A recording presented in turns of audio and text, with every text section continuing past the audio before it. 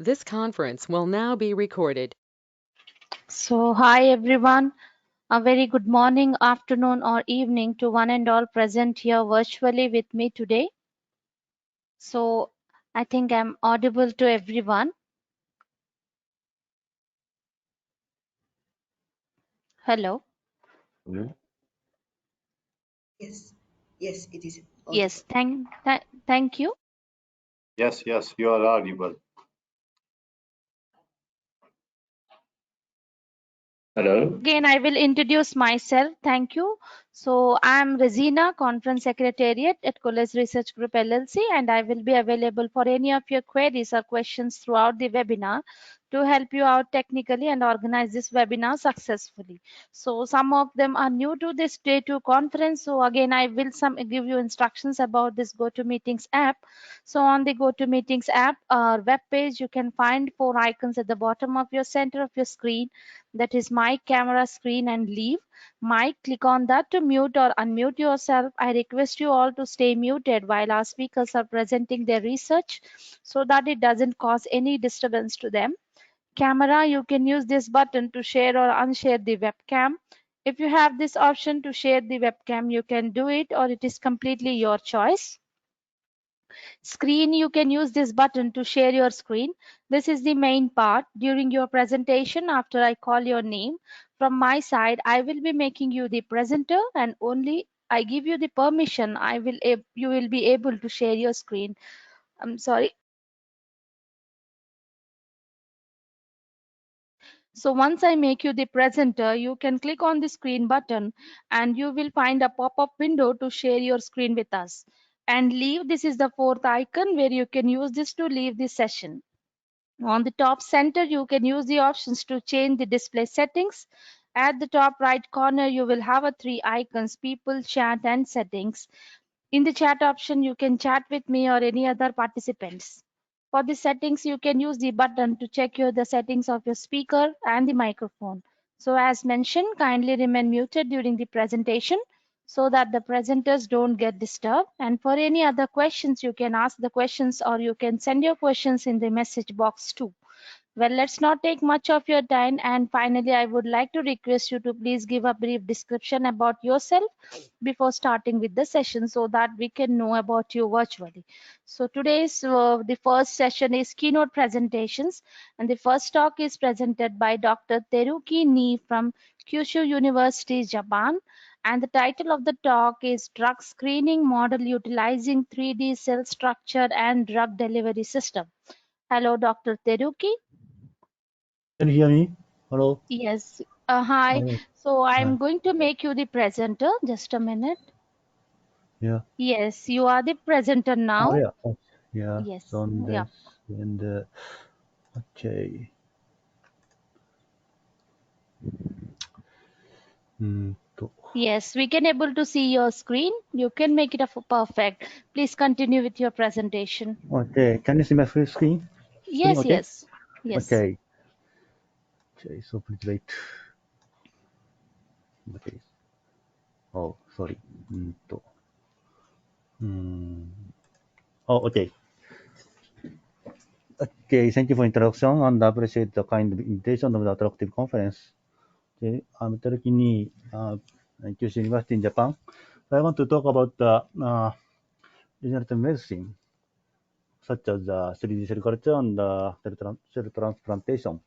Thank you. So first, okay. So in this presentation, I want to talk about regenerative medicine. The regenerative medicine has arousing substantial interest throughout the world. So this consists of four fields. One is the cell transplantation. This is the most popular field in regenerative medicine. Also, please wait. Okay. Okay. So, uh, okay, cell transplantation is to treat patients utilizing stem cells, such as iPS cell or ES cell, MSC is mesenchymal stem cells, or ADSC. ADSC is adipose derived stem cell, or the differentiated specific cells from these stem cells. Okay, two is the tissue engineering. The purpose of this field is the engineering of cellular environment utilizing biomaterials. Biomaterials can construct or assist the cellular condition. Therefore, it is possible to provide suitable environment condition to cells. So next is drug research.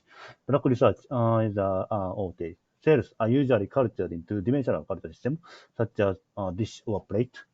However, the function of cells culture in the 2D system are quite different from that in body. So this leads to the difference in drug effect evaluated between in vitro and in vivo. Therefore, to evaluate the drug effect similar to in vivo, the design of 3D tissue models are essential. Okay. So last is gene therapy, such as nucleic acid, messenger RNA, siRNA, and so on. Okay, so next slide. Yeah, okay, this is the definition of regenerative medicine. Regenerative medicine to achieve the regeneration and the repairing of injured tissues based on the natural healing potentials of body itself by the cell ability for cell plantation and differentiation. Yes, there is a common keyword in regenerative medicine. This is the enhancement of cell activity. For the development of regenerative medicine, it is essential to enhance cell activity. For example, in the damaged or injured tissue, natural healing potential is too low for cells to migrate, proliferate, or differentiate. If damaged cells, natural healing potential can be enhanced by using scientific technology. Patient-friendly tissue regeneration could be achieved. For in vitro research, living cells should be used with satisfying function and viability. Cells are usually cultured in a dish that is mainly composed of polystyrene.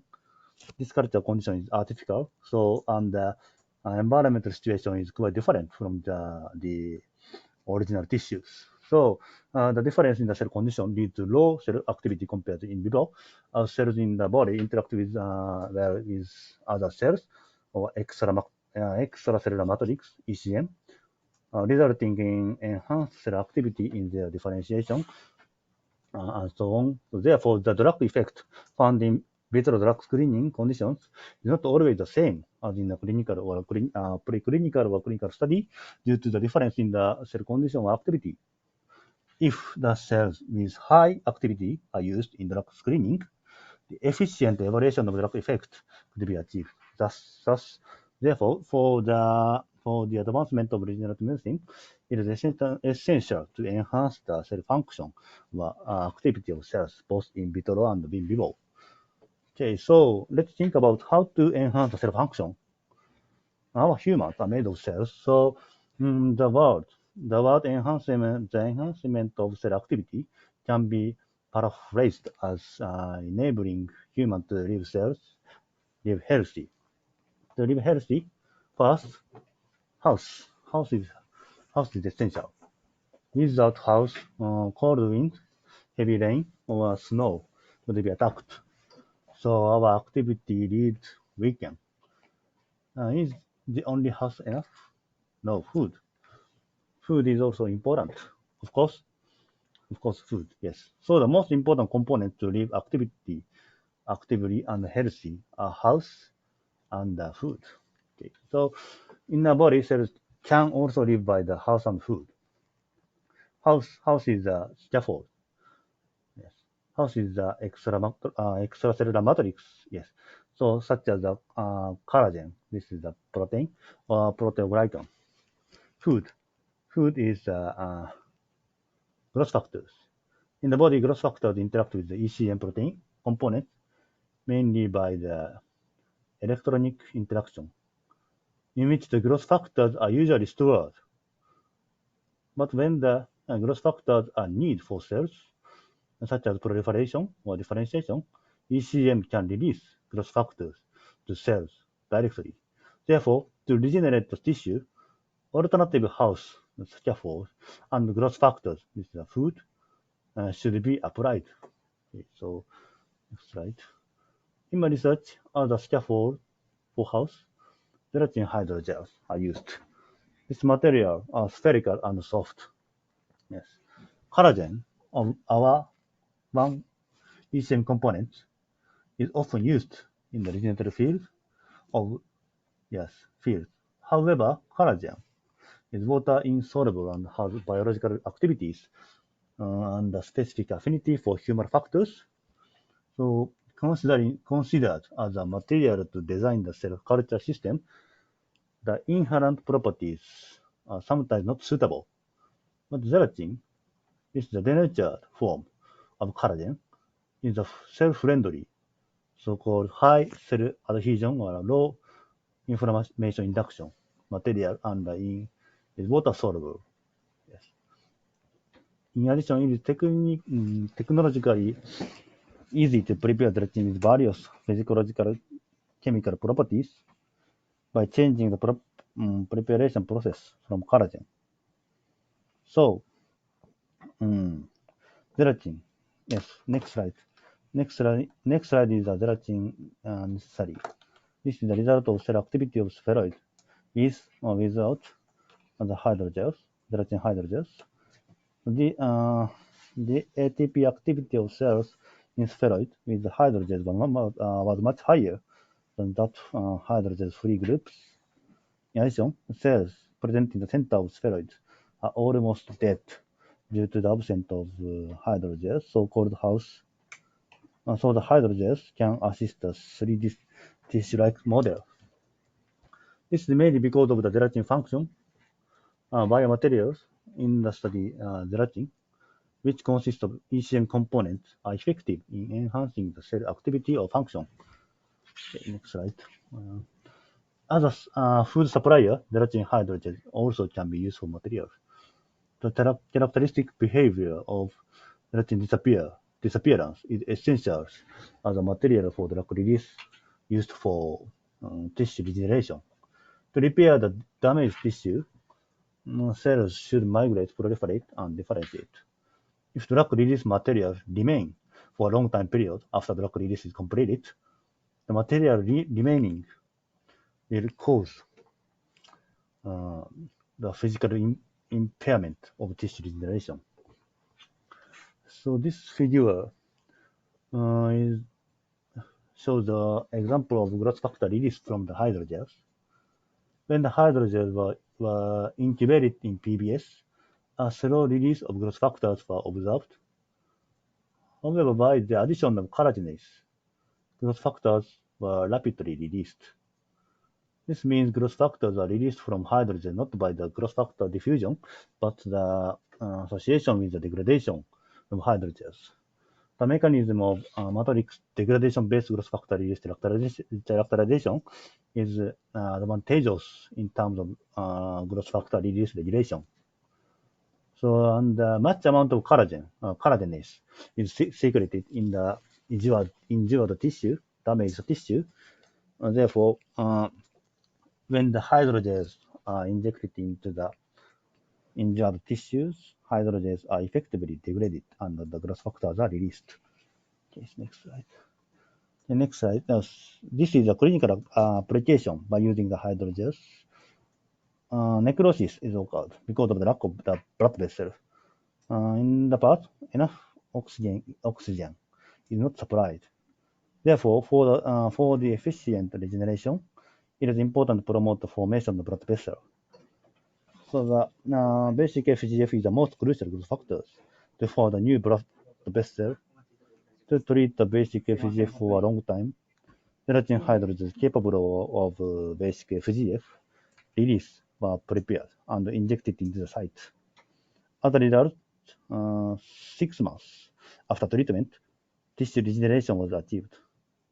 Cell transplantation is not utilized. Only the growth factor release can achieve the tissue regeneration. Next slide. Okay, unfortunately, patient cut the finger and the tissue regeneration is needed. When the reattached finger tip was not vital, necrosis. Necrosis of the fingertip damaged both function and cosmetics. Yes. This is mainly due to the poor blood vessel in the damaged or cut tissues. So to promote the formation of blood vessel in the cut section, the gelatin hydrogels containing basic FGF are treated in the cut site. As a result, the excellent survival can be achieved. So therefore, the hydrogels can support the patient based on the science. So here I want to introduce my, how long? Okay. Here I want to introduce my recent research based on the hydrogels. First research is the cell transplantation. Yes. Yes, this is the stem cell transplantation. This transplantation is expected to regenerate lost tissue and improve surrounding tissue function. Stem cells can be isolated from various tissues such as bone marrow and adipose. Among them, adipose-derived stem cell (ADSC) are easy to collect and have high immunological tolerance. So stem cell transplantation includes the method of locally injecting a cell suspension. However, a method of systemic administration is inefficient because the transplanted cells disperse beyond the intended site. On the other hand, a locally injected cell suspension method can be used for fragile or thin tissues because of the low risk of exposing materials. In addition, it is attractive that the method is a minimally invasive treatment, since surgical operations are not required. Okay. Locally injecting the cell suspension method can be used for fragile. Okay, and then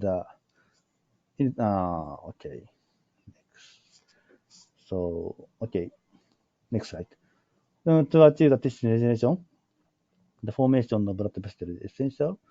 So this is the expression of CD31 in the transplantation site. CD31 is a source marker of endothelial cells.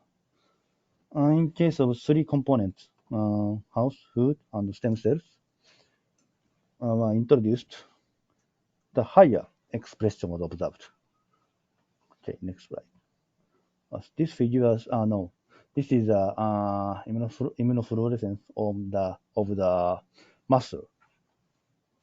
So, and then okay, 2 weeks after incubation, the expression of myodi, a marker of immature myoblast. And then by using these component, the expression of myodi was significantly higher than that other groups. So the combination of injectable gels and drug release enable stem cells to differentiate into the muscle cells efficiently. So this is the muscle regeneration in the transplantation site. 2 days after transplantation, the hydrogels were observed in the defected site. However, after 1 month, the muscle cells were completely proliferated, and the hydrogels were distinguished. Okay, next. Okay, next topic is drug research design. Design of 3D tissue models. As mentioned above, drug research is one of the most important fields in regenerative medicine. The drug discovery is one of the most promising strategies to treat severe intractable diseases such as cancer, infection, or of course COVID-19. As you know, several hard processes should be passed to develop new drugs. Drug screening, preclinical study using animal, and clinical study.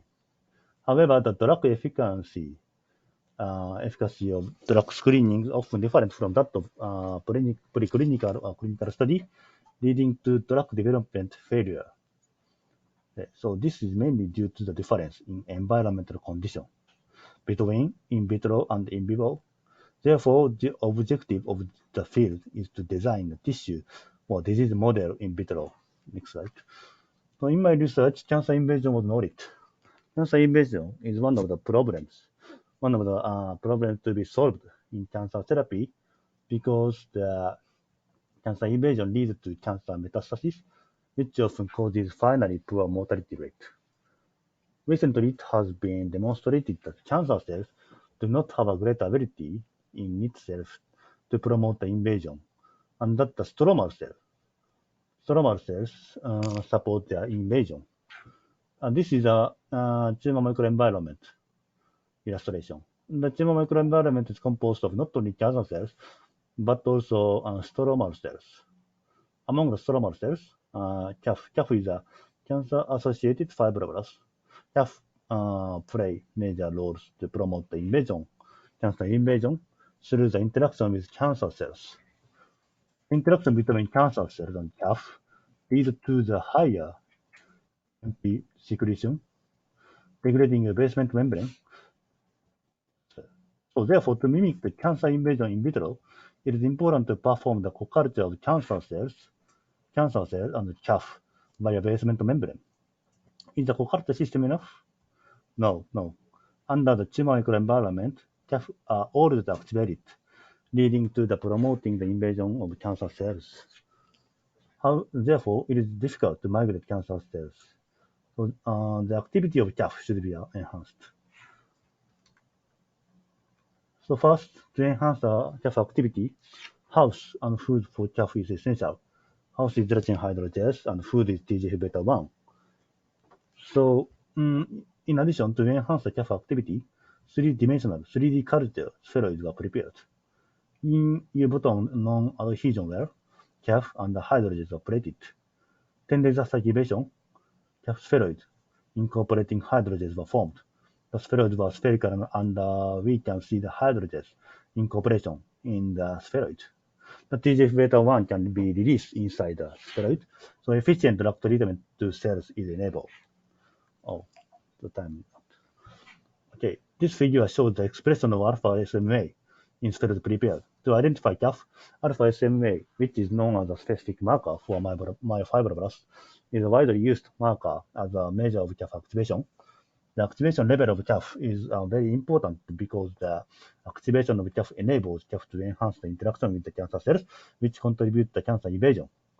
When the alpha SMA level of CAF is high, it is experimentally characterized as CAF activation. As a result, 10 days after activation, the expression level of alpha SMA for CAF increased with an increase in the TGF-beta 1 concentration in the hydrogels. This finding clearly indicates that the TGF-beta 1 is effective in CAF activation. So invasion imitation was performed by co-culture of cancer cells with the hydrogels via model basement membrane. Okay, this is the result illustration of cancer invasion model based on the combination of 3D cell culture and drug delivery system technology. The cancer invasion rate was low in the conventional methods such as the 2D culture system, 2D CAF, or without food. Yes. So the present cancer invasion model would be an effective tool to evaluate the ability of cancer invasion in vitro because the invasion model enables cancer cells to give a microenvironment similar to in vivo. But time not here.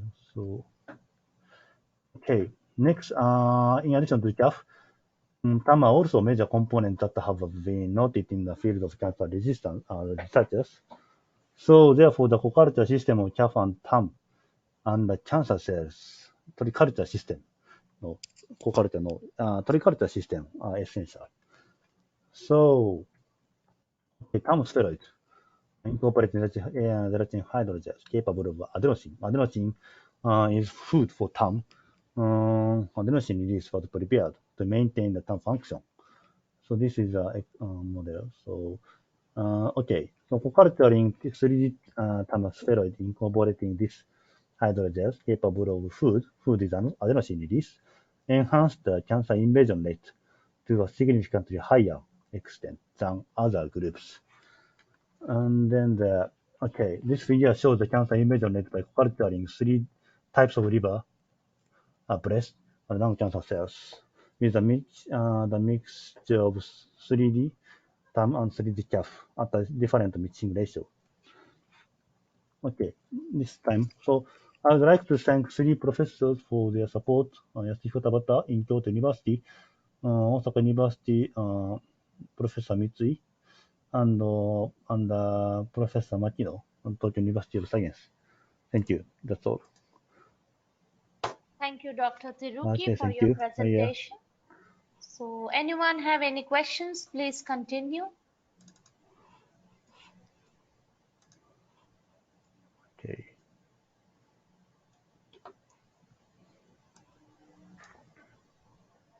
Thank you. Okay, no questions from anyone. Okay, thank Thank you you. once again for your presence Thank and you. Bye. presentation. Bye. So our next presenter is Dr. Gohar A. Nayoku from Dhofar University, Oman.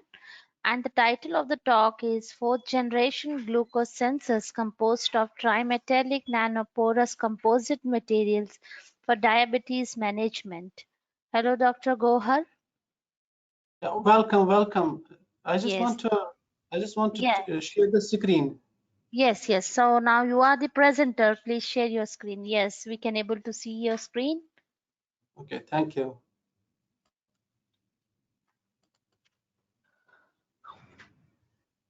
Can you see my Yes. screen now? Yes, yes. You can make it a full screen and start presenting. Just 1 minute.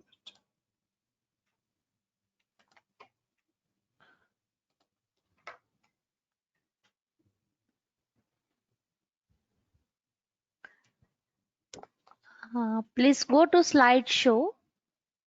I mean, I just want to. Yes, from beginning. Yes. Yeah, Can you see perfect. now? Yes, yes. Please continue. Yes, yes. Just I want to. Yeah, that are the options only visible to you, not to us. So no need to worry. That is the only option. I want to. People can see your screen. Okay, first of all, I would like to congratulate the organizers for hosting such a nice event on material science and engineering. And it is really my immense pleasure to be part of this webinar as a keynote speaker. So my talk is on fourth generation glucose sensors for diabetes monitoring. Now, the point is here, this work has been carried out, I think, over the last 3 decades. But still, if you see the complications of diabetes and how it is increasing tremendously across the region, in particular Middle East, where I am right now. So it is really a big concern. So I think as a researcher, and we as a researchers, we have to work collectively and aware the people and share our expertise, whatever we have, to make sure we are trying to do our best to decrease at least the spread of this diabetes. I mean, decrease the. Okay. Now, first of all, before starting my talk, I would like to invite you to Salalah, Oman, one of the best places on the planet Earth, a pleasant weather. This is our Dhofar University. It is surrounded by United Arab Emirates. Other side is Saudi Arabia and India and other places of the world.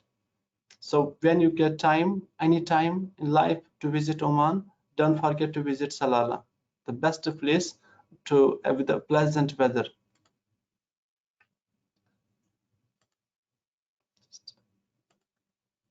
Just one. Okay.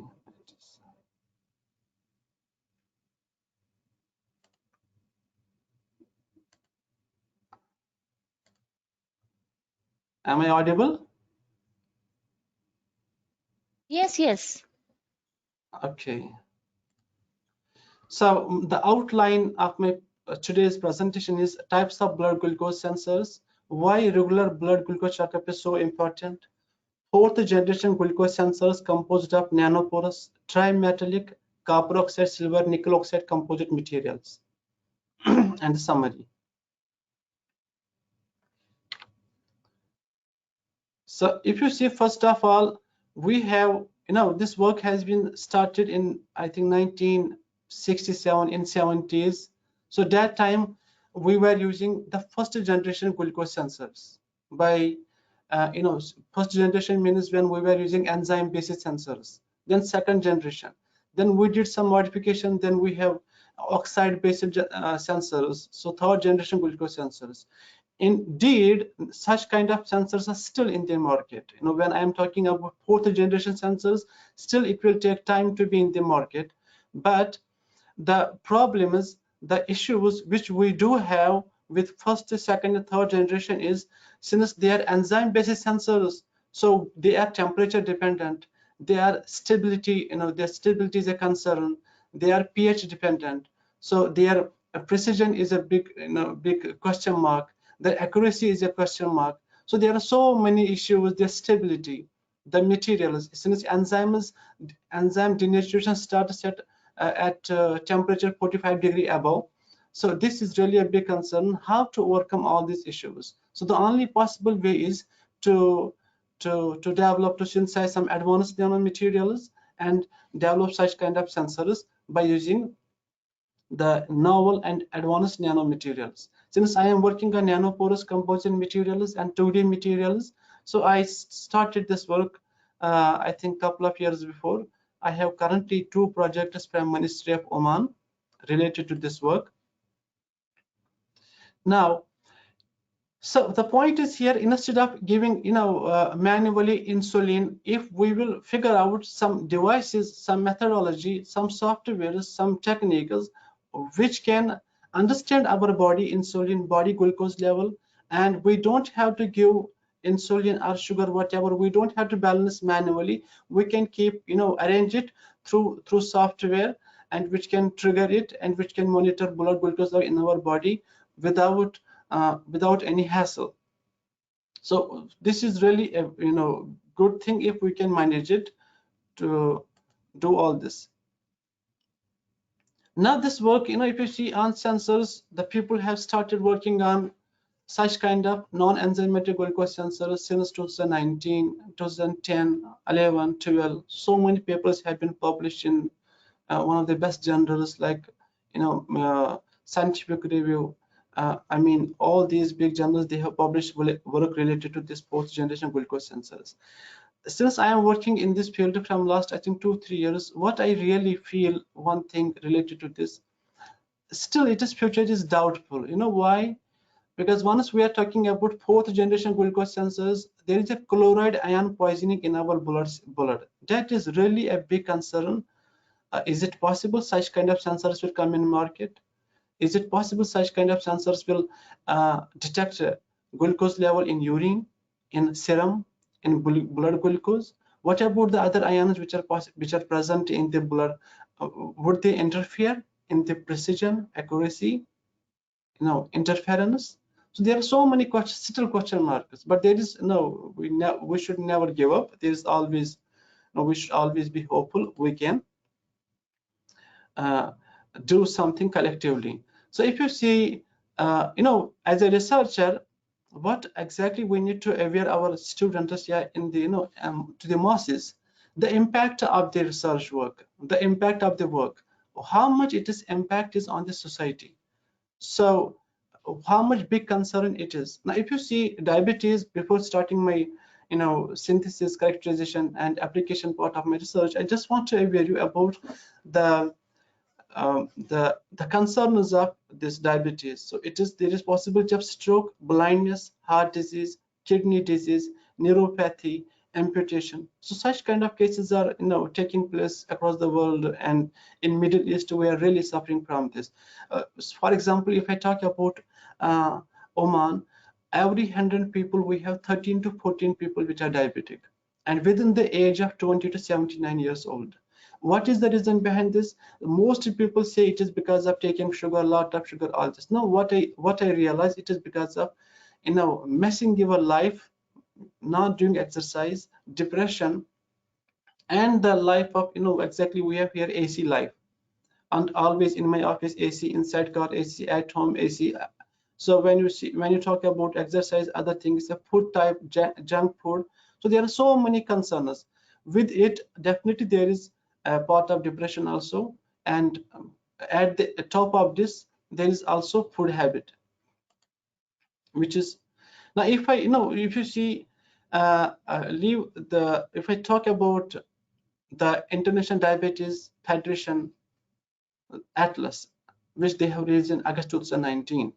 As per this atlas, in Middle East and North Africa, so currently, I mean in 2019, the data says 55 million people are diabetic, which are diagnosed. And let me be very honest, there are so many people which don't know they are diabetic because they don't go for diagnosis. So 55 million people are diabetic.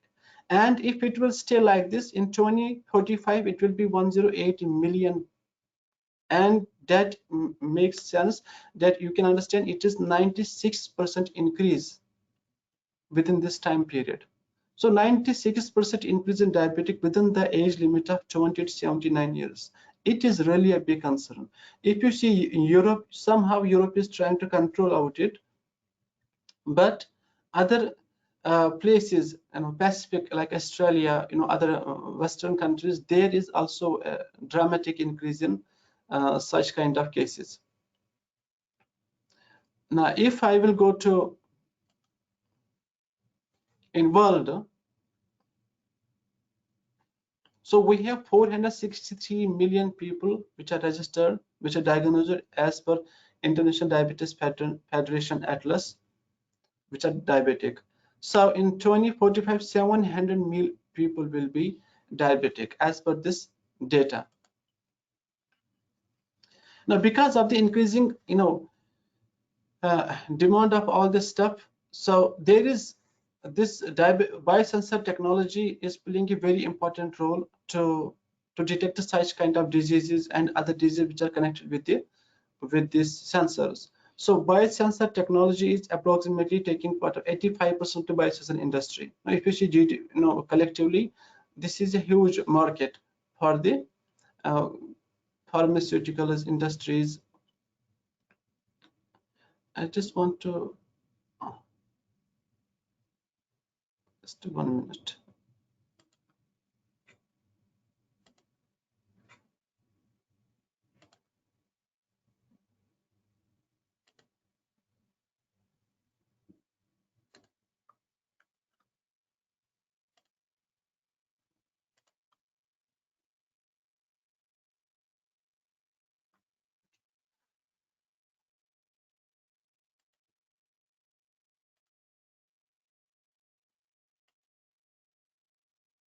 Hello.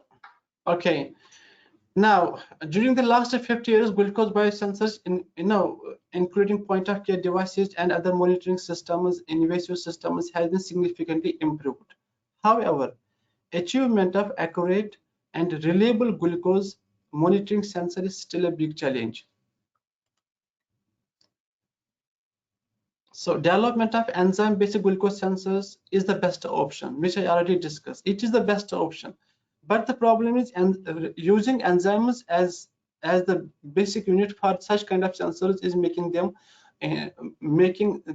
creating challenges, like they are pH dependent, they are temperature dependent, they are pH dependent, their humidity like conditions also interfere and reduce the performance of enzyme-based sensors. So development of non-enzymatic glucose sensors is a substitute to enzyme-based glucose sensors. So therefore, successful attempts have been made for direct measurement of glucose concentration with non-enzymatic glucose sensors. So now, related to my work, fourth generation glucose sensors, what exactly we have done with my two research assistants, we have synthesized trimetallic nanoporous glucose, trimetallic nanoporous composite materials, including copper oxide, silver, nickel oxide, and number one sample, number two, copper oxide, silver, and nickel oxide, and we have incorporated 0.5 ml silica nanoparticles. In the third case, we have incorporated 0.1 ml silica nanoparticles. So we have used precursor, three precursors, 3 precursors. So then after putting all these 3 precursors inside this gel, we have got the soul. We have got the soul. After soul, then we got the gel. So gel will be aged for 3 to 5 days, depends upon the temperature of the place also. So after gel formation, we have gone through calcination. So calcination is taking at least 5 to 6 hours. You must have control on temperature, heating rate and cooling rate must be same. Then we are getting this nanoporous composite materials. After this, we have to go through characterization through XRD, through SEM, scanning electron microscopy, a transmission electron microscopy, ADS. So then we can go for application part to check whether the sensitivity of such kind of materials for glucose sensing. Now these are the three materials which we have synthesized. These materials were successfully characterized by PXRD. You can see here we have 3 kinds of peaks: copper oxide, we have silver also, we have nickel oxide, and EDS of copper oxide, silver, nickel oxide is also showing we have different concentrations of all these 3 materials, trimetallic nanoporous materials. We have confirmed them by scanning electron microscopy also. We have confirmed them by transmission electron microscopy also. So somehow we were successful in synthesizing such kind of materials, trimetallic. And I think these are the novel materials. I have not seen any research work related to trimetallic nanoporous composite materials for sensor technology.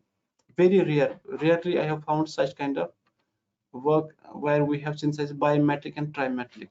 Now what exactly we have done after synthesizing such kind of materials, we have gone through CV, cyclic voltammetry, electrochemical study of such materials. So we use a glassy carbon electrode. We have deposited, fabricated, suspension of all these synthesized materials were mounted on the surface of the glassy carbon electrode. Then we apply these electrodes for glucose sensitivity. Now, if you see here, this A is here A to D, figure 1A, typical CV response of electrodes. Beer, if you A, this is beer, C, copper oxide, silver, nickel oxide, 1.0 ml silicon nanoparticles. Then we have all. So consequently, what we have realized, this copper oxide, silver, nickel oxide without any silicon nanoparticle showing amazing result, showing promising results. So then we have gone through other. If you see here, figure 1b shows CV curve of different electrodes. Also, all these materials have been used. Then if you see the next one, we have used figure 1c. This one, it is CV curve of copper oxide, silver, nickel oxide, 0.1 millimolar glucose at scan rates from 20 to 200 millivolt per second. Figure 1d shows corresponding calibration plot of peak current versus scan rate. Now, what exactly, at the end of this research, what exactly I feel is the challenge? We have done this electrochemical study of our nanomaterials, of all these advanced materials, by using 0.1 molar glucose solution. Solution in alkaline medium. This is basically a big challenge, alkaline medium. So in physiologically in our body, if you see, we have somehow acidic, somehow there in blood, alkaline medium, acidic medium. So is it possible we can use it in acidic medium also? This is also another concern. So and also we have chloride ion concentration in our blood. So is it possible the chloride and ions will not interfere? So figure 2, it is here amperometric response of copper oxide, silver, nickel oxide electrodes at 0.58 volt versus silver chloride as a reference electrode in 0.1 molar sodium hydroxide solution. This is here a point of concern. Can we use this? Can we use such kind of materials in acidic medium also with different glucose concentration? With different glucose concentrations from 0.001 to 5.50 millimolar. Now, This is one point. Another point is, now we have used it, we just prepare glucose solution and we apply such kind of materials. We have got incredible results. Does it mean we can use it for blood? Yes, because already I have seen, I think last year, so 2-3 people have published a paper related to this work, but they have used different materials, metallic materials, nanomaterials, and they have gone through serum level also, they have gone through blood level also. But still there is some possibility of interference from some other ions. So corresponding calibration plot of current response versus glucose concentration. This is B, and the C is anti-interference stability ability and perimetric response of copper, silver, nickel oxide electrodes with addition of 0.1 millimolar glucose and 0.01 millimolar of each possible ions like cysteine, nickel 2 positive, calcium 2 positive, magnesium 2 positive, sodium chloride, lactose, sucrose, maltose, mannose in 0.1 molar solution to check how much interference they are giving during the study. Basically this work, I need to work out the application of such kind of materials in blood now, then I will go through serum, then I will go through urine. So this is basically the initial report where we have successfully confirmed that such kind of materials can be helpful to develop a device like glucometer. But until I'm not satisfied with the results of blood results in serum and urine, so I will not make this point right now. So but we are in the progress of now detecting glucose concentration and how much concentration we can detect, what is the stability of our electrode materials inside I mean blood, inside serum, inside urine. So does it have any impact, what difference it is showing as per the reported values. So this is figure 3, typical Nicosta micro semicircle polars of EIS spectra in a mixture of 5 millimolar this ferricyanide and ferricyanide molar KCl solution at an applied multitude of 0 plus minus 5 millivolt within a frequency range of 0.01 hertz. So from if you see overall, the summary of this work is we have used solution-based method. The sensitivity is 2895.3 microampere milli per molar per centimeter square. Linear range is 0.001 to 5.50.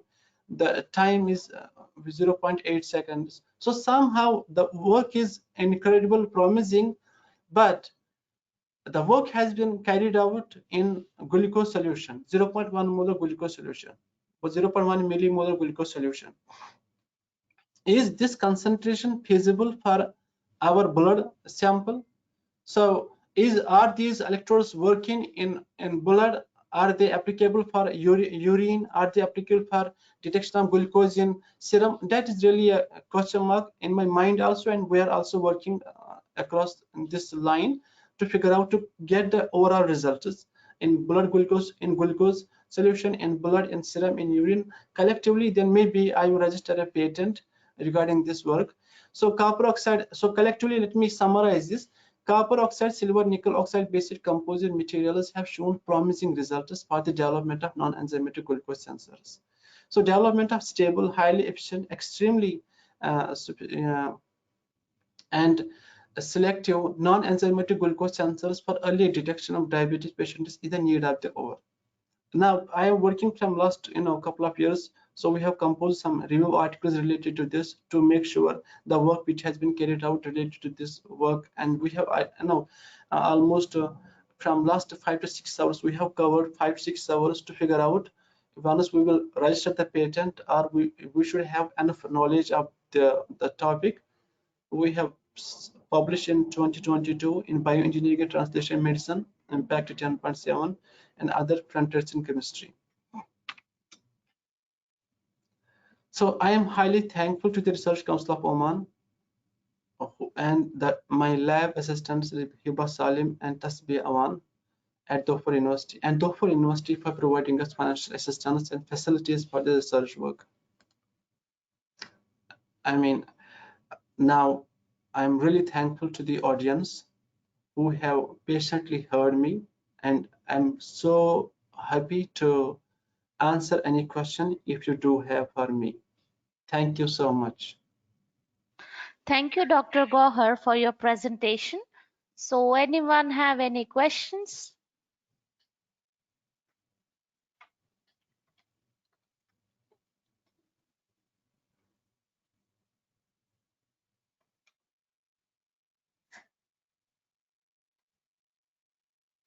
Okay.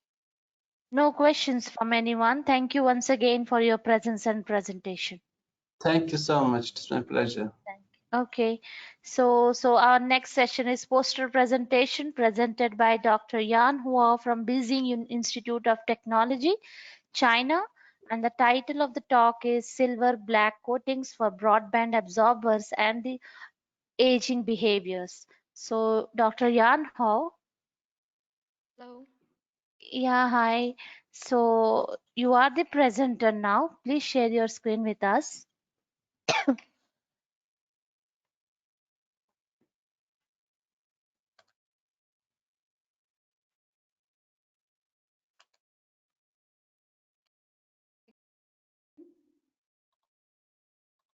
Yes, we can able to see your screen. Perfect. Okay. Hello, everyone. I'm from Beijing Institute of Technology in China. In my presentation, I will introduce the background, objective, method, and the results, and the conclusion about the silver black. Broadband light absorbers are attractive for photo detection and photothermal conversion application. Metal black films are highly porous deposits in the presence of inner gas, which exhibit nanoscale structure.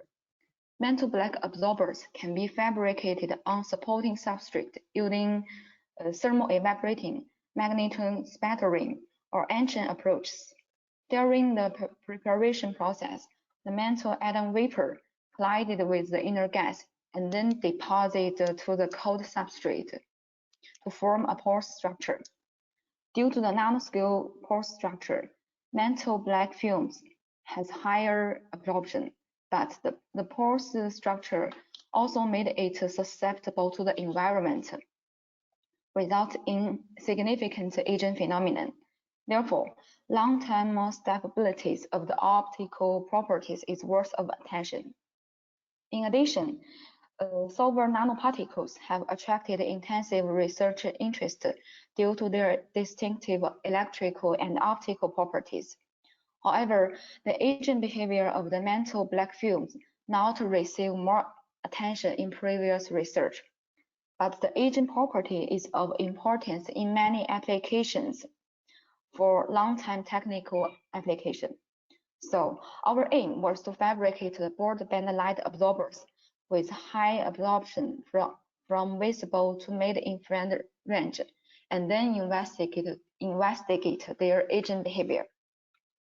Here, we fabricate the silver black absorbers under iron inert gas by low vacuum thermal evaporation.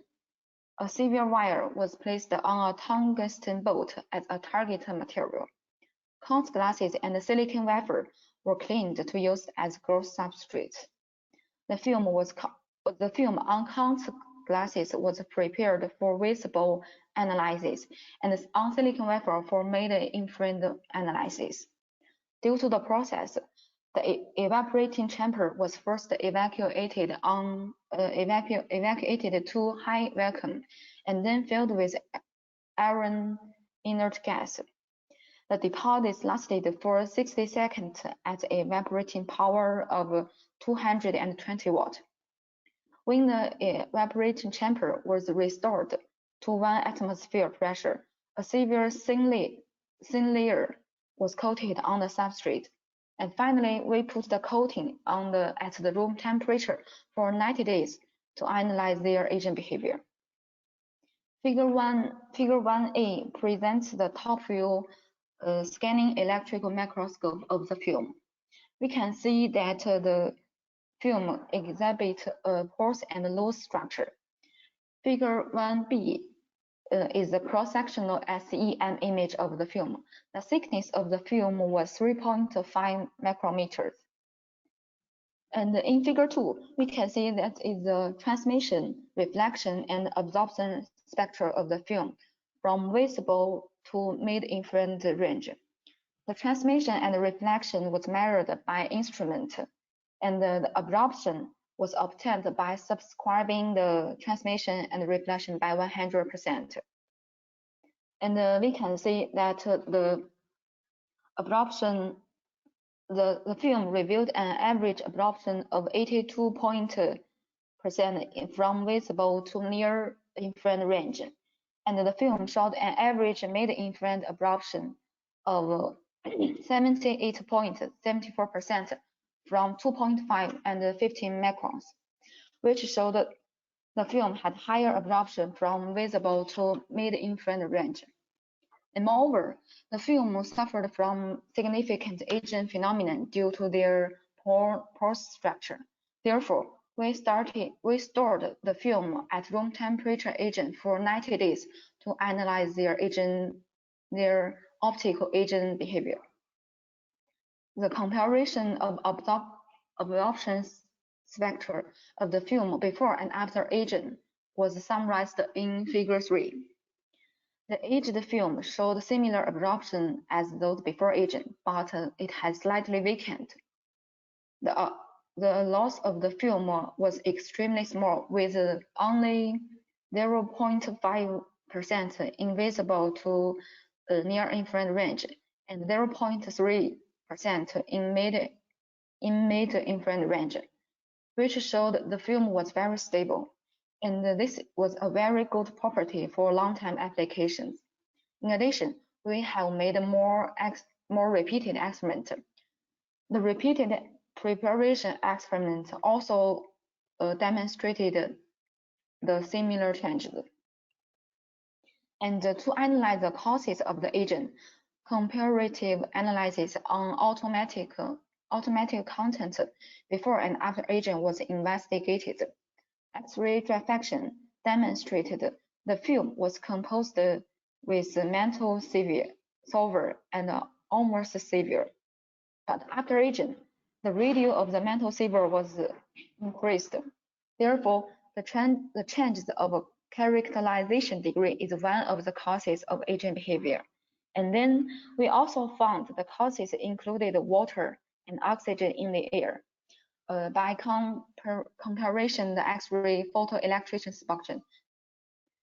And finally, to investigate their application, we have made some time-dependent photothermal response experiment.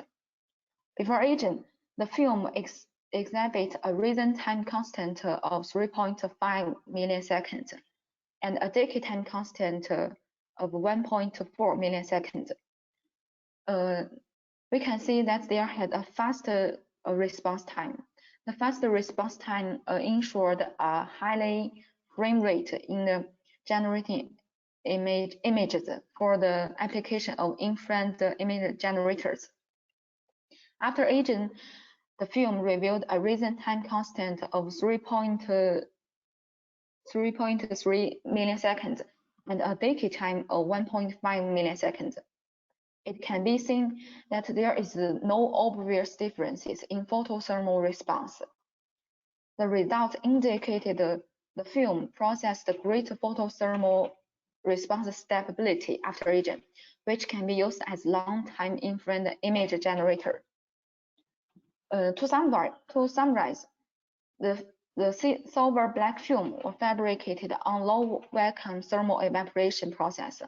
The silver black absorber evaporated in argon inert gas showed higher absorption from visible to mid-infrared range.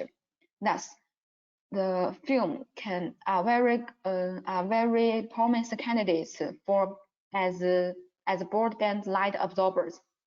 Moreover, the aging behavior of the silver black absorbers was studied at room temperature. Optical properties after aging demonstrated the absorption of the film processed similar absorption as those before aging, and no obvious differences. And in addition, time-dependent photothermal response of the film were also discussed. The result indicated the nanoscale-thick film possessed great absorption stability and photothermal stability. Therefore, we think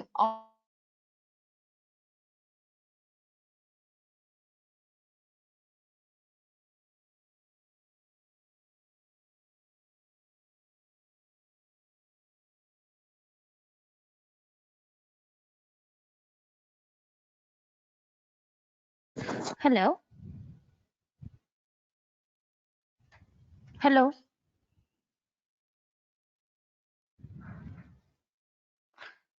Yeah, hello, Dr. Yan Hua. Your voice is not audible.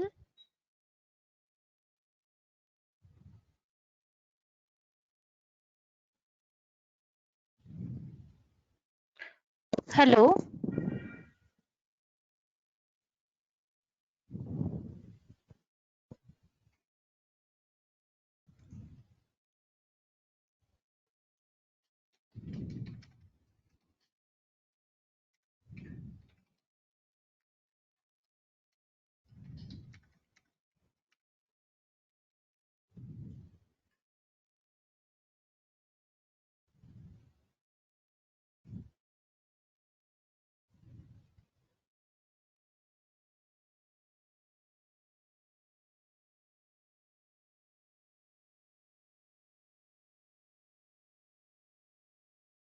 Hello, Dr. Yan.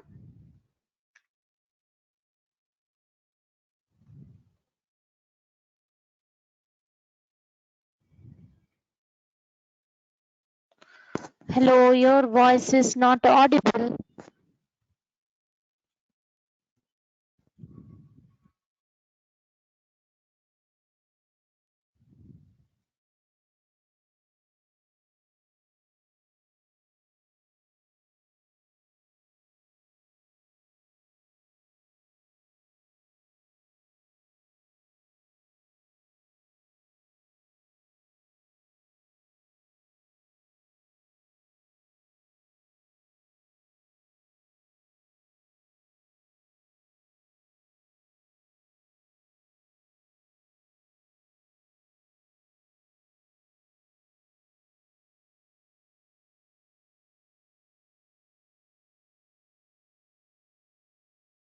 I think he has some technical issues.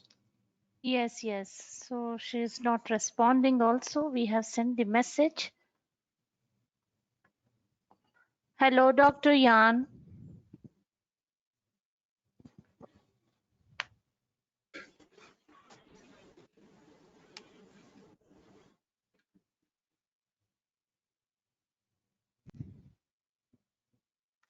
Okay, just allow me a few moments. I will call her and let her explain. Is she available on? Is she available? Yeah, I will just call her and tell her that that his voice is not audible.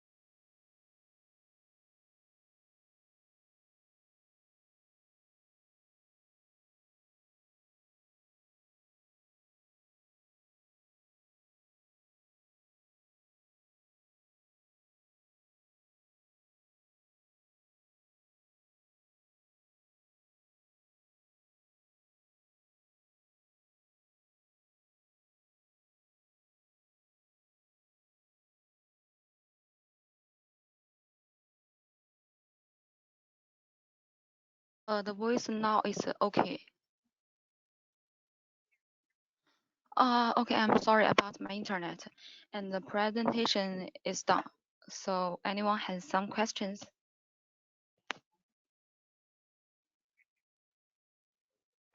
Okay, thank you, Dr. Yan, for your presentation. So anyone have any questions, please continue.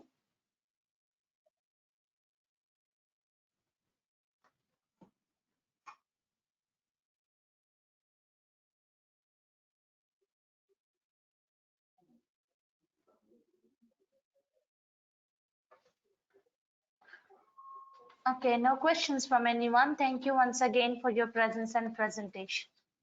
Okay, that's all. Thank you.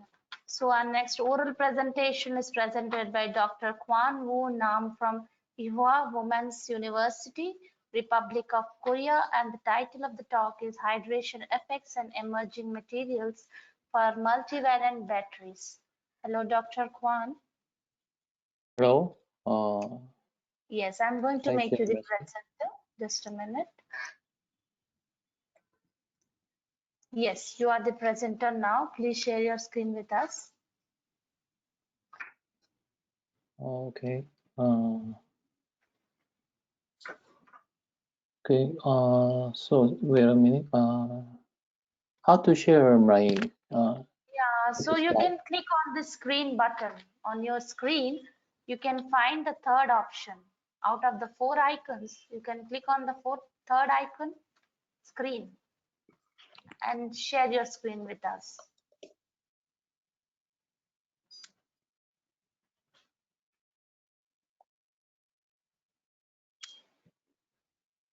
Oh, sorry.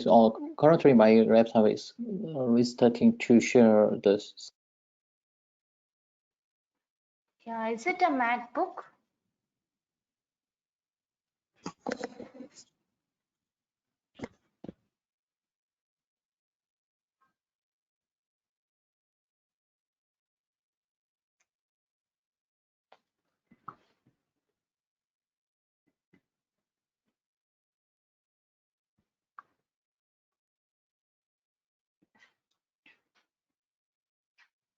Hello. Hello. Hello. Hello. Yeah. Yes, can you please click on the screen button?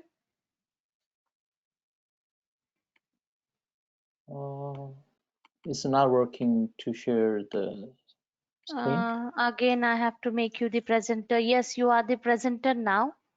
Can you please try once? Yes, now we can able to see your screen.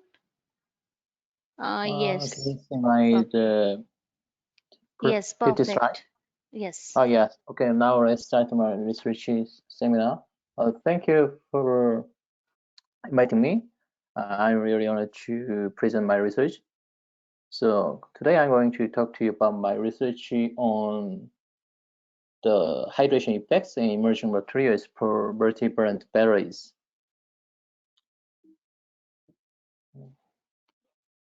So I'm going to divide my presentation into 3 parts. First, I talk about the hydration effects in magnesium batteries. After then, the second part is about hydrated cathode in acoustic batteries. After the next, in the part 3, I'll talk about the recently developed new emerging materials such as redox active macrocycles and conductive 3 MOF cathode for acute recharging batteries. So let me give a brief research introduction. In 2019, as you already know, the 3 professors won the Nobel Prize in chemistry for the development of lithium-ion batteries. The lithium-ion batteries consist of 4 main parts: lithium cobalt oxide cathode, and which is invented by the Professor Goodenough, and graphite anode invented by Professor Yoshino, and separator and electrolyte. And so during this charging reaction, the lithium in the graphite anode inserted into the positive cathode. This is the intercalation chemistry. This concept firstly suggested by the Professor Wittinger. So due to the dedication of the 3 professors, we are using the lithium-ion batteries. So So from mobile electronic devices such as iPhone, iPad, laptops to the large-scale applications such as electric vehicles and a storage system, we are living surrounded by the applications of lithium batteries. So our lives would not be the same without batteries. Then, however, the lithium battery has several limitations. The first limitation is the high cost of lithium batteries. The lithium battery cells account for the half cost of whole battery pack. For example, the cost of the battery pack for Tesla Model 3 is about $22,000. So we can easily estimate how expensive the lithium batteries are. Therefore, it's necessary to decrease the cost of lithium batteries. However, it's not easy to decrease the cost because the low lithium metal is stored in specific areas such as Australia and Chile. And also, in addition, the demand for the electrode materials like this have been increasing greatly these days. Therefore, the decreasing the cost of lithium battery is so difficult. Above all, the most important factor for replacing lithium battery is the safety issue. 4 years ago, Note 7 exploded in the USA. Also, laptops and Tesla Model 3 also exploded. These explosions were all caused by lithium-ion batteries. Last year, in Korea, energy storage system exploded 26 times. Therefore, the Edgecam and Samsung SDI cannot sell their energy storage systems in Korea. So we need to develop the more economical and safer batteries. So why should we develop the magnesium and zinc batteries? First, the cost of magnesium metal much cheaper than the lithium metal like this, and also the volumetric capacity of magnesium much higher than the lithium and graphite anode. Also, the magnesium metal is a highly abundant element on Earth. Also, zinc metal also have several advantages like magnesium metals. First, the cost of zinc is much cheaper than the lithium metal like this. Also, the capacity of zinc metal much higher than graphite anode. And also, the zinc metal is the only metal which can be used in aqueous electrolyte. So I and many battery researchers want to develop the new battery system with using magnesium and zinc metal. So I will now briefly introduce the principle of divalent battery system. The basic principle of divalent battery is similar to the lithium-ion batteries. Divalent battery also consists of four main parts: metal anode and cathode and electrolyte and separators. For example, the magnesium batteries with using manganese oxide cathode. This is the simple principle of the discharge process. At anode side, magnesium metal lose their 2 electrons at around 0 volts. At the same time, at the cathode side, manganese oxide obtained the divalent magnesium ion and 2 electrons at around 2 voltage. So generally, the operating voltage of battery determined by the difference potential of anode and cathode. Therefore, this battery system has the 2 operating voltage. Then also the why is the development of divalent battery so important? Because the theoretical capacity of the cathode is determined by this equation, which is proportional to the number of electrons.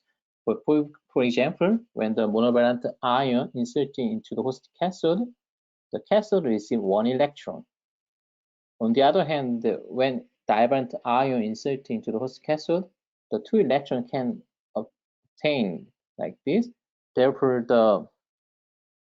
when using the divalent carrier ions, the theoretical capacity of cathode can be doubled like this. So higher capacity than lithium battery is possible theoretically. So then, unfortunately, to develop the divalent battery system is very difficult, which is caused by the strong interaction due to the divalent ions. At first, at the interfaces, the divalent ion has strong interaction with organic solvent molecule like this. So to insert divalent ion into the host cathode, we should fully detach the organic solvent. So it needs high dissolution energy interface. Therefore, the magnesium ions is much higher than that of the monovalent lithium ion for fully detaching the organic solvent.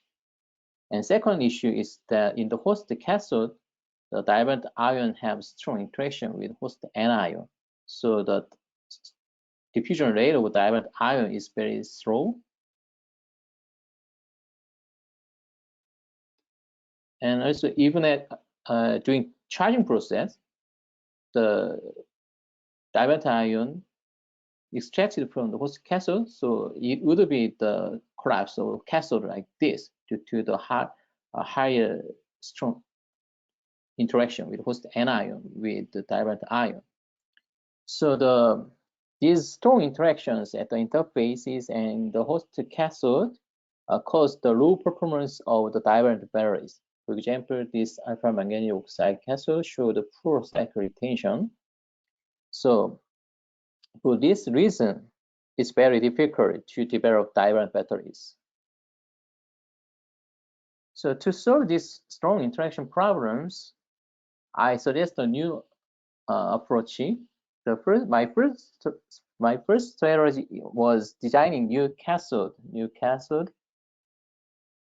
with the wider diffusion channel and the charge screen effect by introducing crystal water in the host cathode. So crystal water means that the water in the host crystal structure. So this water can effectively decrease the interaction between host anion and divalent ion. So to have these two effects, or wider diffusion channel and charge screen effect, I have designed the hydrated red manganese oxide cathode and also the rigid macrocycle and conductive 2D MOS. In addition to decrease the distribution energy and interface, I added the water to the organic electrolyte. When added the water in the organic electrolyte, the water can selectively sorbate the divalent ion like this. This water sorbated carrier ions, the size is very small, so it can insert into the host cathode without fully detaching water molecules. So it effectively decreases the dissolution energy at the interface. So furthermore, to fully utilize this kind of concept, I apply the hydrated cathode materials applied to the aqueous rechargeable zinc battery system. So now let's move on to the first part of the hydration effects in magnesium batteries. So let's briefly examine the hydration effect on the divalent batteries. The basic effect of hydration is shielding magnesium ions by water. The first effect occurs when the water is in the host cathode. So when the water is in the crystal structure, it is called crystal water. This crystal water causes a wider diffusion channel of host cathode and has a charge screen effect when the divalent ion inserted into the host cathode like this. And the second effect occurs when the water is in the organic electrolyte. If the water is in the organic electrolyte, the water selectively sorbated the divalent ion like this. So this water sorbated divalent ion can insert into the host cathode without fully detaching water molecules. So it effectively decreases the dissolution energy. So consequently, the advantage of hydration effect is the high diffusion of magnesium ions in the host cathode and at the interface. So to develop the hydrated cathode with a large amount of water, so it's very difficult to succeed to synthesize this kind of cathode materials. So I developed a new synthesize method. To synthesize the hydrated cathode with a large amount of crystal water, I was interested in the aqueous phase transformation in the one more magnesium sulfate aqueous electrolyte. The spinel Mn3O4 is not any activity in the magnesium battery system. However, during battery cycling for the 50 cycles, the capacity of spinel Mn3O4 was extremely increased to 170 milliampere per gram like this. To analyze this intriguing phenomena, I analyzed this phenomena by using various tools. By assay analysis, the octahedron shape of Mn3O4 changed to the layer nanosheet shape like this.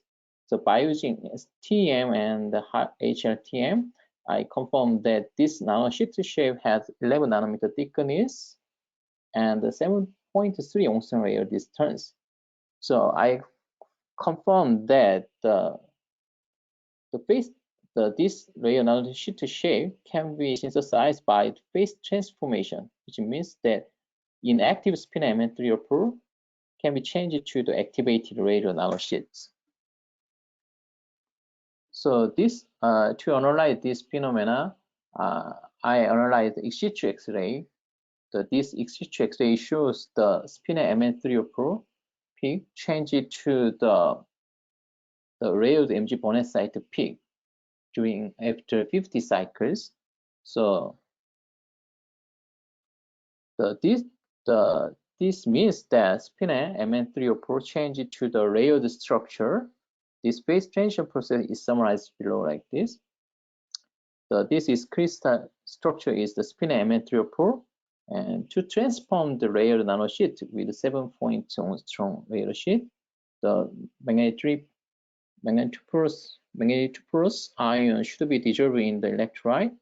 After then, the magnetite plus in the 202 plane should be up to the 101 plane. At the same time, water in the aqueous electrolyte should be inserted into the layer structure. So finally, this layer nanosheet can be synthesized. So then I confirmed that the layered manganese oxide with crystal water was successfully synthesized by aqueous phase transformation.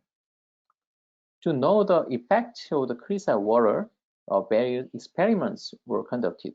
I found the two effects of crystal water. The first effect is maintaining the layered structure. In the higher resolution, the ABF stem image, this image shows that crystal water is located in the between layered structure, and then to confirm the crystal water effect, heat treatment was carried out at 300 degrees during 2 hours. After heat treatment, the layered structure was collapsed like this. So by ex situ X-ray analysis, this collapsed materials has the spinel-like crystal structure. So these experiments indicated that the crystal water played a critical role in maintaining the layered structure.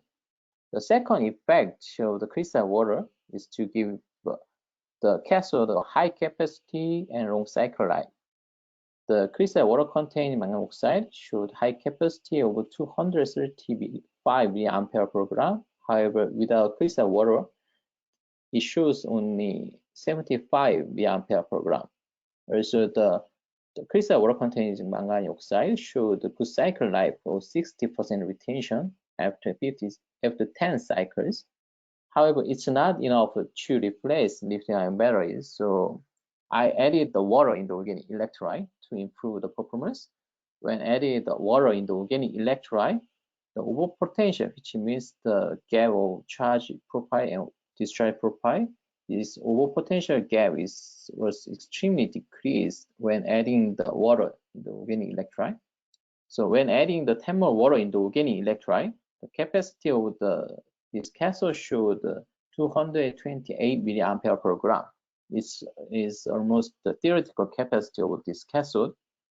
So the cycle retention of this cathode also showed good cycle life, like this. So I found that when adding water to the organic electrolyte, the capacity and the voltage of host cathode can be extremely increased even at high rate.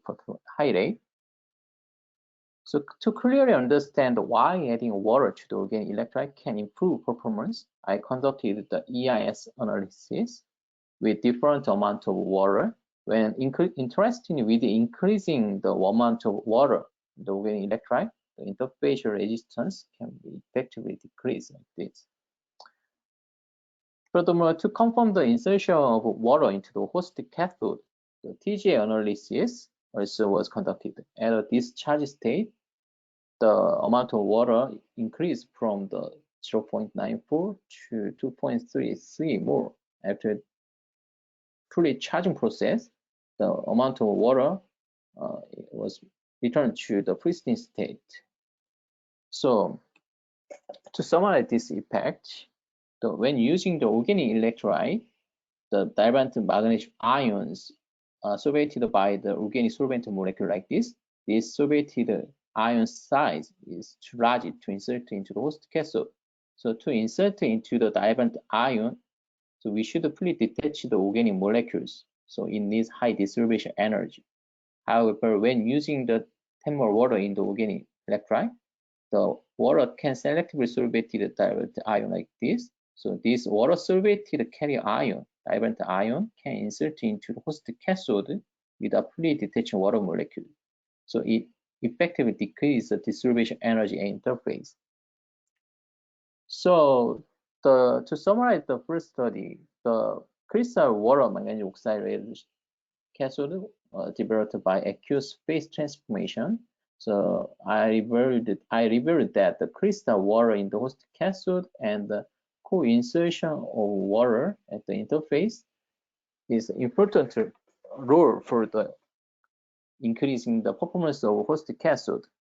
So we developed the high performance cathode and run the advantage of water molecule in the organic electrolyte. So to develop the high performance magnesium battery system, the best way is to use the magnesium metal as anode materials. However, unfortunately, the magnesium metal can react with the water electrolyte to produce the hydrogen gas. So to solve this problem, we needed to find the anode metal that can be used in water. So as I already mentioned in the introduction, the zinc metal is the only metal which can be used in aqueous electrolyte.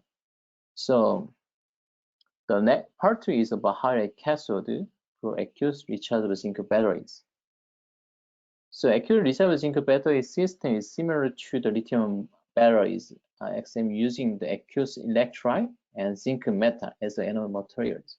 So for example, during discharging process at anode side, zinc lose their 2 electrons at around 0 potential. At the same time, at cathode side, for example, manganese oxide cathode obtain 0.5 zinc ion and 1 electron at around 1.5 potential. So the aqueous rechargeable zinc battery system has 1.5 operating voltage. So the alpha manganese oxide is the first reported cathode for aqueous rechargeable zinc batteries because they have large 2x2 large tunnel structure. So it's good for the diffusion of zinc ions. So this alpha manganese cathode showed high rate performance, which means that at 126 C rate, it means that only 30 seconds needs for fully charging or discharging. This cathode, alpha manganese cathode, showed a high capacity of 75 milliampere per gram. So at that time, so I and many battery researchers have a lot of interest in this battery system due to their high performance. However, 3 years later, this alpha manganese cathode showed poor circulation like this, which is caused by irreversible structure change from tunnel to layered.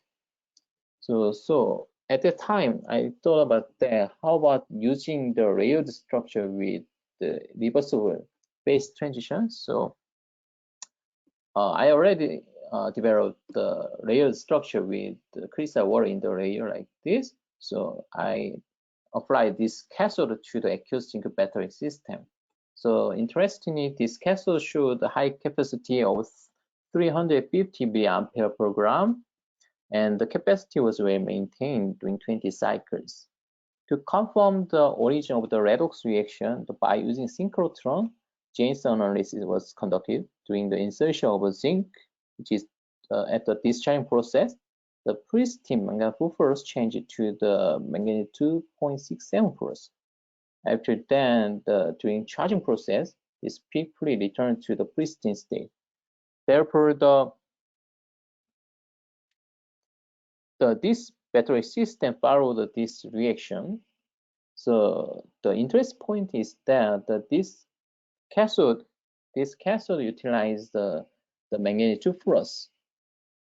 So this is very interesting point because in the battery field, manganese 2+ ion is well-known ion which is very unstable during battery cycling. So furthermore, I compared the rate performance of layered manganese oxide and alpha manganese oxide.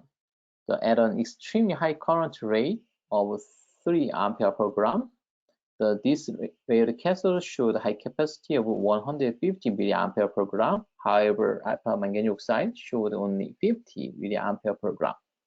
Also, this crystal water-contained manganese oxide showed good cycle life, which value was 75% retention after 200 cycles. So we developed the high-performance aqueous zinc battery system like this. So to clearly understand the reaction mechanism, the X-ray was conducted like this. So this pristine state, during discharging reaction, this is the discharging curve, which means the zinc ion inserted into the host cathode, the 001, 002P will increase like this, which means the crystallinity of the host cathode will increase. After doing charging process, this peacefully returned to the pristine state. Therefore, this cathode showed a reversible reaction during battery cycling. However, at fully discharged state, these two peaks were shown. So at that time, I'm wondering though these two peaks would be related to the high performance of this cathode. So to confirm the origin of these two unknown peaks, the X-ups measurement were conducted. So during discharging process, these 3 peaks were increased, which was related to the crystallinity of host cathode were increased, and also unknown 2 peaks were shown, which is well matched to this peak in the X-ray, XRD. And after doing charging process, these 3 peaks were decreased, and these 2 unknown peaks were disappeared. So, however, these X-ups results were well matched to the X-ray result. However, I cannot fully cover the origin of this unknown peak. So to reveal the origin of this unknown peak, I collaborate with the FT calculation group. So by using the DFT calculation, we confirmed that the state 3 was the most stable structure, which with the zinc manganese base structure like this. This zinc manganese base structure has 3.6 angstrom between manganese TCS and manganese TM layer, and zinc TCS manganese TM layer. These two distance was well matched the first peak, and 4.2 angstrom distance between manganese TCS and zinc TCS was well matched the second peak in the X-ups and in the X-ray.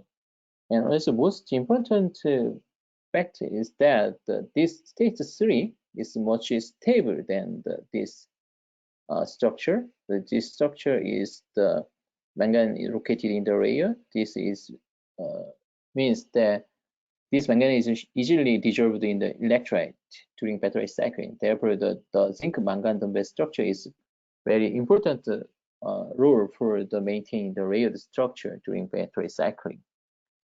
So to summarize this study, this crystal water contained manganese layered cathode showed good cycle performance and extremely high wave performance. And also due to the presence of zinc manganese structure, the manganese dissolution during battery cycling was effectively decreased.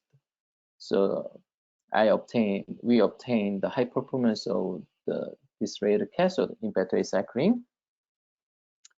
So after I developed this cathode, I was thinking about the next direction. The first, can we increase the diffusion channel width for the high diffusion rate?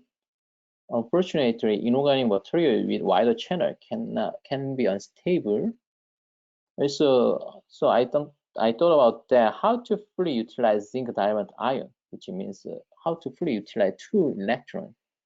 And also I thought about that, how about using the more economical and eco-friendly compared to inorganic cathode. So I need to develop organic cathode with stable redox centers. So let's move on to the next researches about microcycle and conductivity MOF for accurately charging batteries.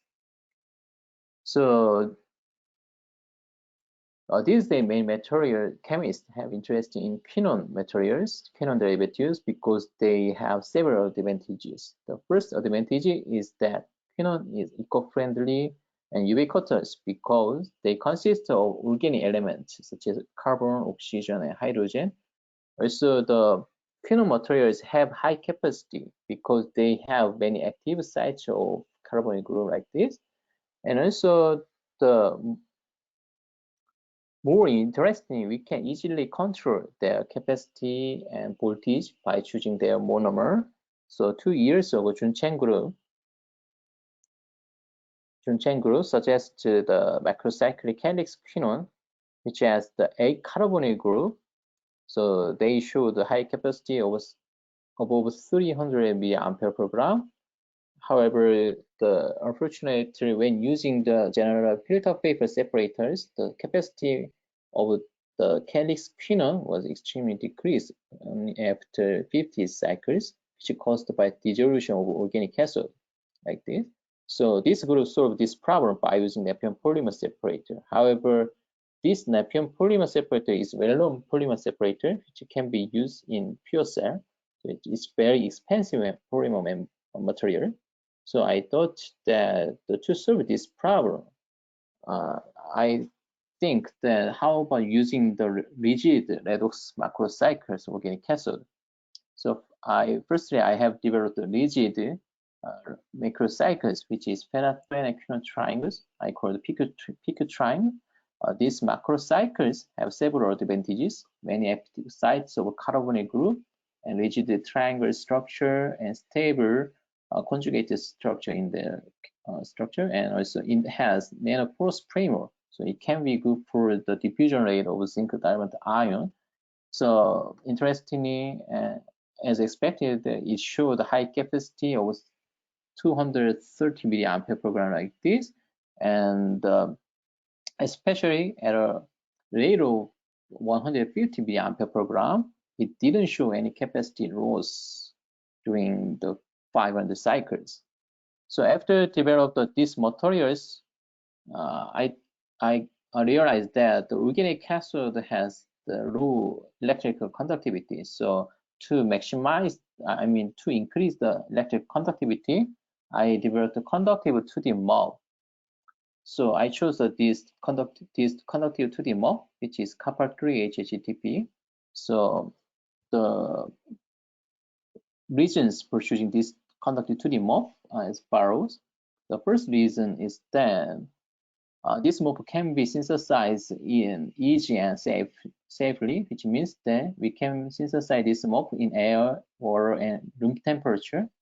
And also this MOF has a large open porous structure with 2 nanometer size, so it can be good for the diffusion of zinc ion. Also, this 2D MOF has the high electric conductivity, so I think at the time we thought this 2D MOF showed good ray performance. And also this MOF has redox active linkers like this, so we estimate that this MOF can utilize two electrons like this. And also, as already you know, the MOF system, MOF materials have strong metal-ligand coordination, which can effectively decrease the dissolution of organic cathode during battery cycling. So As our expected, this 2D MOB showed a high capacity of 228 milliampere per gram and a stable cycle life during 30 cycles. Remarkably, when increasing the rate, high current rate of 4,000 milliampere per gram, this conducted 2D MOB showed a good capacity of 125 milliampere per gram. Also, this 2D MOB showed the good cycle life retention over 75% at the 500 milliampere per gram. Also, the 75% retention at 4,000 milliampere per gram after 500 cycles. So, to investigate the redox reaction for this new 2D MOB, I compared the CV profile and discharge charge profile. In the CV profile, 2 redox peaks were shown, and also first redox peak was when matched the first plateau in the CV discharge charge profile, and the second redox peak was when matched the second plateau in this graph. So to clearly determine the origin of the redox reaction, XPS analysis were conducted. In the kappa 2 peak XPS analysis, the kappa 2 plus changed to the kappa plus between the point A and B, which is this region. So, and in the oxygen 1s peak, the quinoid changed the benzoate between the point B and C, which is this second plateau. Therefore, these 2 redox couple in this new MOB was originated in the copper and oxygen redox reaction. And also, to clearly determine the origin of high rate performance of this 2D MOB, the GITT method was carried out for measuring the diffusion of zinc diamond ions. So based on the GITT method, I obtained the diffusion rate of this MOB 4 times 10 to the negative 10 square centimeter per sec for the diffusion rate of zinc ion. This value was comparable to the zinc vanadium oxide nanobelt, which was the highest value for the zinc diffusion. So in addition, I also analyzed the EIS measurement for measuring the interfacial resistance. This MOB has the 150 square centimeter in the aqueous electrolyte. Interesting, when using the organic electrolyte, the interfacial resistance for this MOB 16,000 square centimeter. Hello, Dr. Kwan. Yeah. Yeah, I'm sorry for the interruption, but the time slot has been over, and the next speaker has left this session due to the time slot. Yeah, almost done. So just lastly remain 1 page. Yeah, please. Sorry. Try. Yeah. Anyway, this 2D MOB showed the good performance caused by utilizing the lower distribution energy at the interface and for the charge screening effect in the host cathode. So let me briefly give the summary of my research. I developed a high-rate cathode for the aqueous zinc battery system to utilize crystal water and charge skin effect.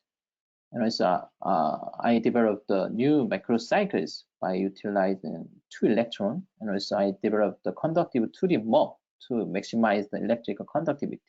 So finally, I gave the prospect for the aqueous zinc battery with high safety for energy system.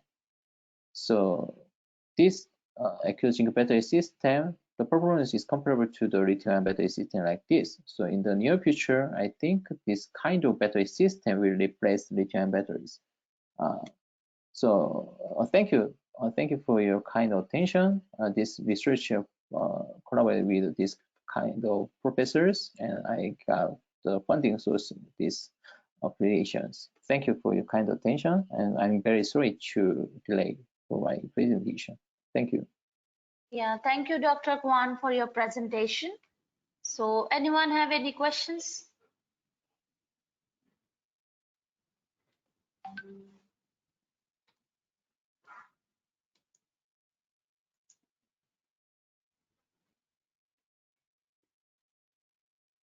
Okay, no question from anyone. Thank you once again for your presence and presentation. Thank you. Okay, so I would so Dr. Zia Rahman, so she is requesting that she will be presenting her talk now as she is in fasting. So I will request Dr. Zia Rahman to present her talk now. Hello, Dr. Zia. Yeah, hi, how are you? Fine? Yes, hi. So I'm going. So as per the timing, now the presentation is from Dr. Satyendra. So I would request Dr. Satyendra to allow Dr. Zia to present his presentation. Okay, it's okay from my side. Okay, thank you very much. So Dr. Zia, I'm going to make you the presenter now. Yeah. Hope all of you are fine. Yes, so you are the presenter now. Please share your screen with us. Yeah, okay. I am going to share. Okay.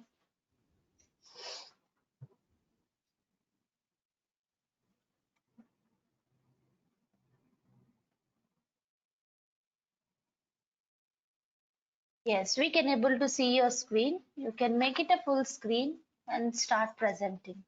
Yeah.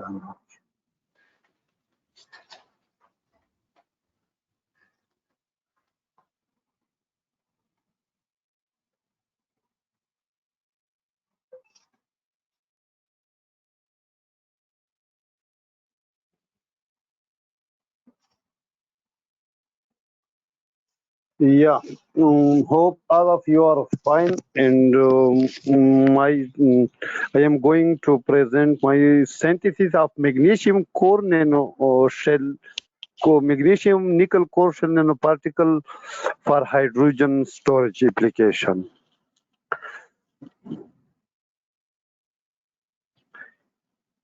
Yeah, the world in general and the developing country in particular facing a acute problem. Therefore, the need of the time is to explore alternative renewable energy sources which have the potential of economic sustainability.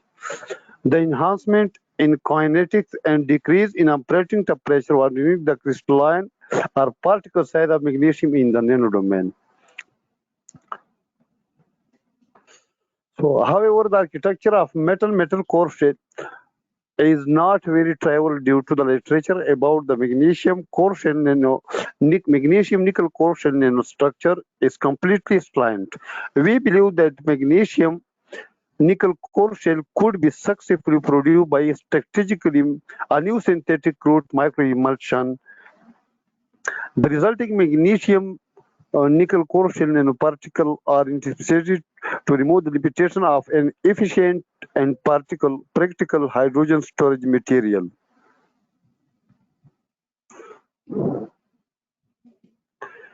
Yeah, owing to the great safety.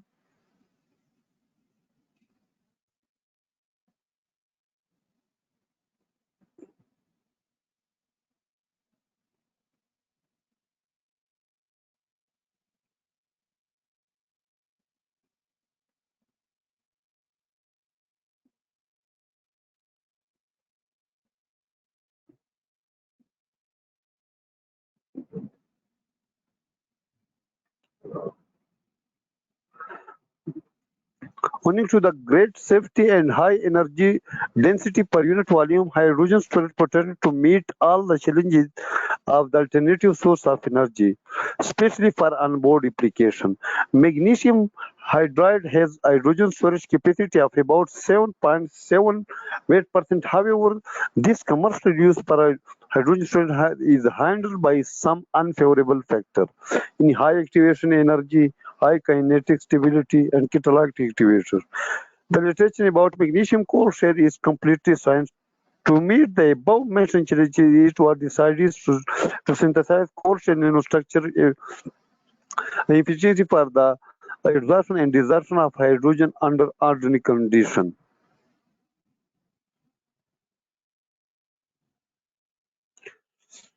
Aims and objective of the work.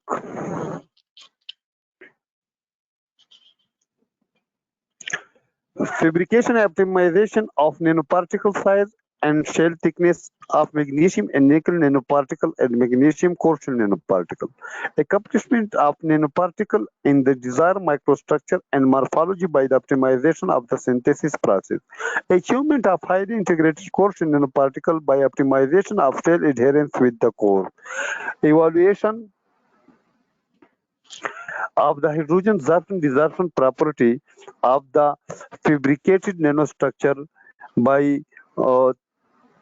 thermal decomposition.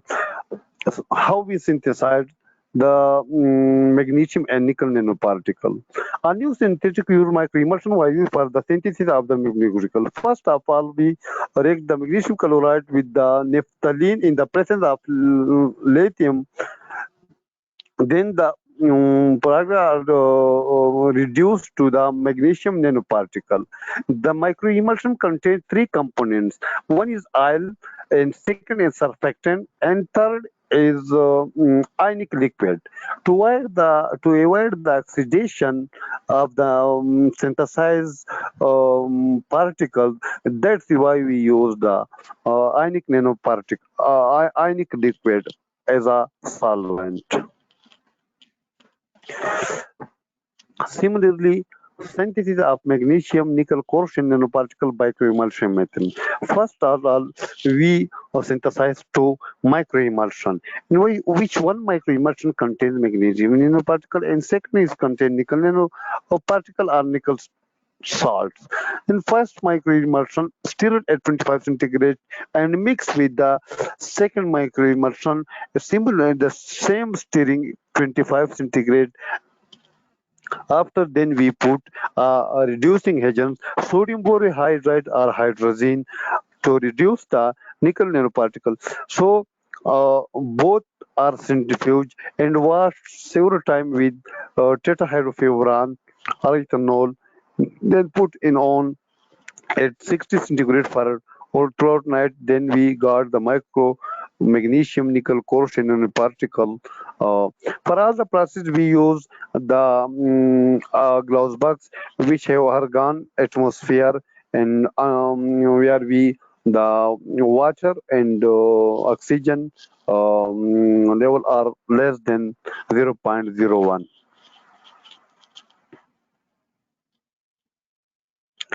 Result is discussion. Here we use the X-ray diffraction analysis study of the nickel nanoparticle. If you look that nickel have face center cubic, here we the broad peaks. Here the broad peaks show which is present nearly at 19, which show that this is the nickel nanoparticle. If we look, the field refinement are done with the full proof software, but there is no another impurity peaked or show here. If we look, the black one is the calculated value and the red one is the observed value and the blue one is the difference. Here, if the crystal structure of the nickel nanoparticle which have cubic crystal structure are determined by a Vesta software.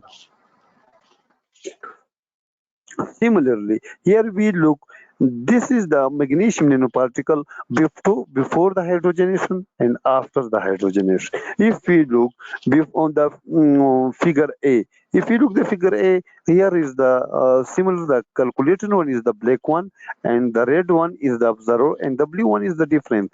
But if we look after hydrogenation, the hydrogenation take into by here below we discuss in detail the hydrogenation process. But if we look the frequency shifting from right to left, which show that the hydrogen absorbed by the magnesium nanoparticle and their structure also change from the hexagonal type to a new type of cubic structure.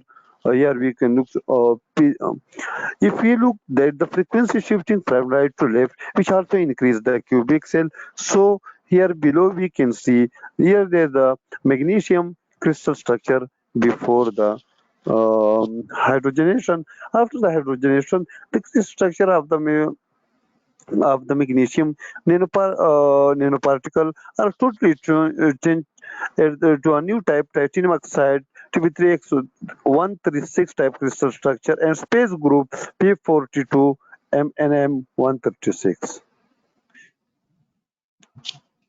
Similarly, X-ray diffraction study analysis of the magnesium at the nickel core channel particle.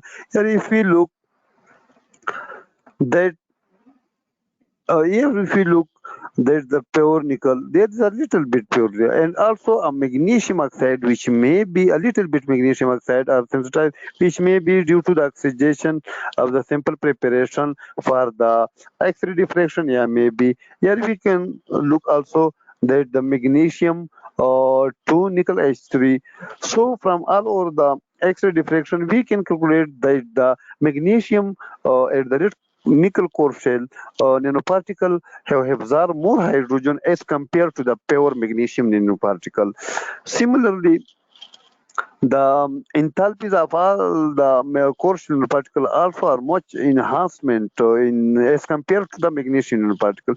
So the nickel act as a shell and the magnesium as a core. So the nickel as a core also increase their surface area for hydrogen absorption and also increase their active surfaces.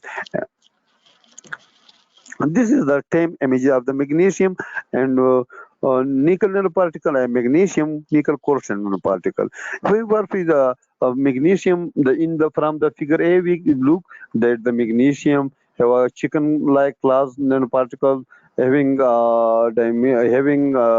small some nanometer side. Similarly, figure B show the nickel core shell nanoparticle, and figure C. In figure C show the magnesium nickel core shell nanoparticle before hydrogenation, while figure D show the magnesium nickel core shell nanoparticle after hydrogenation. In the insert of you can see that is the selected area electron diffraction pattern. Here, if we look, this is the scanning electron microscopy of the nickel nanoparticle, which show the nickel nanoparticle are morely from 9 to nanometer to 15, and the Scherer equation, Scherer formula was used to calculate the crystallized size of the nickel nanoparticle, and here we feel that they are homogeneous dispersed. This is the ACM images of the ACM scanning electron microscopy study of the magnesium nickel core shell nanoparticle. If we look that the nickel are homogeneously dispersed in the magnesium and act as a shell or the magnesium core, which also hinder the magnesium from the oxidation state. Here, if we look in this, the pressure composition temperature curve, the if we look here, the desorption and absorption curve, the figure A and B show the magnesium nanoparticle, and the figure C and D show the magnesium shell nanoparticle. And so here we can see the desorption temperature for the for the nickel nanoparticle are 300, while the desorption temperature for the magnesium nickel core shell nanoparticle are 225, which show that they have good desorption as compared to the we show that magnesium nickel core shell nanoparticle have good desorption temperature as compared to the pure nickel, pure magnesium.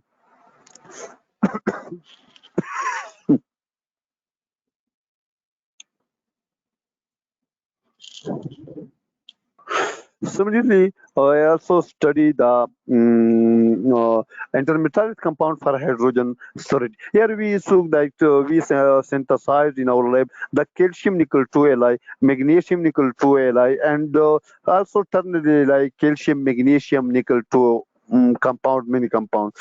So if you look, the calcium nickel 2 have crystal structure, have cubic crystal structure.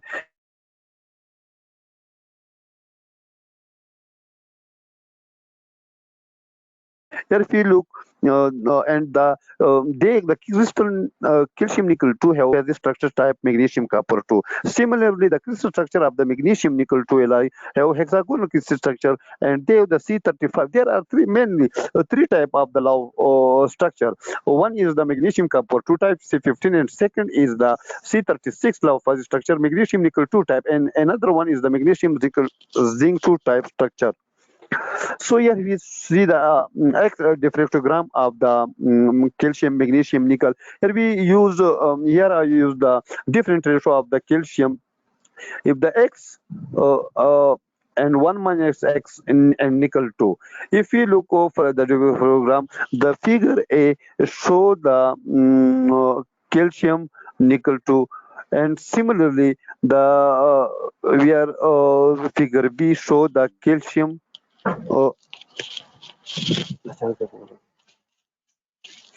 The figure B show the calcium 0.5, magnesium 0.5, and nickel 2. Similarly, while the figure C show the calcium when we increase the calcium amount. Here, if you look in figure C, as compared to when we a little bit increase, yani we increase from 0.5 gram to 0.67 the calcium concentration, then the frequency shift little bit to left side. So we show that the cubic volume are also increases of the cells.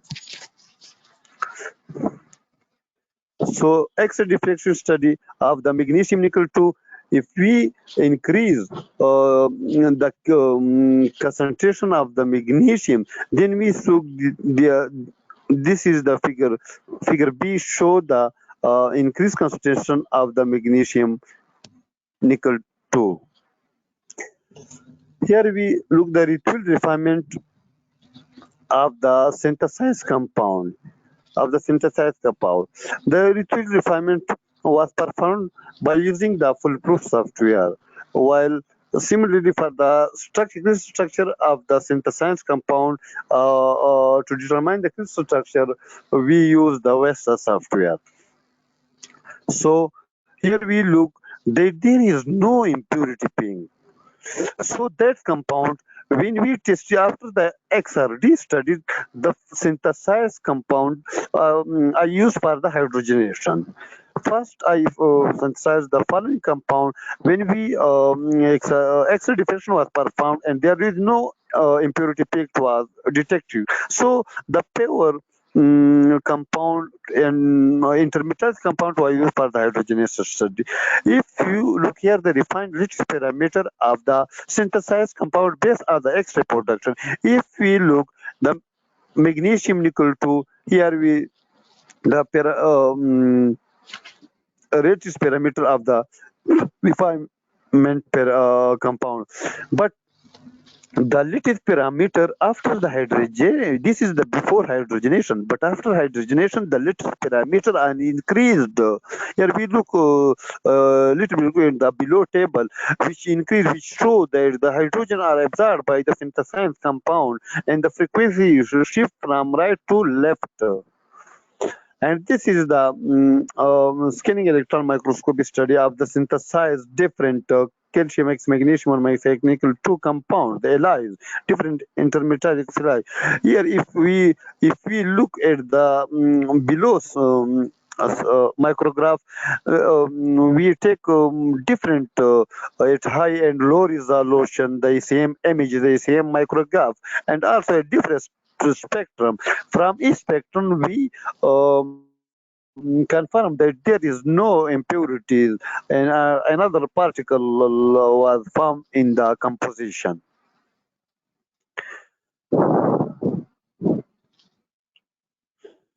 Here also we this is the energy dispersive X-ray spectroscopy. Here we look at the different synthesized intermediate compound. Here we look if this peak, this is only nickel and calcium and magnesium.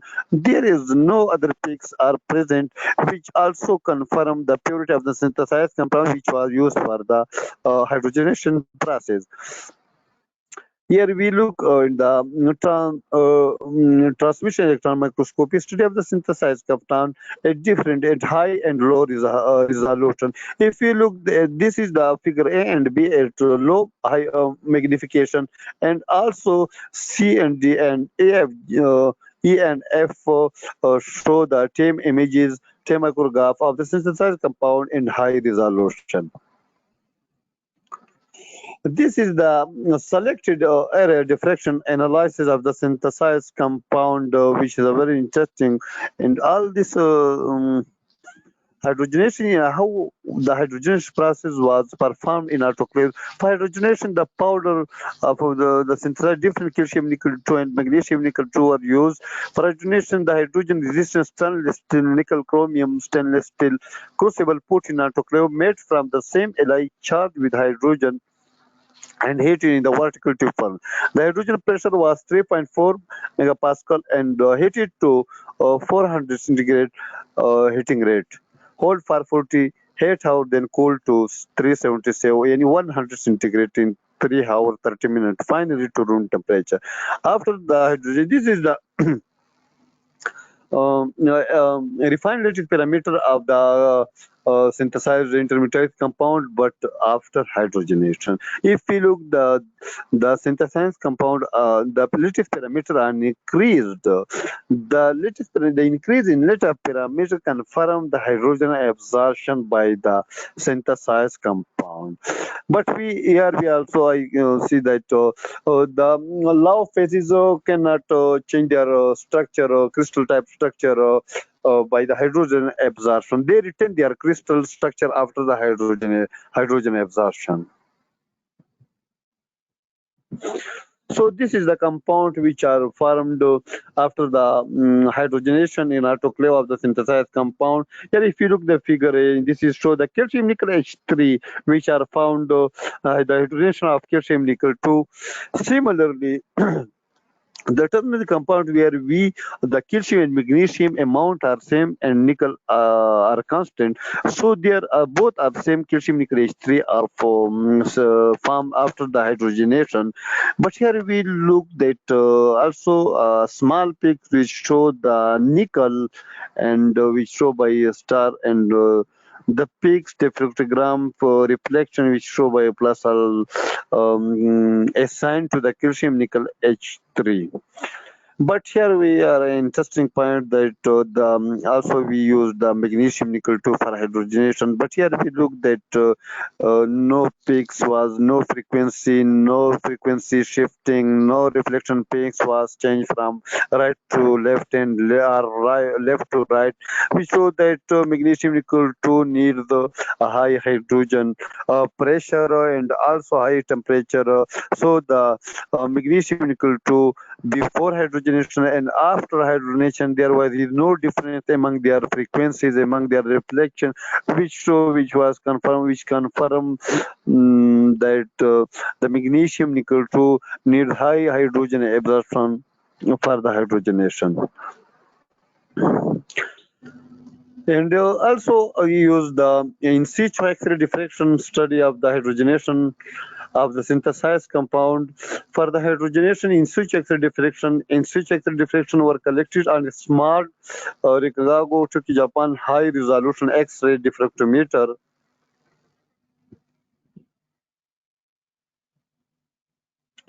The diffractometer was operated in brain geometry. The individual measurements were done with the data collection time of 10 minutes for calcium nickel 2 and calcium magnesium. First sample was prepared by grinding the reactant, placing the powder in the sample holder of an non-par. The chamber was attached to the gas supply system, which enabled the evacuation and subsequent flooding with the hydrogen gas. Here this is the calcium nickel 2. In situ XRD, X-ray diffraction study of hydrogenation of the calcium nickel 2. Here we look they till 150 and 165 there is no change and in the calcium nickel 2, but when we increase the temperature continuously and also the hydrogen pressure, so the compound here we look at the 175 near 200 centigrade. The calcium liquid are totally changed. And also their structure are totally changed. Here we look, so here we can, after the refinement, here we can conclude that these new peaks which are totally changed show the calcium nickel H3, and this is for the calcium nickel 2. Similarly, here we look for the calcium, where we increase the little bit increase the calcium concentration, and the nickel and magnesium are constant. So we see the reaction are start here at 125 centigrade, and here we look that here with the calcium, magnesium, nickel H, two different hydrides are formed, which are, and this is the published work, which are already published in the crystal journal, International Journal of Crystal. So here we different hydrides are formed, and after this study, there are some conclusion which we in the current work magnesium particle, nickel particle, and magnesium quotient particle was synthesized by a new synthetic group microemulsion technique. The synthesized entire and particle quotient were highly homogeneous and pure in size. Results obtained from XRD saved the particle size was 9 to 11 nanometers, surface area was 16.53, and the crystal structure of the synthesized sample was observed phase center cubic.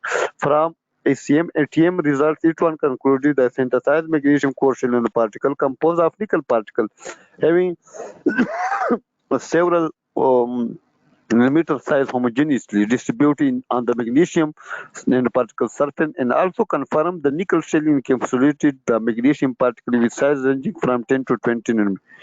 The pressure composition thermal results show that the magnesium core shell nanoparticle have absorbed more hydrogen as compared to pure magnesium using the same method. The magnesium core shell nanoparticle at 125 centigrade in 45 seconds could absorb 85% of its maximum hydrogen. Additionally, the hydrogenation temperature of the hydrogenated pure magnesium was much higher than the core shell nanoparticle of the synthesized compound. Thank you very much, and giving us such your precious time, all of our researcher, all of doctor, all of professor. Wishing you a happy and joyful life. Once again, thank you, and all, especially to the organizer of the conference, which are very collaborative, and highly thanks to their support. Once again, thank you very much. Thank you, Dr. Zia, for your presentation. So we have one more question in the chat box. Can you able to see that? Sir, can we make copper core shell nanoparticles with the same method? Can we make the copper core shell nanoparticle with the same method? But I not confirmed, but we use the magnesium because magnesium hydride is there more enough hydrogen in solid state, and but there are some limitation that that is why I found the magnesium quotient. But here it is not confirmed, and there the literature is also science about the copper nickel core shell. I think by the same method that I use the microemulsion method. But the literature is silent, I think. So we will try, hopefully, the copper core shell with nickel, copper as a core and nickel as a shell. Hello? Hello, Rizna? Hello. Yes, yes. Can you specify copper as a core, and we use the nickel as a shell, like I use the magnesium as a core and nickel as a shell by the same method? Your question? I'm sorry, it's not my question. It is the question from speaker Shivani Dal. Yeah, hello, Dr. Shivani. Hello. I think she is not active. She just centers the question in the chat box. So, Yeah. here sir, can we make copper core shell nanoparticle? But here he not discuss that with which metal, any copper with nickel, or copper with magnesium, or any other. But you have my email. Then if Sevan Vidal have any question, then he will contact me without any hesitation. Yeah, if you know, okay. Give Okay, my okay, email to the okay. Shivani Dal. Okay. Okay, we will share your email ID with her so she can send you the questions directly. Thank you once again Oh, for your presence and presentation. thank you very much. Thank you very much. Thank you. This is all Okay, credit are go to you. thank you. So our next presenter is Dr. Satyendra Prakash Pal, So, Banaras Hindu University. sorry, you know that all of my respectable speaker that in Pakistan we have a fasting in the month of Ramadan. Yes, yes, yes, So, yes. if you look, then can I sleep for hour? Nearly almost 1 hour is remaining for the Yeah, drinking yeah, or you any can other. take. Yes, yes, you can Thank take you. your break. No issue. You Uh, can continue with your fasting. Thank you very much. Thank you very much. Especially thank you to Regina also. Okay, have a nice day. Okay. So, Dr. Okay. Satyendra, hello. Yeah, can you Yes, please I allow had me a, to share my screen? yeah, yeah, definitely. So, just a Yeah, thank minute. you. I'm going to share my, yes, you are the presenter now. Please share your screen.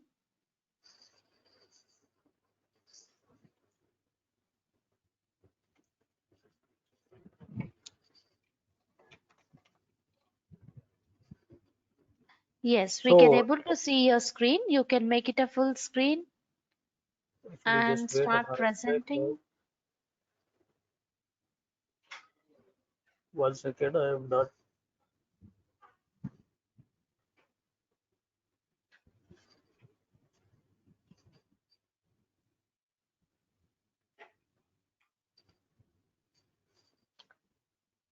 Yes, Actually, perfect. this actually, and my screen is hiding. Okay, yeah, yes. Okay. So, hello, all of you. So, before I start my presentation, let me thank the organizer to provide me opportunity to present this my work in this platform. So, I am Dr. Satyendra Prakash Pal from Banaras University, India. And today I'm going to present my work on revival of smooth MgO surface for fabricating and characterization of IBCO based stamage based Josephson junctions. Once this is hiding my screen actually. This, oh, Yes, okay, that are only no, visible to you. okay, Yes. okay, now, okay. So my screen is not, my slides are not moving actually. Yeah, you can click on the mouse or on the right arrow on the keyboard. It will move. I'm doing that, but it's not allowing me to do that actually. Please resume your slideshow and click on No, the right arrow. Yes. I have done it. So can you see my second slide? This outline? Yes, yes, yes. So outline of my presentation is like this. So I will briefly introduce about the field. Then I will come to the this revival of smooth MgO surfaces, how this degraded surfaces can be made smooth by using various techniques. Then next, after this getting this smooth surfaces, I will come to the fabrication of stepage and junctions over these manganese oxides substrates, and then I will characterize so the characterization of these fabricated devices by using different techniques, and finally I will conclude my presentation. So, so as we know, if we want to just deposit any thin films, then the surface of substrate which we are using for this deposition purpose play a very important role in the quality of the thin films. And in order to have optimal device performances, the substrate surface which we are using that should be smooth and contamination free. If there is any contamination of the surface, then it is possibility that the quality of thin films will not be as good as we expect. So as my presentation is about this high TC superconducting thin films, so the main there are various oxide substrates which are being used for this deposition of high TC superconducting thin films. For example, here I am using this YBCO as my material. So for all other also high TC superconducting thin films, several oxide substrates are being used. So for example, we can say this is strontium titanate, LaLO3, sapphire, and MgO are few of them which are being used. And if we compare these oxide substrates, then this MgO is favored over other oxides. So because it's having some special properties like due to its low index of reflection, it is having very high melting point, and also dielectric loss is very low. And the thermal expansion coefficient of this MgO is similar to IBCO thin films. So as we know, for the deposition of this high TC superconductor thin films, we use very high temperatures.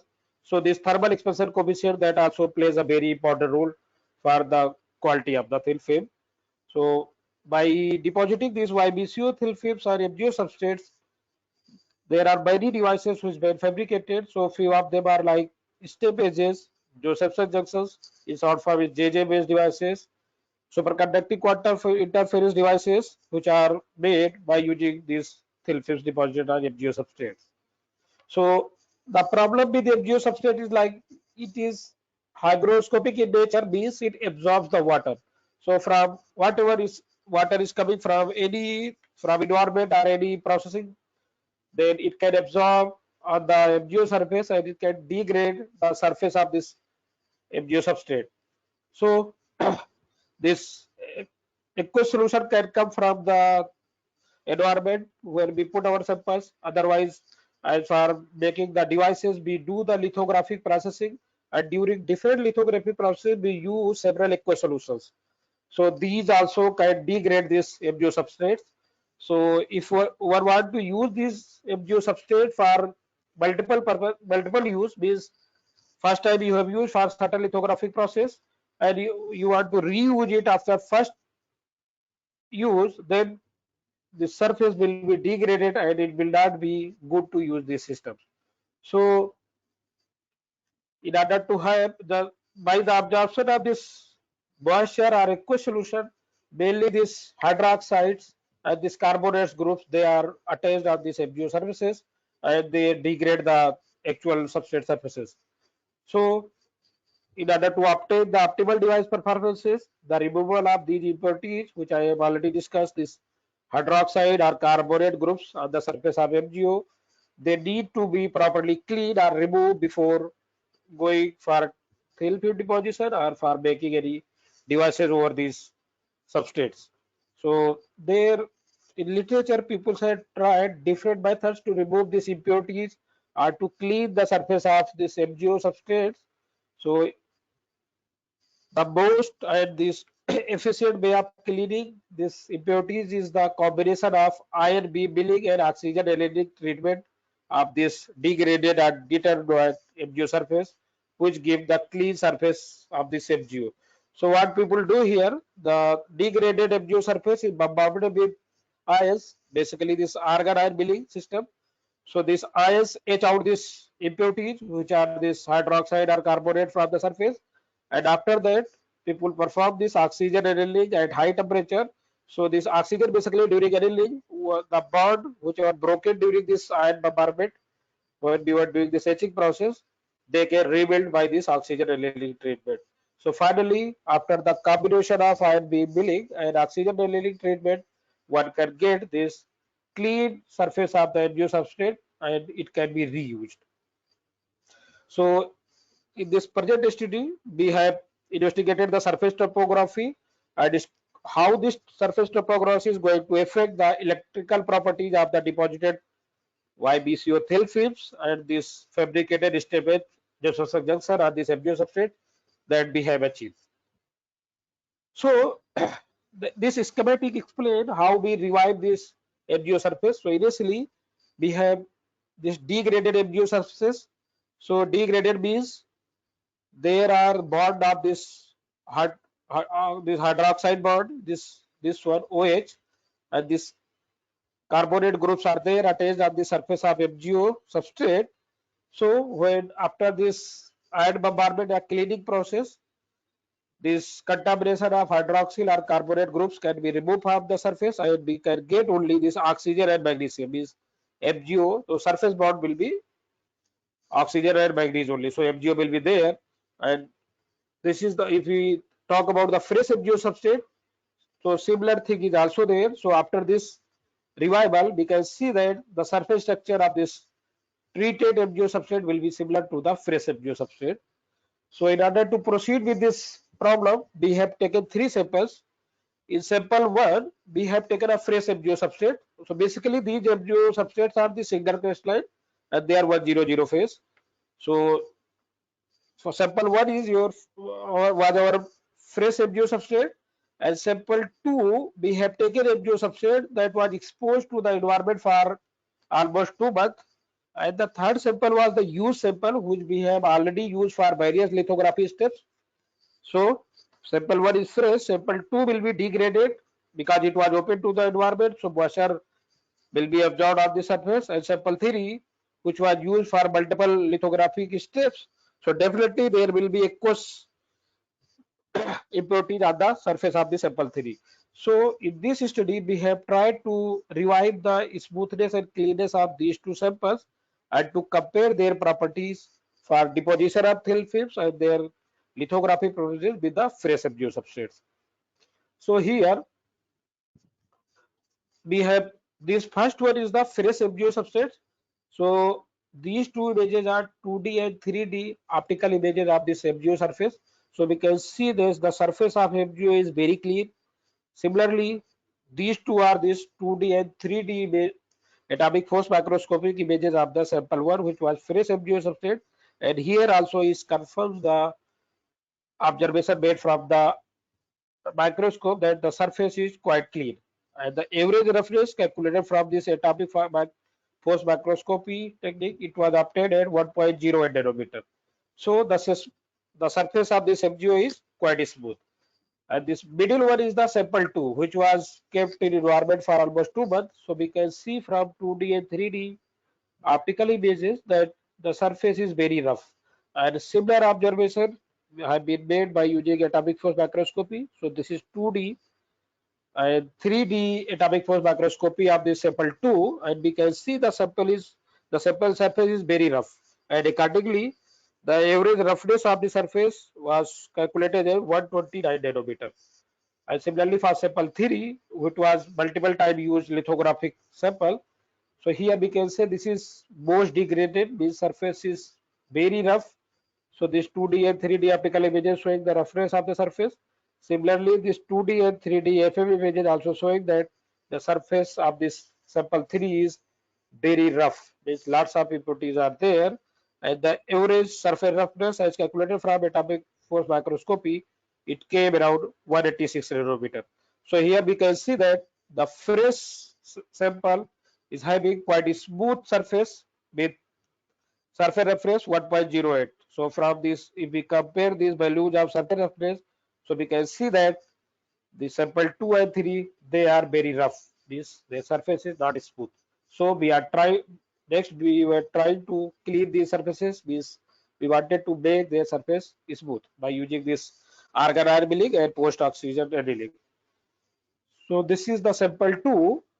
So here we have done the ion beam milling, means we have bombarded this sample 2 by using argon ions for almost around half an hour, and after that we did this post oxygen annealing at around 750 degrees centigrade for 2 hours, and after this treatment we can see that this optical images 2D and 3D images showed that the surface of this now treated sample 2 became quite smooth.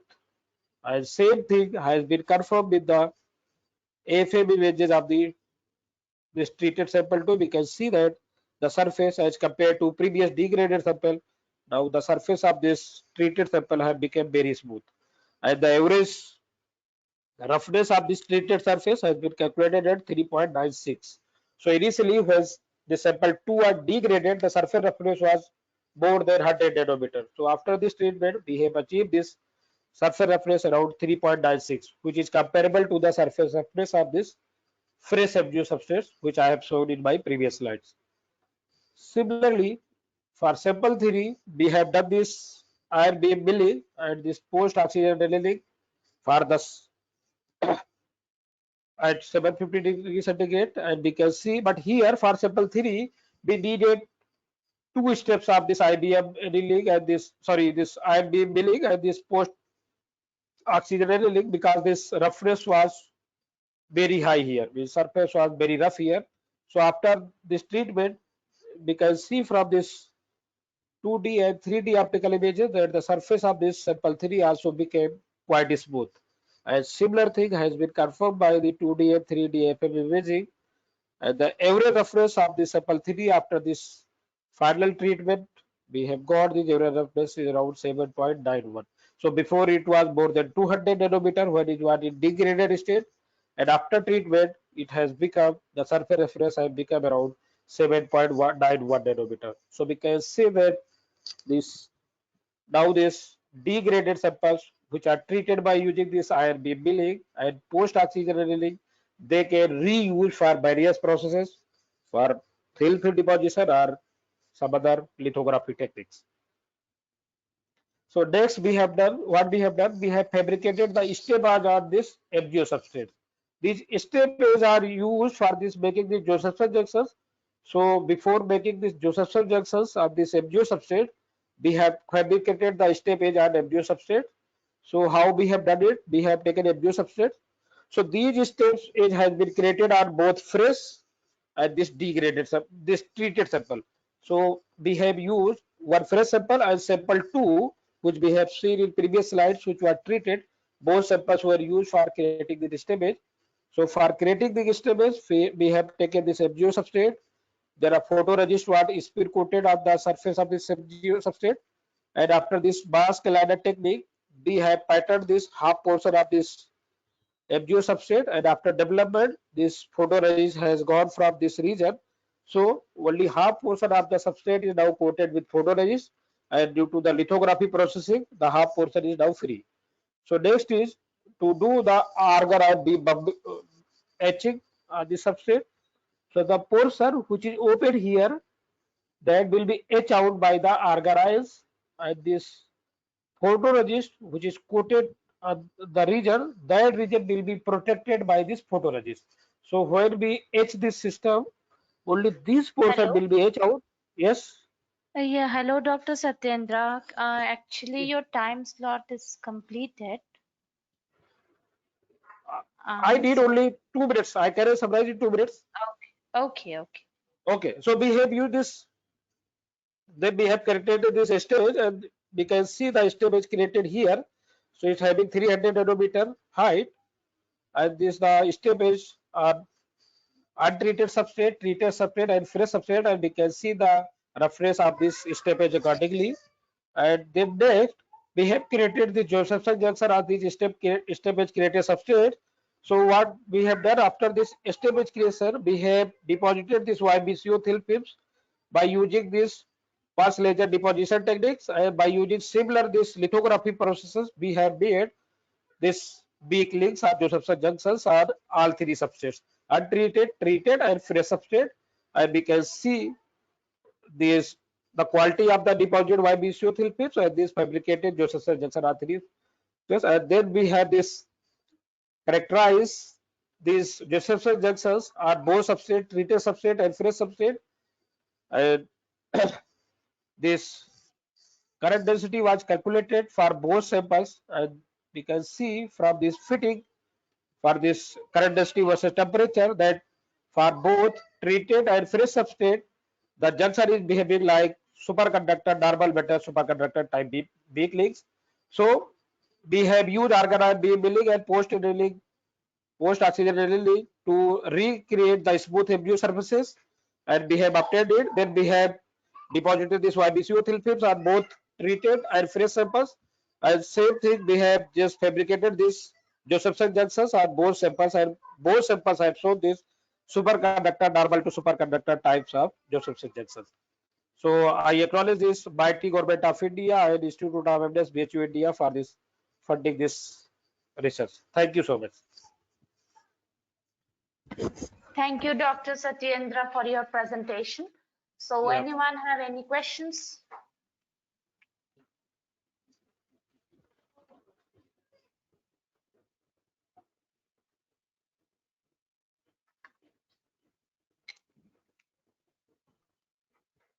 Okay, no question from anyone. Thank you once again for your presence and presentation. Okay, thank you so much for giving me opportunity. Thank you. Yes. So our next presenter is Dr. Nahida Musayeva from Institute of Physics, ANAS, Azerbaijan. Hello, Dr. Nahida. Hello. Hello. Can you listen me? Hello. Yes, yes. Okay, thank you. Please share your screen with us. You are the Yeah. presenter now. Okay.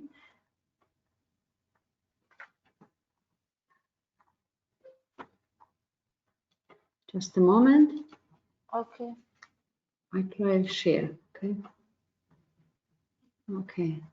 Yes, we can able to see your screen. You can make it a full screen and start presenting. Okay, just a moment.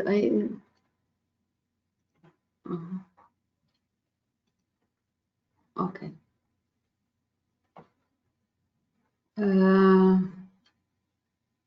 The slider. Okay. Yes, But perfect. I see part of my presentation. That okay. Just I try to improve the. Okay. Now is visible for me, I mean. Okay, first of all, good afternoon, everyone. And first of all, I would like to thank to organizers for such interesting event, and especially for opportunity for me. Today, I will talk about nanocomposites on the basis of multiple carbon nanotubes, epoxy, as magnetic materials. This work is performed together with our Italian colleagues in the framework of a bilateral project. Okay. Okay. The outline of my talk will be application of magnetic materials, sample preparation, I mean, nanocomposite material, and characterization and conclusion. First, I want to give a brief information about the application of such materials. Magnetic nanocomposites based on carbon nanotubes have a great interest in recent years due to their potential applications in various fields, ranging from biomedicine, spintronics, and energy storage devices, catalyst systems, and sensors. The combination, especially the combination of electric conductive properties of carbon nanotubes with magnetic characteristic of nanoparticles, and the development of hybrid structure on their basis for specific application is a great interest. An important application of this respect is the development of electromagnetic waves absorbing systems, such as using the STEP technology, especially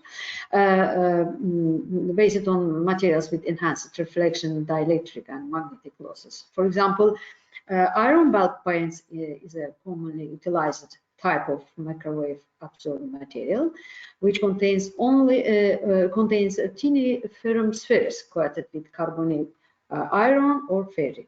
The realization of nanocomposites based on ferrum bulk paint gives the opportunity to create a material with enhanced magnetic losses coupled to dielectric loss materials like pure carbon nanotubes and the conducting polymers or like non-contacting polymers. For that,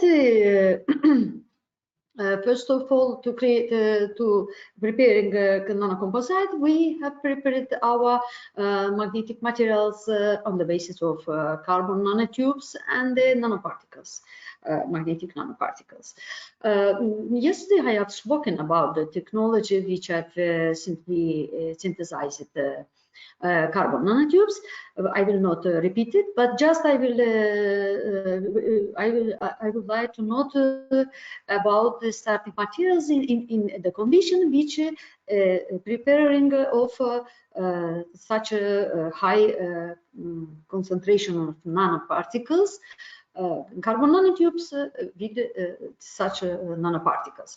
That's why we have prepared a special solution with toluene and ferrocene, because toluene, ferrocene can be soluble fully, approximately 90% in a toluene. That's why we have used this carbon hydrogen, and we have synthesized it by this way, by this chemical. In this system, and after that we have analyzed all the samples, but always when we use as grown sample, we purify, because next slide I will show you as grown samples. Just a moment. Morphology of the samples by scanning electron microscope. We have seen that depending from the concentration of starting material, I mean ferrocene, in order to have more content of ferrum particles in a channel of nanotubes, we have observed these pictures that first sample show there are more or less the same show picture, but in that is second and third pictures, high concentration of nanoparticles, there are big clusters is created. That is then we will analyze it, but okay, I will tell about in the next slides. Just I want to show you that in order to remove all these clusters, because this is not carbon nanotubes, they are clusters and not tubular structure. That's why we tried to remove all this. That's why we purified the sample with hydrogen chloride 8%, 90 degrees for 2 hours, and washing and dried it and to 150 degrees in 1.5 hours. And after that, we have seen that samples ferrum content before purification at this concentration, and after that is the concentration of ferrum is decreased. This is the normal, because some clusters are disappearing in the sample. After that, we have analyzed also the average diameter of the ferrum-based nanoparticles embedded within the carbon nanotubes. Depending from sample number, we have seen that in the first sample, which is small content, is shown less diameter, and increase the diameter, which increasing the ferrum content. After that, we have analyzed samples with the transmission electron microscope. We have seen that if the concentration of ferrum is increasing, we see inside the inner channel of nanotubes, they are created longer ferrum nanorods, and also here in the high concentration of sample, and also we among this we see that there are also top nanoparticles on the top of carbon nanotubes. We observed that nanoparticles, especially nanorods of sorry, this I can't repeat it because I want to show you that high magnification of high magnification picture show that there is nanoparticles or ferrum nanorods can be seen in inner channel of the nanotubes, but not damaged outer walls of the nanotubes. That is shown in Raman spectrum, and we see that the defective line is less than graphite line. That is the high concentration of sample show this result. After that, we have decided to using the purified nanotubes, 3 samples. We have tried to prepare nanocomposite. But to prepare nanocomposite is necessary to note, to think about the main points, because when you use nanotubes, we have experience for it to use different nanocomposites with using nanotubes. We have seen, we have always see that as grown nanotubes cannot be good dispersed in polymers because they not good dispersed, because for it is necessary to disperse, to find a way to disperse nanotubes inside the polymers. There are two ways. One way is chemical functionalization, oxidate the out walls of the nanotubes, and the next we developed a new method. The name is the method is two-factor mechanical method. We have used this in other, but this method is for the solid polymers, applicable to the solid polymers formed by polymerization of liquid monomers or oligomers. That's why we use the epoxy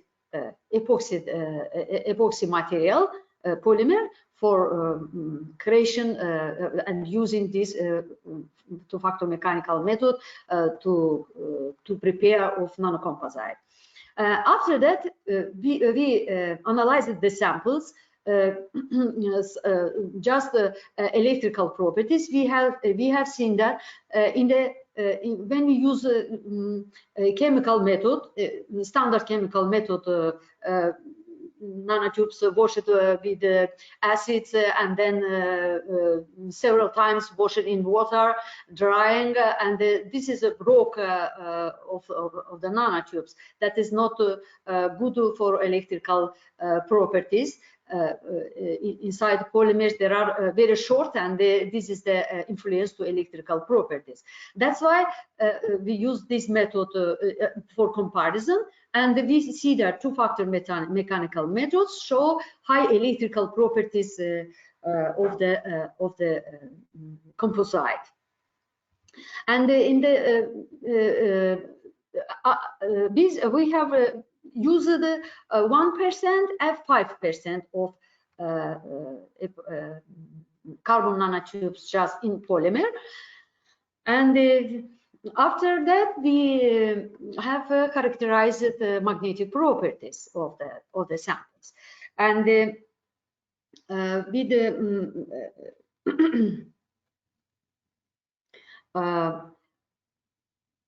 okay, these magnetometry measurements were carried out at 80 degree low temperature, and this show relatively large coercitivity, which is almost the same for all samples you see here. These values of saturation, magnetization, and also sociability shown in this table, and reminded the magnetization, and this is compared with the sample as grown, and this is purified samples. Purified samples, we had a possibility to do experiment in 5 Kelvin, and we see that the values specific saturation, magnetization reflect instead of diverse ferrum content in 3 samples. The observation of an open hysteresis loop with remarkable coercivity can be explained by the presence in the system of ferromagnet single domain particles with a relatively large volume, which are likely blocked at 8 Kelvin. Sorry, this here you see 3 samples in the same temperature. In order to determine the mechanism of nanoparticles influence to the magnetic properties of the sample, we have performed the temperature dependence of the magnetic susceptibility between the temperature 300 and 900 Kelvin. We see here 2 Curie points at 480 Kelvin and approximately 850 degree Kelvin. That we assume that this ascribed to cementite, this point, and the next point is magnetite. A slow point is to magnetite, and after that magnetic signal we see that is still present, and we think that this is due to the metallic alpha ferrum, approximately 1000 degree Kelvin. The samples, the samples have been purified in order to reduce as much as possible the presence of ferrum clusters, which is created during the growth process. But after purifying, we have observed that there is no fully purified. Still, there are present, but the concentration of them are decreasing. And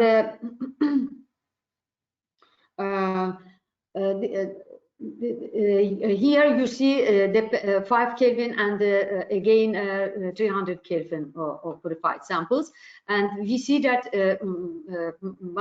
magnetic susceptibility, DC susceptibility, more or less the same in 5 Kelvin for all samples, and and also for at room temperature they are the same.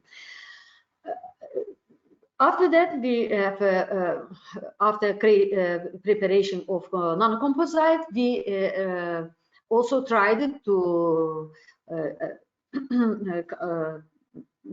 measure magnetic magnetometric measurements, and we see that all 3 samples in concentration, they are more or less the same results, and also it shows that nanocomposites, so the result is the same, more or less the same with the sample. It means that not magnetic properties is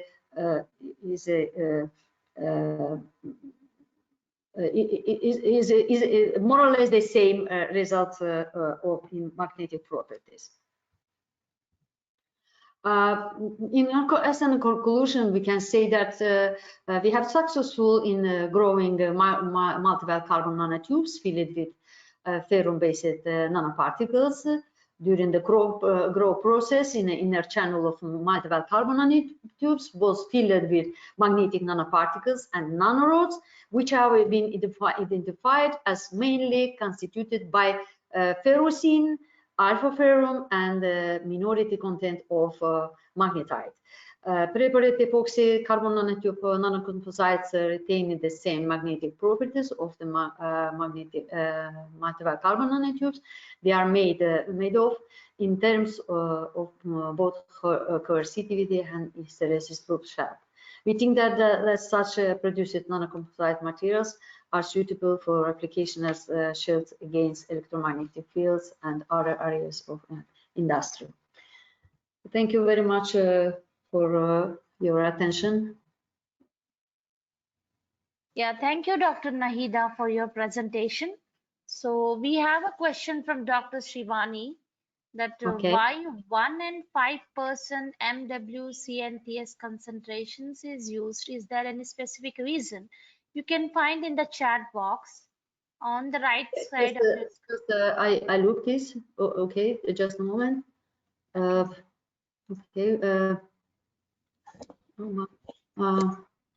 Okay. 1 and 5% concentration is used. There is any specific reason? Yeah. Okay. I can say that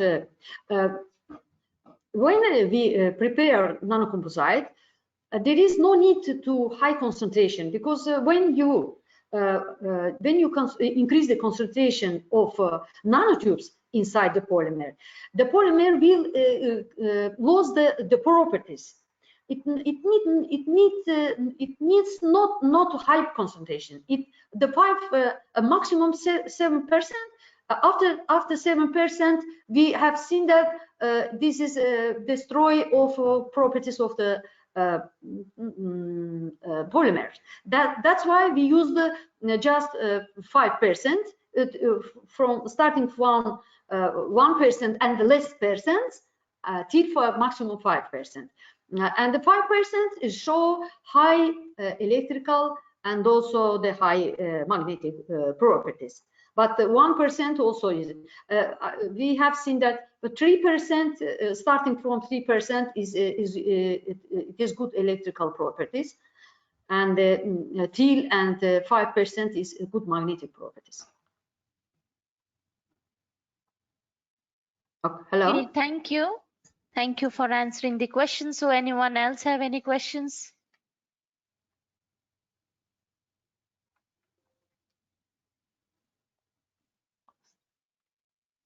Okay, no questions from anyone. Thank you once again for your presence and presentation. Thank you very much. Yes. So our next presenter is Dr. Shivani Dhal, DAV College, India. And the title of the talk is Synthesis and Structural Studies of CNT-CU Composites Future Lightweight Wires. Hello, Dr. Shivani.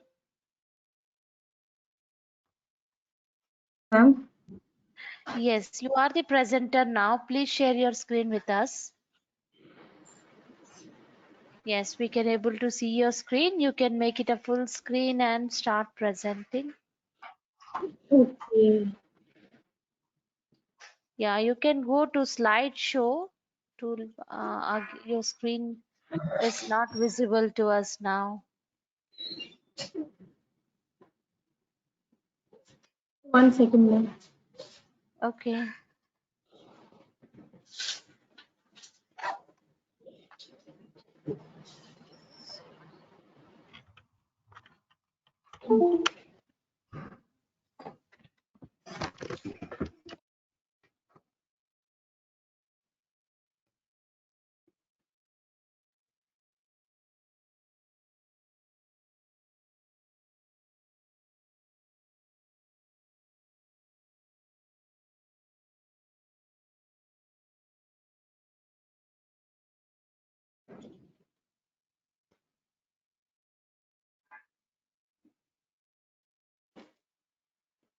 Sorry, ma'am, I'm not able to how to get full screen. Yeah, can you please go to toolbar and click on slideshow?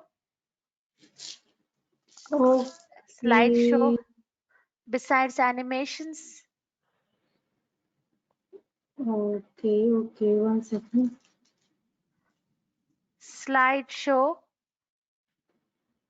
Slideshow, right? Yeah, no, file, not file. Go in that row, you can find slideshow. Yes, click on from beginning.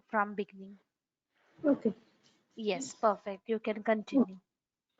Okay, thank you. Hello everyone, my name is Dr. Shivani. I'm working as assistant professor in Department of Physics, DAV, India.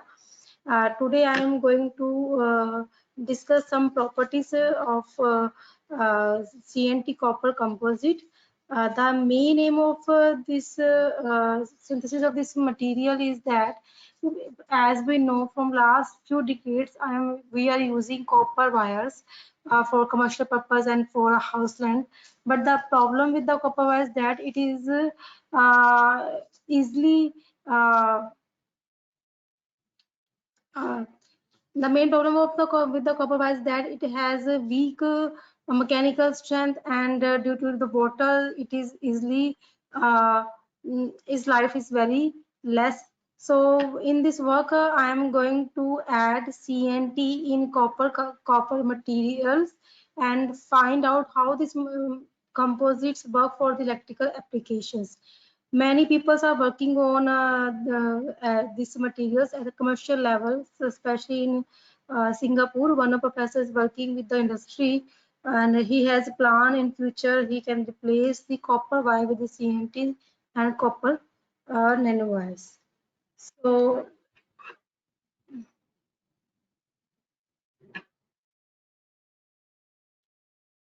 Yeah, please click on the right arrow on the keyboard or click on the mouse. Just right, left click, that slide will change. okay, ma'am. It's not.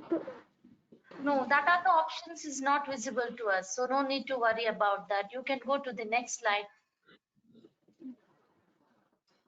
The main content of my PPT is the introduction of CNTs and dispersion stability of the CNTs, how we synthesize the CNT copper composite, and what is the structural studies of CNT composite. We will see when we deposit a copper nanoparticles in CNT, what is will be changes at the structure level. Then I will discuss a very interesting technique, that is the EBI technique. From this technique, we can join electrically as well as mechanically carbon materials. And first, as we know, CNT has remarkable electrical properties. That's why it is widely used in electrical as well as in sensing technology. But the main problem with the CNT is that it has a poor dispersion stability in any solvent, even in water. So it is very important before using the CNT in any application, we have to functionalize so that we can get a dispersed amount of the CNTs.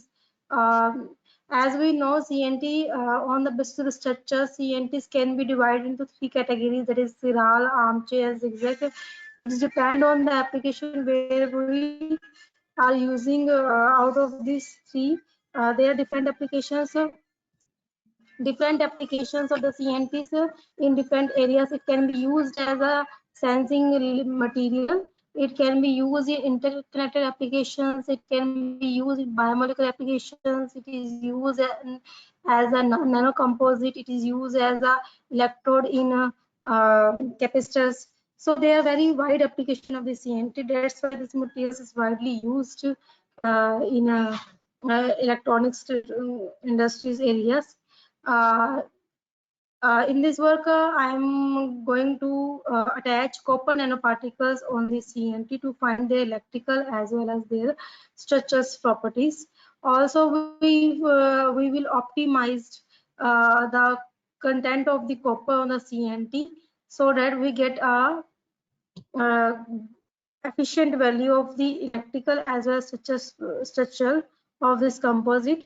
We in these methods we have synthesized CNT copper with very simple chemical routes, or as I discussed earlier, these CNT copper composites can give a good ampacity as well as electrical conductivity as copper can give.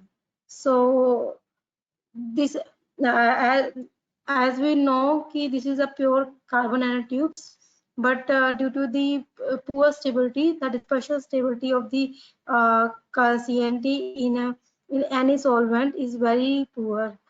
As we see, the agglomeration of the CNT below the bottle is visible, but when we functionize with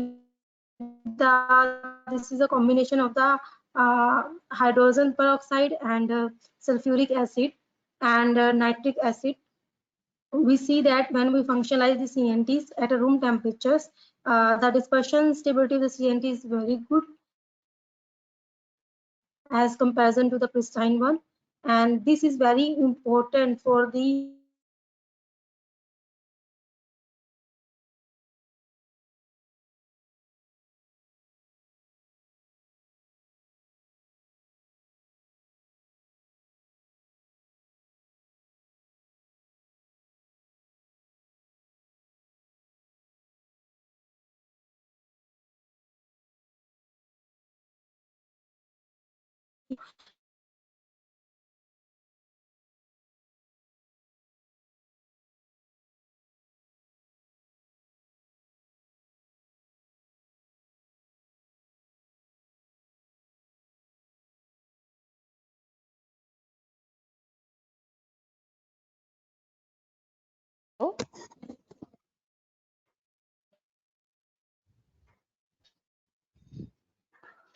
Hello, Dr. Shivani. Hello. And after question,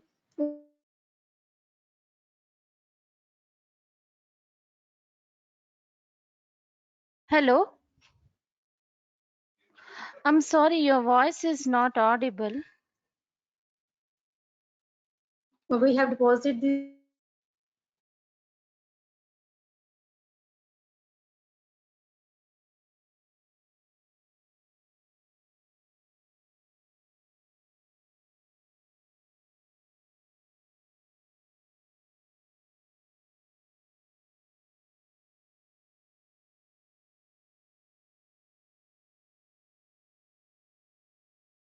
this film of this functional CNT on the substrate electrode setup, and we found that attached D and G band is increased. The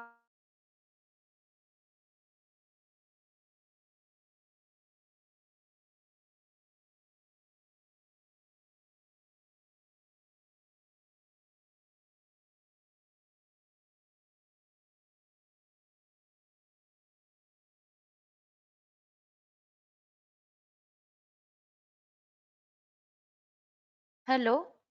Hello.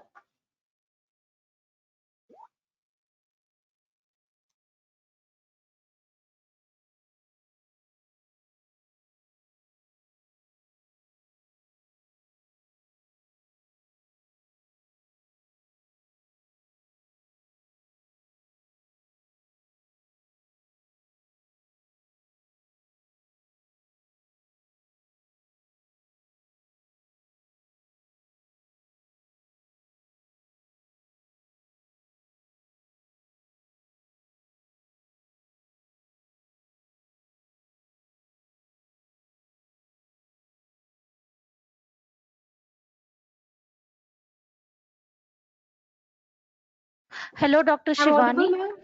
No, no, I'm audible. now. Yes, now you are audible, but at the time of presentation, I think in the slide Give me number a ma'am 6 from okay. from Give slide 2 number and 2 6. 3 minutes. Now I will wait. Okay, okay, Okay. okay. Okay. Yes, you can. These images are the showing that dispersion stability of the CNT. As we see, the dispersion stability of the CNT is very poor. But when we functionalize the CNTs with the hydrogen peroxide and sulfuric acid, the dispersion stability of the CNT is very good. Here I am using a room temperature functionation method. We just dip the CNTs in a sulfuric acid and place at the room temperature for 24 hours, and after that we have filter the CNT and set with the help of the centrifuge and then washing. Then finally we get the functional CNTs. So this is the basically semi maze, which also indicate that the dispersion of the CNT is very good. This is the basic method that we have used. We have used the electrode deposition method for the attachment of the copper nanoparticles on the CNT layers. First, we have deposited the layer of the CNTs on this desired substrate. It may be a silicon oxide, it may be ITO, as depends on our applications. And after that, we have dipped this substrate in a copper sulfate solution that we are using as a precursor, and by applying a voltage and by optimizing the time, we get a uniform deposition of copper nanoparticles on the CNT film. So this is basically the SAM images, which is clearly seen that clearly show that this is basically the functionalized CNT that is well dispersed CNTs. And after that, when we apply current and for a 5 to 10 second, we get a spherical nanoparticles.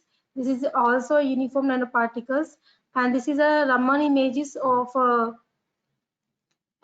CNT and CNT copper composite.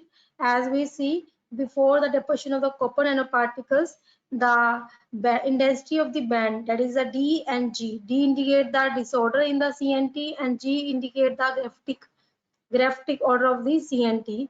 Both are increasing in the intensity, and also a new band is appears, that is the G and G dash.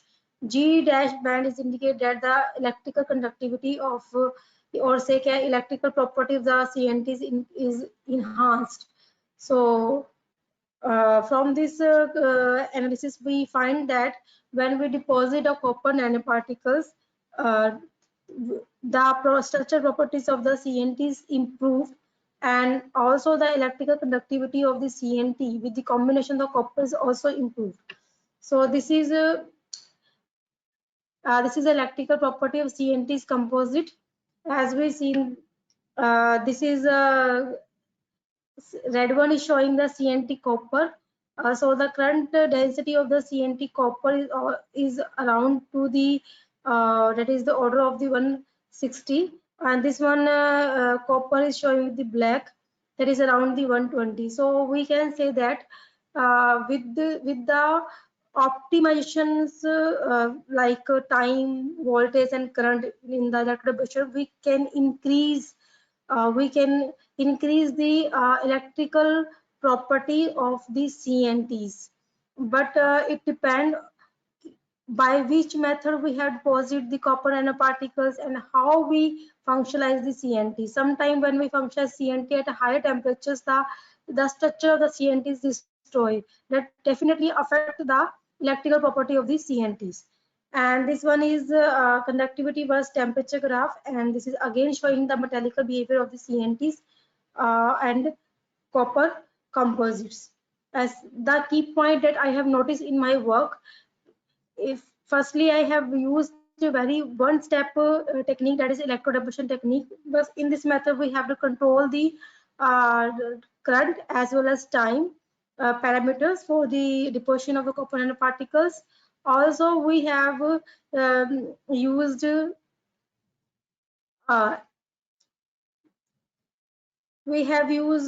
functionalized CNTs. We have tried this experiment with the synthesis CNT also, but the electrical conductivity is not enhanced. So in this work, the functionalization CNT play a very important role. Otherwise, pure CNT is not work in this my work. And this is another work that is I'm showing with the help of the EBR technique, we can electrically join the multi-walled nanocarbon nanotubes. This work is only for multiple carbon nanotube, but from this technique we can say that we can join any carbon materials at the nano level.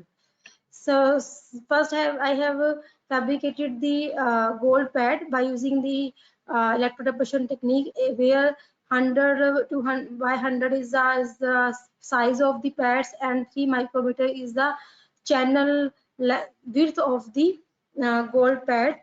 After the optimizations, we get the dispersed CNTs on this gold pad. This is the channel that is about 3 micrometers, and this one is the gold pads, so that is 100 micrometers. And after the probing, we get this IV and CV curves. But when we deposit PT, any metal, it can be PT, it can be copper, it can be gold, but here I'm using the platinum. We have deposited this PT by using the EBI technique. That is EBID is the electron beam induced deposition. Sometimes it is called as a gas injection system, that is coupled with the rate SAM. We just deposited nanopads at the end of this PT, and we found that with the deposition of nanopads, the conductivity is significantly enhanced of the single suspended CNTs. This is some devices table where we have shown that after the deposition of the metals, the conductivity is significantly enhanced. But during the measurement, we found that after that applying a high sweep voltage, the linear current is converted into the noise. So when we notice this by the SAM, so we found that there is a broken of the CNT. Again, we have using the EBI technique. Here I'm using a tungsten, but I did this experiment with the platinum metal also. When we deposit the PT on the broken area, or maybe tungsten broken area, so we found that this noise curve is converting into the linear curve. So from this analysis, we can say that EBRD technique is a very powerful technique by which we can join nanoparticles. It can be carbon nanoparticles and others by electrically and mechanically. So at the conclusion, I just want to say in this work I have optimize the CNT copper composite and evaluate their electrical as well as structural property that indicate that it by optimizing some parameters in future where we can replace the copper wire with the CNT copper wire. Also in this methods in this work we have showed that we can join the material which can be electrically or mechanically by the EBRD techniques. So from this work, we can say that EBRD is a very powerful technique at the nano level. Thank you. Thank you so much.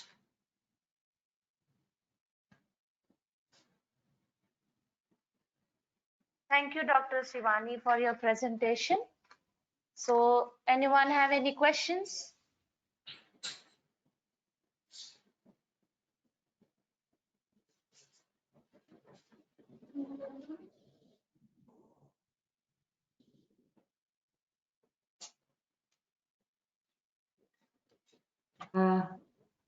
Sorry. Yes. Can I have a question? Yeah, please continue. Dr. Yes, Shivani, thank you for your presentation. The internet is stopped. That's why I not fully understand that how much particle size of copper in your composite. If I'm getting your voice, you are saying what is the size of copper nanoparticle, right, ma'am? Yes. How much? Yes. Yeah. Okay. In my case, I have tried with the different voltages combination. So we get from 20 nanometer to 100 nanometers. It depends on the applied voltage.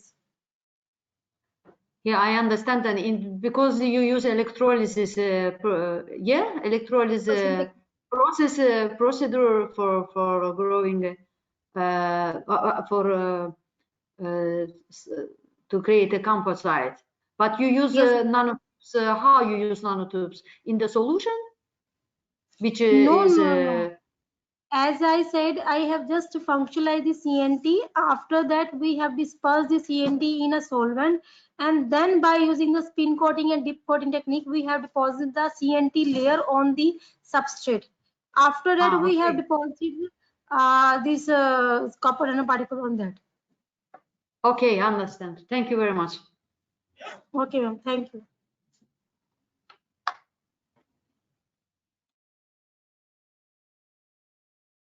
Thank you for answering the question. So anyone else have any question?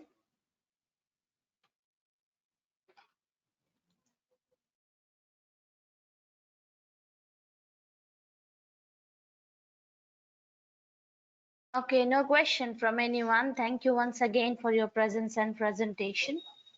Thank you, ma'am. Thank you so much. So our next presenter is Dr. Doa Zamel from Helwan University, Egypt. Hello, Dr. Doa.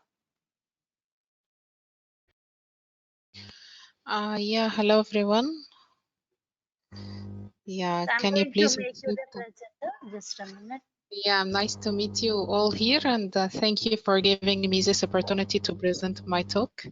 Thank you. So you are the new presenter now. Please share your screen with us. Yeah, okay. Yes, we can able to see your screen and your presentation also. Yes, perfect. Yeah. Please continue. Okay. This is Doa Zamel from Egypt. I'm PhD researcher at UCAS University for Chinese Academy of Sciences at China. I'm also working at Academy of Scientific Research and Technology in Egypt, also working as REACS's advisor at Elsevier. I would like to talk about novel bacteria mobilized cellulose acetate polyethylene oxide nanofibrous membrane for wastewater treatment. Here are my content like this: introduction, literature review, aim of the work, materials and methods, results and discussion, conclusion. So first introduction. As we all know that water is important for life, so this is a question. Our question for today's talk is like why water is important to life. Actually, we all know the importance of water for life. So for sure, without water, survival is impossible on this earth. So if we look at water distribution on Earth, we will find that near to 97.5% is salty water and only 2.5 fresh water on this Earth. And unfortunately, 0.3% of this fresh water is in lakes and rivers, which can be suitable for drinking and in liquid status. Okay, so this map illustrating the water scarcity overall the world. As we can see that the regions colored in dark red here suffering from physical water scarcity, which is the shortage of the water resources on Earth. However, the countries colored in orange color suffering from economic water scarcity, which is the shortage of the equipment to treat the water. Okay, so here we can see from these photos that in developing nations, people drink unsafe water. This is why they are suffering from many diseases. On this map, to illustrate the high death rate, is the countries colored in dark blue suffering from actually a high death rate regarding drinking unsafe water.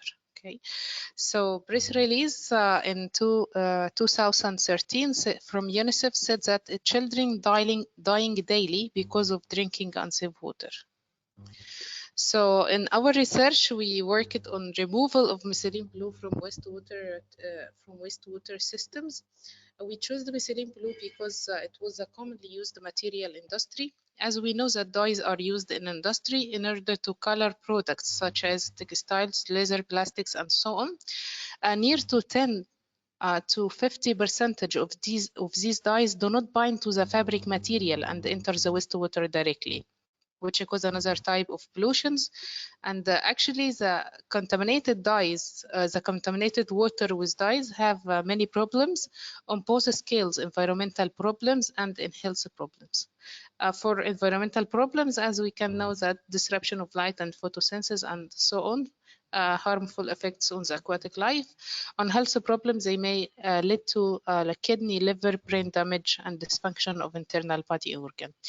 If you look to the literature, we found that the methods for methylene blue dye removal can be classified into physical methods like filtration, reverse osmosis, and adsorption. We here used adsorption method. Chemical methods like addition of some substrates like calcium, aluminium, ferric ions, and so on. Biological method, even by adsorption on the cell itself or by biodegradation by the microorganism. We used here bacteria for combining between biodegradation and adsorption of methylene blue from wastewater treatment system. In literature review, we can found that they did like a mobilization of bacteria inside membranes. They also did like a biofilm formation by adhesion of these microorganisms on biofilm membranes. In this recent studies, we found that they prepared nanofibrous membrane and mobilized these bacteria by adhesion on the surface of wastewater treatment, which has a drawback like these bacteria may fall from the surface of the nanofibers during applications in water. A recent study on yeast, they encapsulated yeast inside electrospinning nanofibers, I think BVA, and also they maintained their viability. After this, we worked on encapsulation of bacterial cells inside nanofibrous membrane using electrospinning technique while maintaining their viability also. We used the polymer cellulose acetate mixed by little percentage from polyethylene oxide to enhance its spinability. And we could consider this was novel membrane which can be easily handled and reusable for more than 3 times in industry. This is the electrospinning technique. From the beginning, we put here the polymer solution inside a plastic syringe. This plastic syringe is connected with a metallic needle here. On the opposite, we will find the metallic collector. We just apply high voltage to the metallic needle. The difference in the voltage, which create a current between the needle and the collector, which forces the solution to fabricate into nanofibers. Okay, so we use the DEMSO as a new solvent in this study. Also, we tested different concentrations of the polymer, 12, 15, 18. Electrospinning technique was a technique for use for immobilization of these bacterial cells. For the experimental design, we used 3 parameters: contact time, dye concentration, ranging from 5 trials after 4 hours, 12, 25, 24, 72. 4 trials for dye concentration, 20 20 ppm, 50, 100, 200, and so on. Membrane area, we did 3 trials, 1 centimeter square, 2, 4, and we will see the results as the following. We got good nanofibers at the 3 concentrations we tested without beads, and we chose the 15 concentration for immobilization of bacterial cells. Okay, so this image clarifying the bacterial encapsulated inside nanofibrous membrane. On the right, we can see that this picture for the bacteria at high magnification, however, on the left at low magnification. Okay. So these results we found by increasing the time, the adsorption and biodegradation capacity increases till 48 hours. After this, it decreased again. Regarding the adsorption of cellulose state nanofibers pure, we made comparison between the 3 cellulose state pure, bacteria mobilized cellulose state nanofibers, free bacteria. Okay, by comparison between 3, we found that the adsorption was little by cellulose state. The biodegradation did by the bacteria from both bacteria mobilized cellulose state nanofibrous membrane or the free bacteria.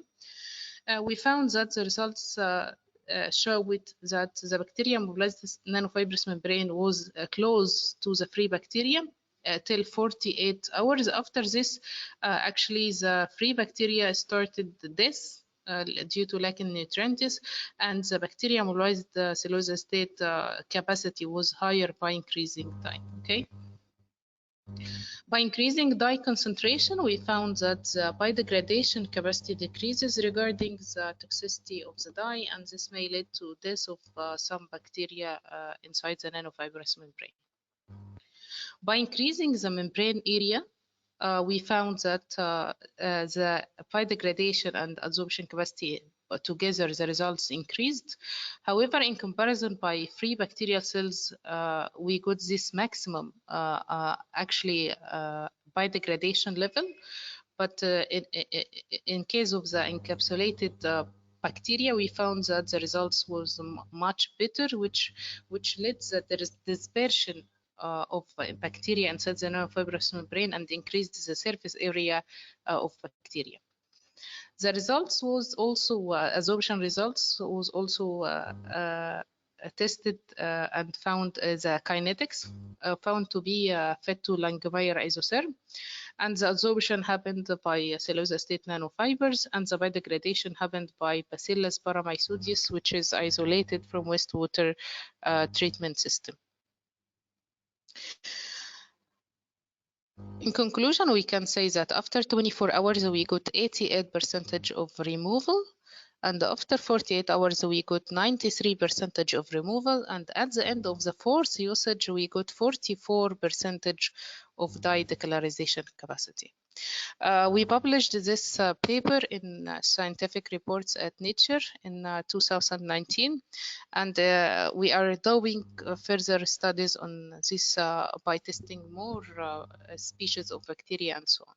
Okay, so as a Reaxis advisor at Elsevier, let's recommend something to all of you to use Reaxis for enhancing and easy access to chemical structures, chemical compounds, articles, patents, whatever you are searching. So Reaxis launched since 2009. And after this, year by year, something new added. Here we can see that 2017, we found medicinal chemistry. 2020, we found the library. On 2021, we added retro senses, artificial intelligence-based senses. So Reaxis facilitates the access to chemical structures, chemical compounds, commercial suppliers, all of these data, instead of searching in papers and literature to find, for example, steps of reaction and something like this. So you can get easy access by using Reaxis. Okay, so you can easily sign up for reaxis.com and create an account, and you can go ahead.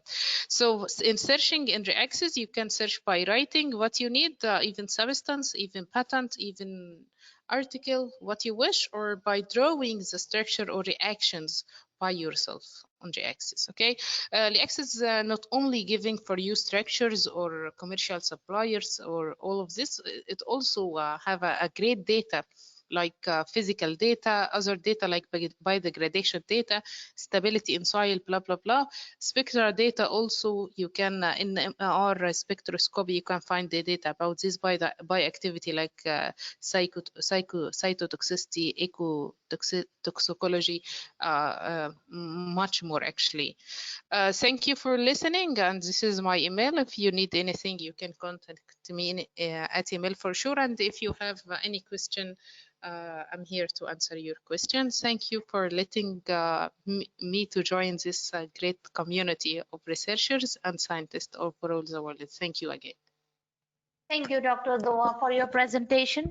So we have a questions in your chat box. Can you able to see from Dr. Bobby Guel?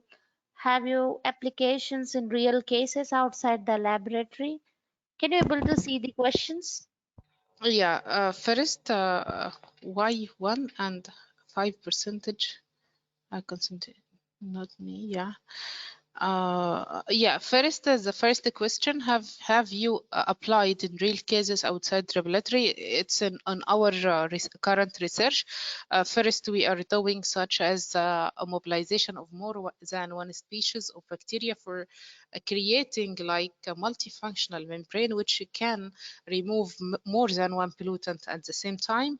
So after this, in our plan and further recommendation, we are putting this. Thank you for this question. The other question, one only question since the results have been published. One only question. Actually, I couldn't.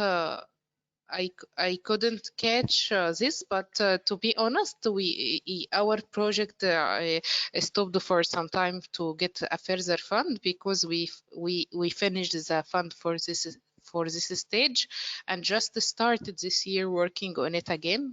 That is why we published this paper from this project, and when we received a further fund, so we established again by the recommendations like creating a membrane which can remove more than one pollutant at the same time, and also application real case. Thank you for answering the question. So anyone have any questions else? Yes, I have. Sorry. Yeah, please continue. Okay. Dr. Doazamel, thank you for interesting presentation. I just want to ask about the cellulose acetate nanofibers. Yes, you have shown there that there is a keep bacteria. My question is just how to, in order to imagine a high, if the water water contains of nano-sized impurities, is it possible to clean by these nanofibers? Your Actually, I got your question. Thank you for this great question. Actually, to be honest, we tested first on methylene blue, and nowadays we are testing on heavy metals like chromium hexavalent. But to be honest, for nano-sized or nanoparticles materials like nanoplastics or many others, we didn't test before, but from my suggestion or point of view, if we immobilize the species of bacteria, which we know we already tested on these nano materials before, and know that these bacteria do biodegradation on nanoplastics, and if we immobilize this type of bacteria of this species of bacteria inside this nanofibrous membrane, so for sure it will work, because this membrane could be like a carrier for these bacterial cells, any type you wish, because we met a problem before in industries that we cannot use free bacteria industry. It may cause another source of pollution and something like this, and we can immobilize these bacteria inside nanofibers to be handled, to be easy handled, and can be washed and reused again in industry. So this is the main idea of making this membrane. Actually, if you have a certain strains of bacteria which you tested alone or on any type of pollutants, you can immobilize these bacteria on this nanofibrous membrane to work more better and easy handled in industry. Yeah. Thank you. Okay. Thank you very much. Yeah, thank you. Thank you. So anyone else have any questions? Yes, actually, I have another question. Yes, please continue. Dr. Samer, first of all, thank you so much for sharing your result with us. Greetings from Brazil. I have a question. These nanofibers that you make, you told that you reuse it. So my question is, before reuse it, did you did some cleaning process after, like a desorption process before reuse it? Yeah, if this only is a question, so thank you for your question. Actually, between each usage, we washed the membrane by distilled water to remove any pollutants, actually to remove the dye which is absorbed on the surface, and after this we reused it again. So it could be easily washed by distilled water, because as we all know, cellulose acetate يعني suffers or experience cross-linking inside water. So that is why it was easily washed by distilled water, and after this reusable again. The idea behind choosing cellulose acetate in this membrane is that cellulose acetate cannot dissolve in water, and water make cross-linking to cellulose acetate. That is why cellulose acetate was much better in application in wastewater treatment systems. All right, Yeah, thank you, Dr. Samuel. Yeah. Thank you. So anyone else have any questions?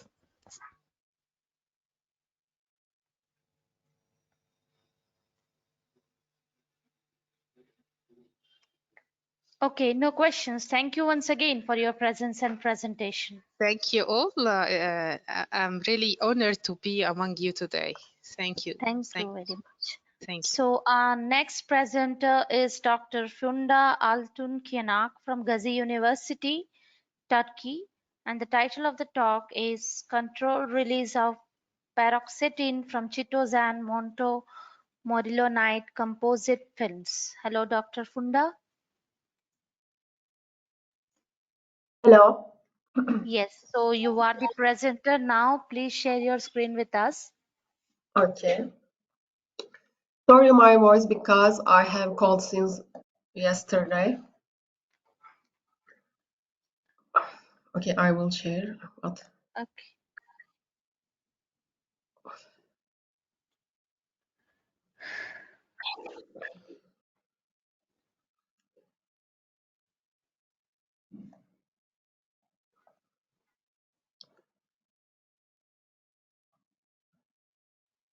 Yes, I am ready, but how can I share the presentation? Yes, you need to click on the screen button. That is the third one, third option on your screen. You have 4 icons, right? You can click on screen one.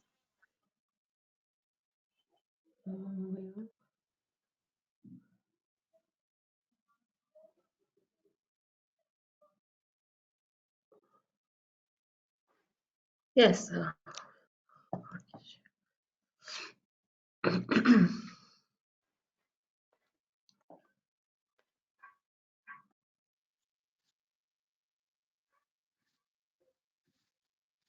Yes, we can able to see your screen. You can make it a full screen.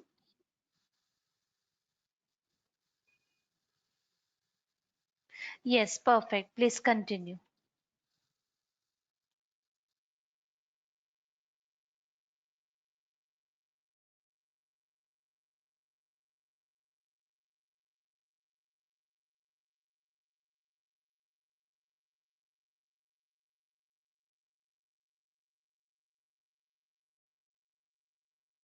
Hello, Dr. Funda. Your voice is not audible.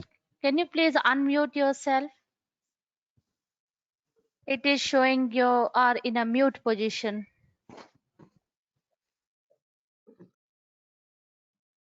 Okay, sorry. Can you hear me now? Yes, yes. Now it is audible. Please start your presentation. Okay. Hello, everyone. Today I will talk about my study about the controlled release of paroxetine from chitosan monopolyl composite. I am PhD student at Yıldız Technical University, but this study has done in Gazi University at Ankara, Turkey.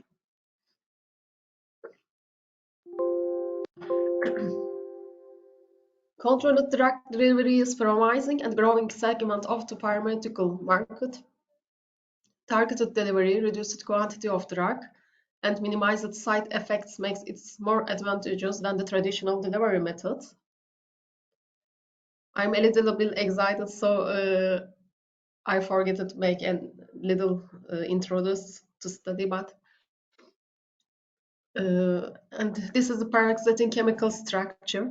The aim of the study is produce biocomposite materials suitable for controlled release of paroxetine hydrochloride. This is an antidepressant.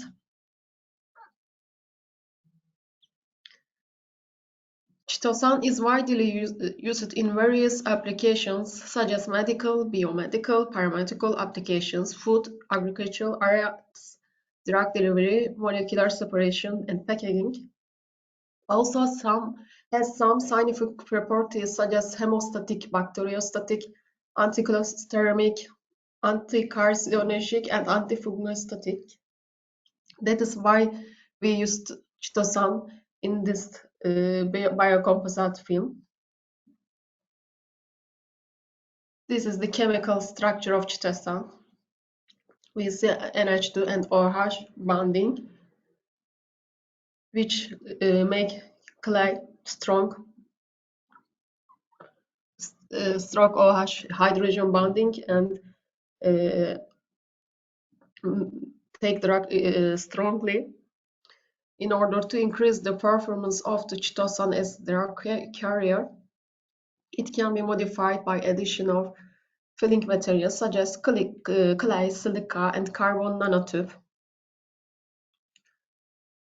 The synergistic effect of biopolymer and clay, as well as the strong interfacial interactions between them, also could improve the mechanical and thermal properties, swelling, water uptake, drug loading efficiency, and controlled release behavior of the biopolymer matrix.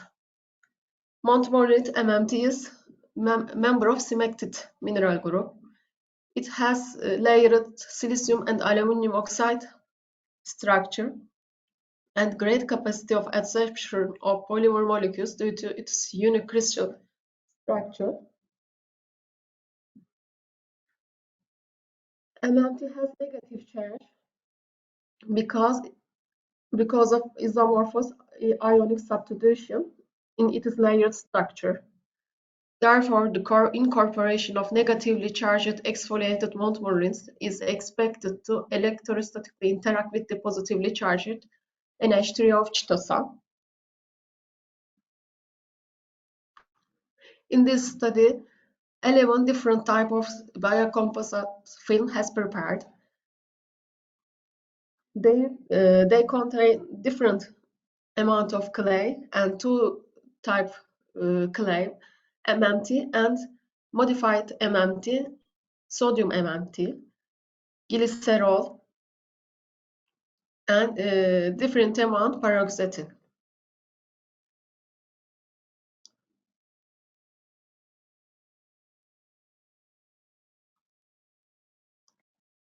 Firstly, I will start with the FDR analysis of these films. The FDR spectroscopy used to analyze interactions between chitosan and montmorillon ve sodium montmorillon in composite films with or without paroxetine hydrochloride. In figure 4 and 5, we saw 3,200 and 600 in this region. OH stretching of chitosan. Curve B is chitosan FDR curve. The white peak is due to hydrogen bonds in the chitosan structure. In this region, it was observed with OH and NH stretching peaks overlap. The peaks between the 2,900 and 2,800. Symmetric and asymmetric carbon-hydrogen stretching. And we saw the peaks on 1,600, 1,300, and 400 correspond to carbon-oxygen stretching, carbon-hydrogen bonding, and carbon-azote stretching, carbon-nitrogen stretching. If we look to FDR spectra of MMT, curve A, it shows silicium oxygen stretching vibration in 1000, this area, and silicium oxygen stretching at nearly 800 area, and silicium and oxygen bending at 500 wavelength.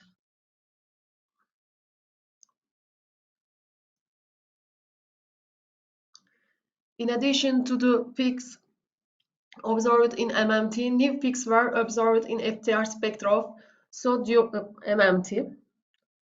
The peak at 3060 and the growth spectra between 3,200 and 600 indicate the presence of hydroxyl groups corresponding to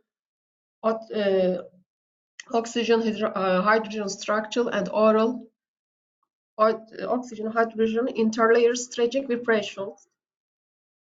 In addition, the peak corresponds to the hydroxyl bonding lubrication occurring at 1,600 due to presence of the adsorbed or hydrated water molecules in a name sodium MMT.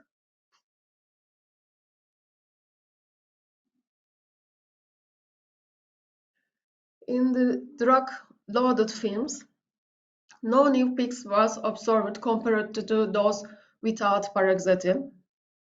So it can be said that in the films containing paroxetine, the characteristic peaks of the drug and the characteristic peaks of the chitosan and clay may have overlapped.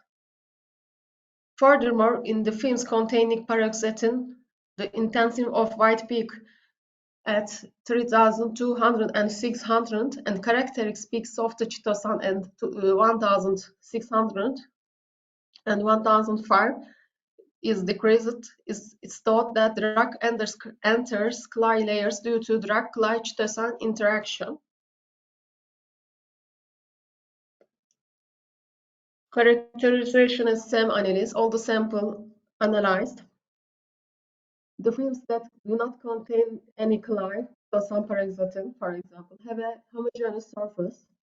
When clay was added to chitosan, longer, non-homogeneous, and broken structures emerged.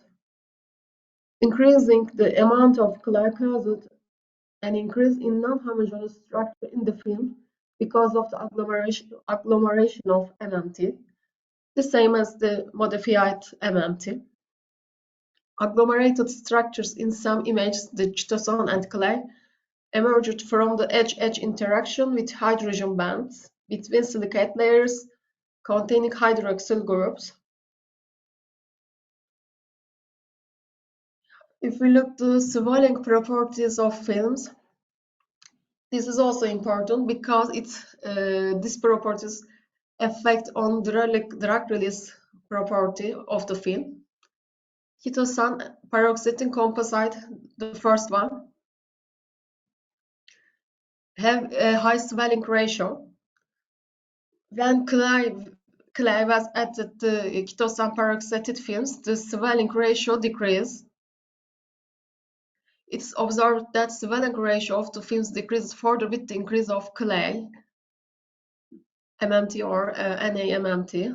Samples containing modified clay tend to hold more water, is an indication that layers open during modification. The addition of glycerol to the drug-loaded films affected the swelling of the films. The highest swelling ratio was obtained from the glycerol-contained films, 2.1.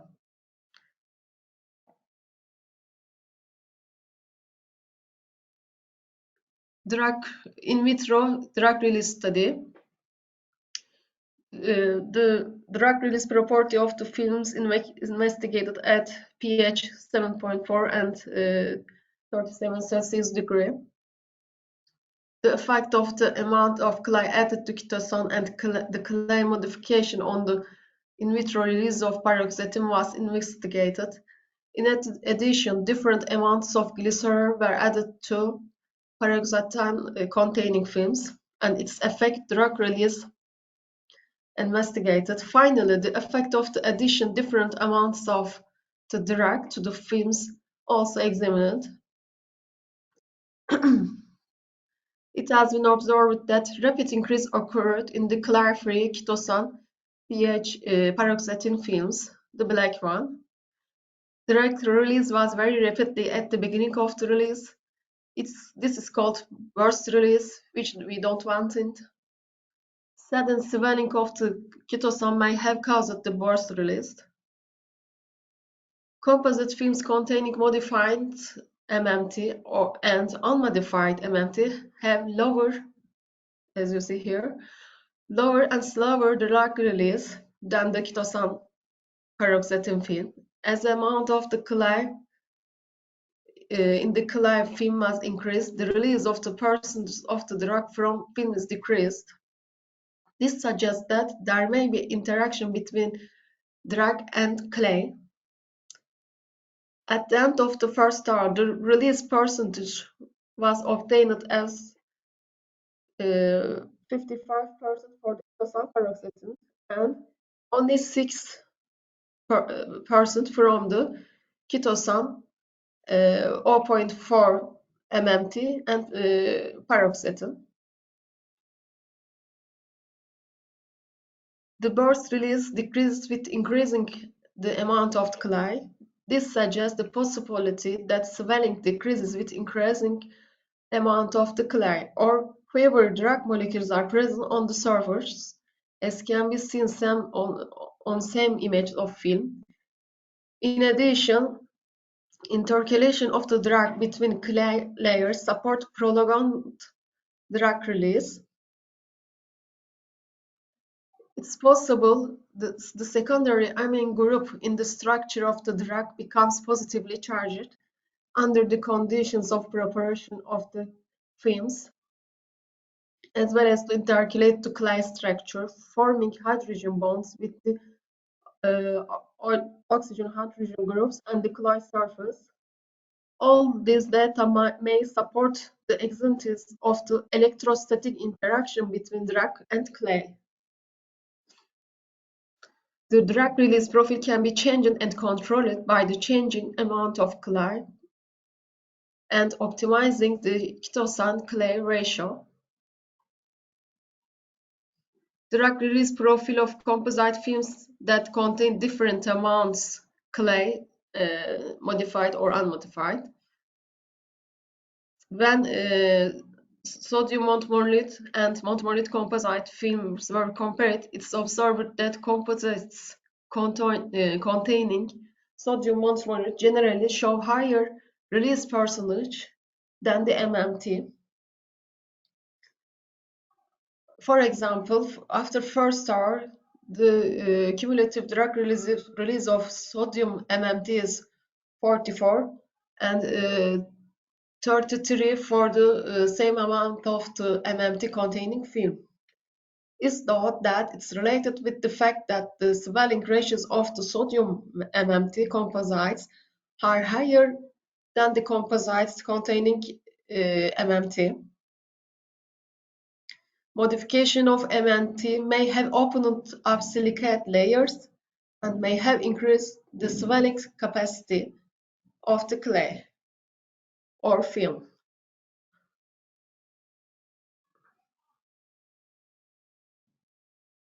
And in this figure, we see the effect of the glycerol on the drug release. Glycerol as a plasticizer is to prevent the movement of the chains by preventing the cross-link between neighboring polymer chain. It can be also thought that it makes the galleries more open. The addition of glycerol to the biocomposite film increased the pores, and this situation made the sodium montmorillonite galleries more open. So the percentages of the drug release of films containing glycerin was increased due to swelling properties of the film. The amount of the glycerol in the composite films had no significant effect on the drug release percentage.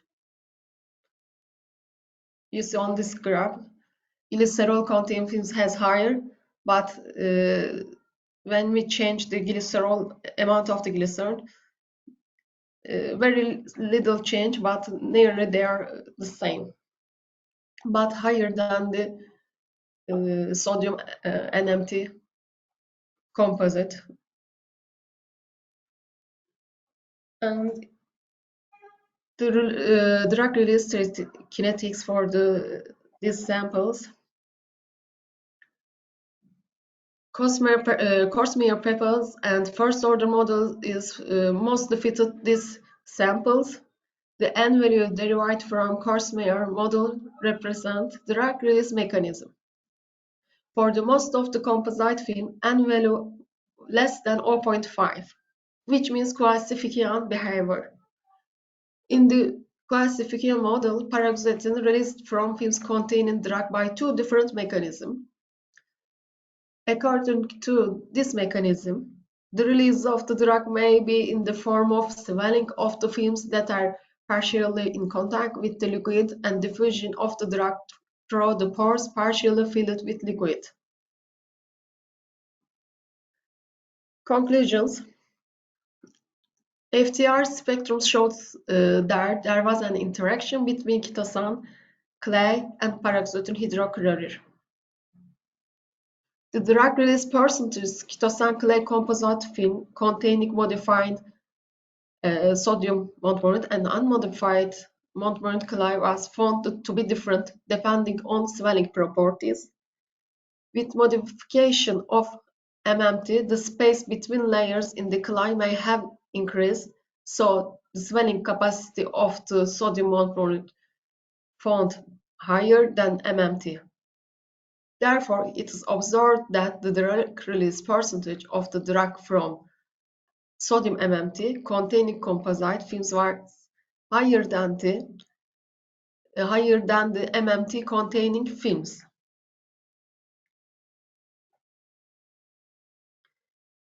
Besides increasing the amount of clay in biocomposite films, the release percentage of the drug films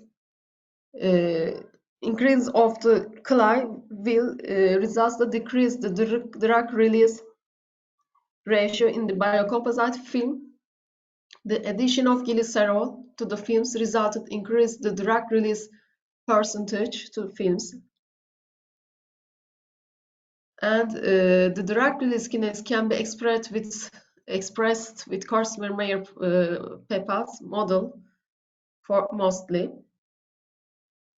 As a conclusion, paroxetine, hydrochloride loaded chitosan, montmorillonite, and chitosan sodium montmorillonite films showed steady and prolonged drug delivery.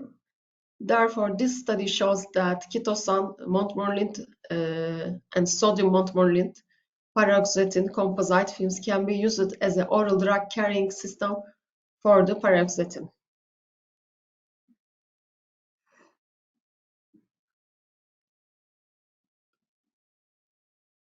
Thank you for your kind attention. For the questions, my mail is here. Thank you very much. Thank you, Dr. Funda, for your presentation.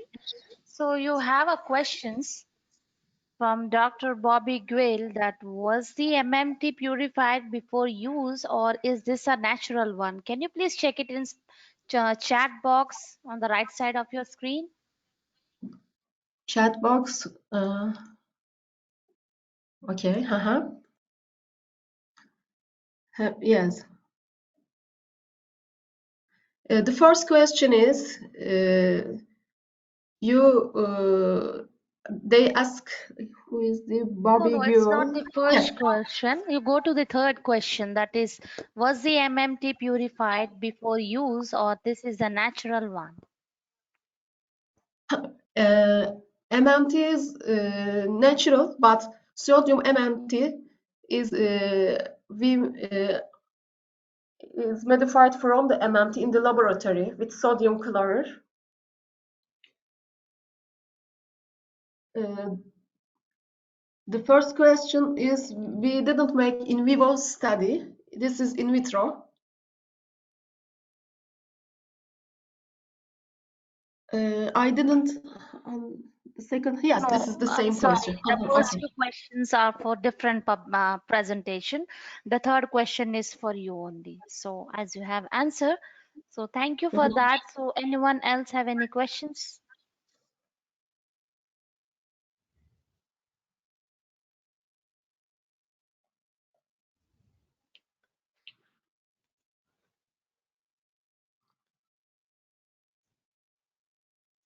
Okay, no question from anyone. Thank you once again for your presence and presentation. Thank you so much. Okay, so our next presenter is Dr. Fateme Sadat Arghawan from Masdad University of Medical Sciences, Iran.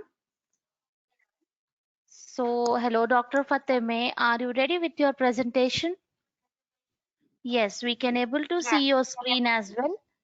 Please make it a full screen and start presenting.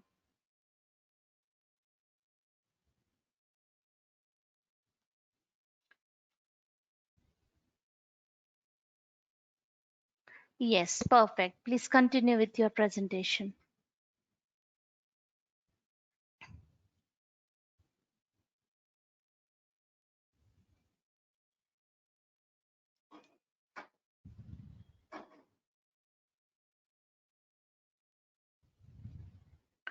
Hello, Dr. Fateme. Your voice is not audible to us.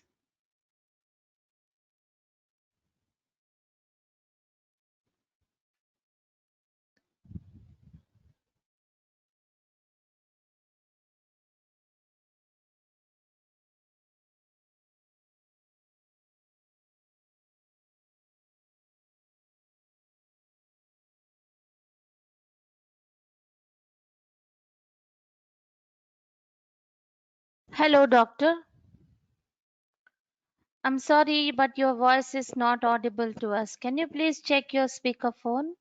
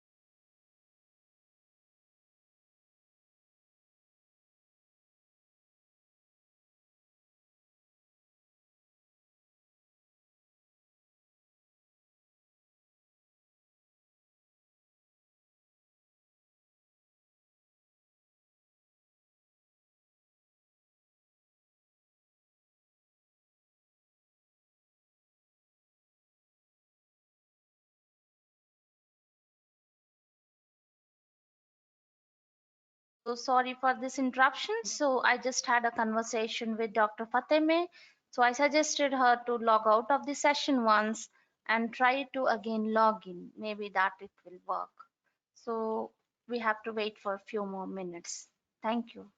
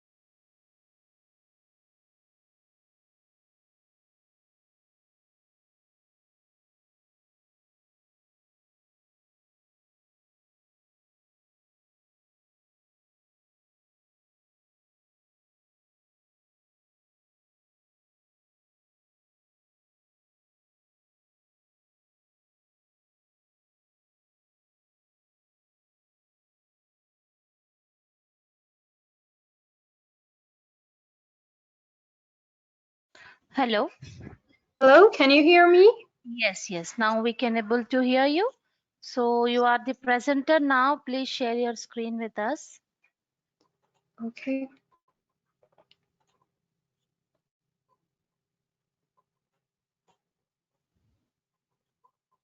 Yes, we can able to see your screen.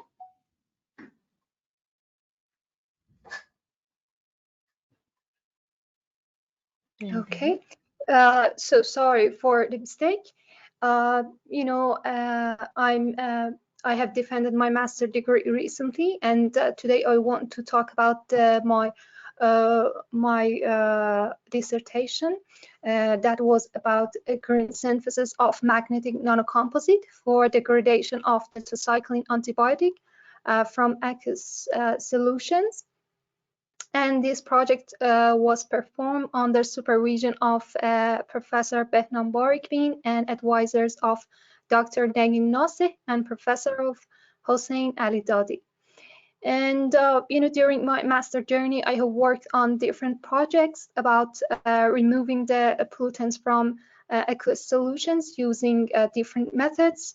For example, advanced oxidation processes. And the novelty of this project was about the green synthesis of a nanocomposite. At the beginning, I want to talk about the importance and the reasons of our research. As we know that the presence of antibiotics in aquatic environment during the recent years has raised public concerns due to potential adverse effects. And we know that the antibiotics are excreted through treated human animals' urine and feces. And what's more, we know that the tetracycline antibiotic is the second most produced and produced antibiotic that may lead to disrupting soil respiration, iron reduction, nitrification, and so on. And we know that the main pathway and the probability pathway of the release and circulation of the tetracycline antibiotic in the environment is as we can see in the figure. The 4 key components responsible for the continuous release of tetracycline into the environment are pharmaceutical industries, hospitals, human consumption, and veterinary usage. So I can say that it's so essential to remove the tetracycline before release to the environment.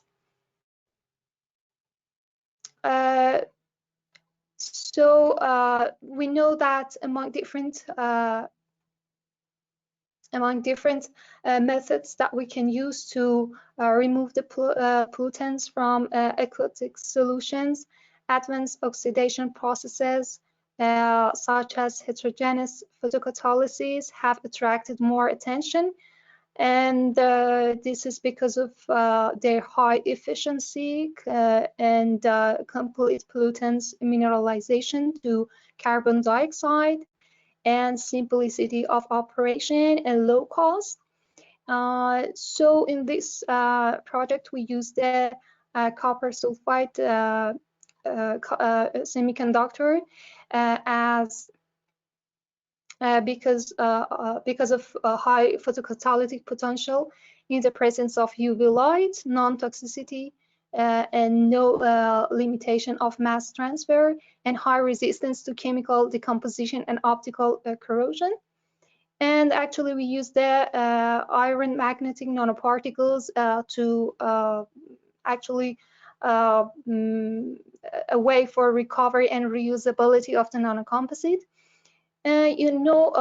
We can synthesize the nanoparticles by different methods.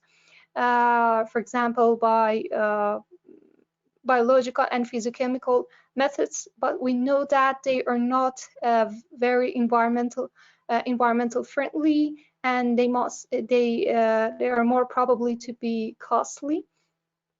So in this project, we try to use the plant extraction and plant extraction of a plantigo measure plant that is in Iran regions and Mediterranean regions. We use it to reducing the metal ions and prepare the magnetic nanoparticles.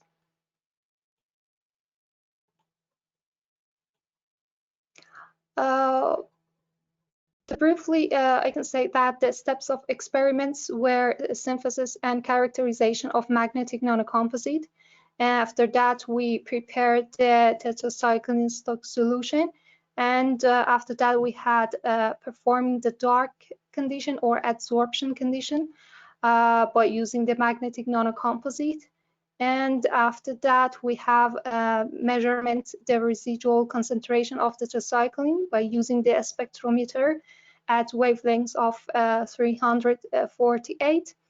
And after that, we had a photocatalytic process under the presence of xenon light radiation.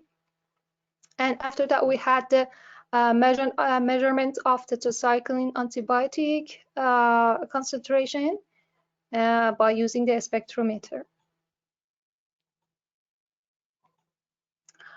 In order to synthesize the magnetic nanocomposite, first of all, we prepared the extraction. After collecting the plant leaves, the leaves were dried, and then extraction was performed by percolation with methanol.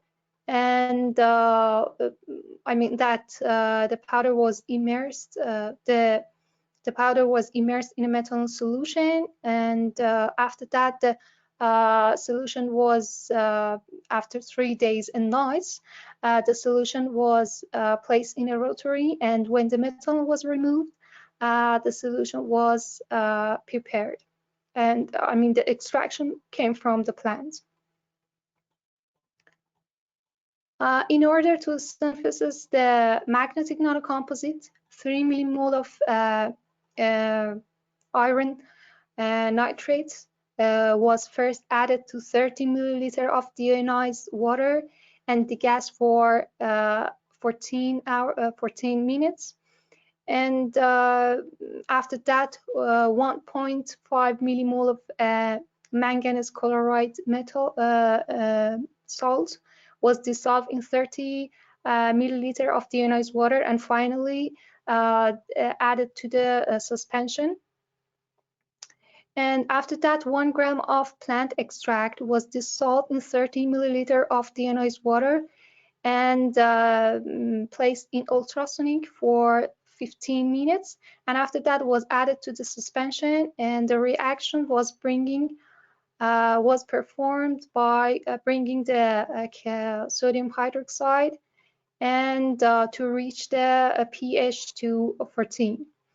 And the suspension was at the ester condition for 1 hour at 50 degrees centigrade.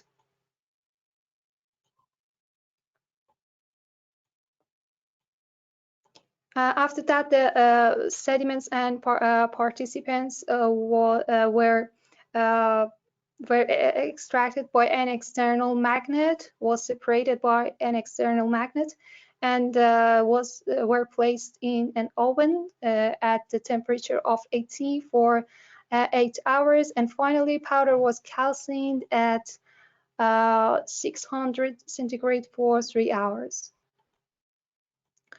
The next step was coating the catalyst on the magnetic nanoparticles. For this purpose, 0.15 gram of magnetic nanoparticles was added to 10 milliliter of ethylene glycol and was placed in ultrasonic device for 30 minutes.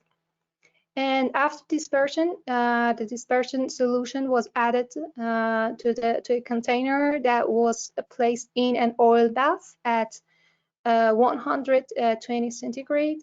And after that, 0.8 gram of copper sulfide was added to the suspension. And after that, 1.9 gram of sodium thiosulfide was added, was dissolved in 10 milliliter of ethylene glycol and then poured into the suspension. And whenever the suspension reached to the temperature of 140, the reflection was started, and it was taken for 5 hours for 90 minutes. And after that, after cooling the container, we separated the nanocomposite by an external magnet, and the suspension the participants was washed for several times with ethanol and deionized water, and finally at 80 centigrade was placed in an oven to dry. The adsorption and photocatalytic processes were performed in a 250 milliliter glass Erlenmeyer flask containing 100 milliliter of tetracycline antibiotic. At 30 minutes, we consider 30 minutes dark condition with a mixing speed of 250 RPM, and after that we measure the tetracycline concentration, and after that we had the samples was taken in the presence of a xenon lump with a 420 nanometer filter, and after that the nanocomposites were separated by an external magnet, and finally the secondary concentration of tetracycline was measured, and we can see the images. The result of XRD analysis shows that strong and narrow diffraction peaks indicate the crystalline nature of the synthesized nanoparticles, and they are matched with the card number of reference. The FTIR analysis for both of the nanoparticles are prepared. We can see that in the peak in the wavelengths range of 580 is related to tensile vibrations of iron oxygen, which increased in intensity after the catalyst coating process, which can be attributed to overlap with the peak of copper sulfide.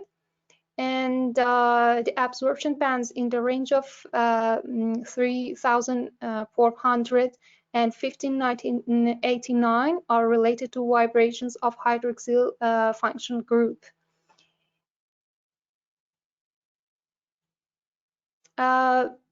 The SEM images was used to determine the morphology and structure of the synthesized nanoparticles. According to images, we can see that the size of magnetic nanoparticles was approximately from 80 to 100, and the particle size of the nanocomposite is from 40 to 50. As we can see, the nanoparticles have a spherical morphology, and we can say that because of the using of leaf extraction, we can see the similar size of nanoparticles, and I mean the uniform size.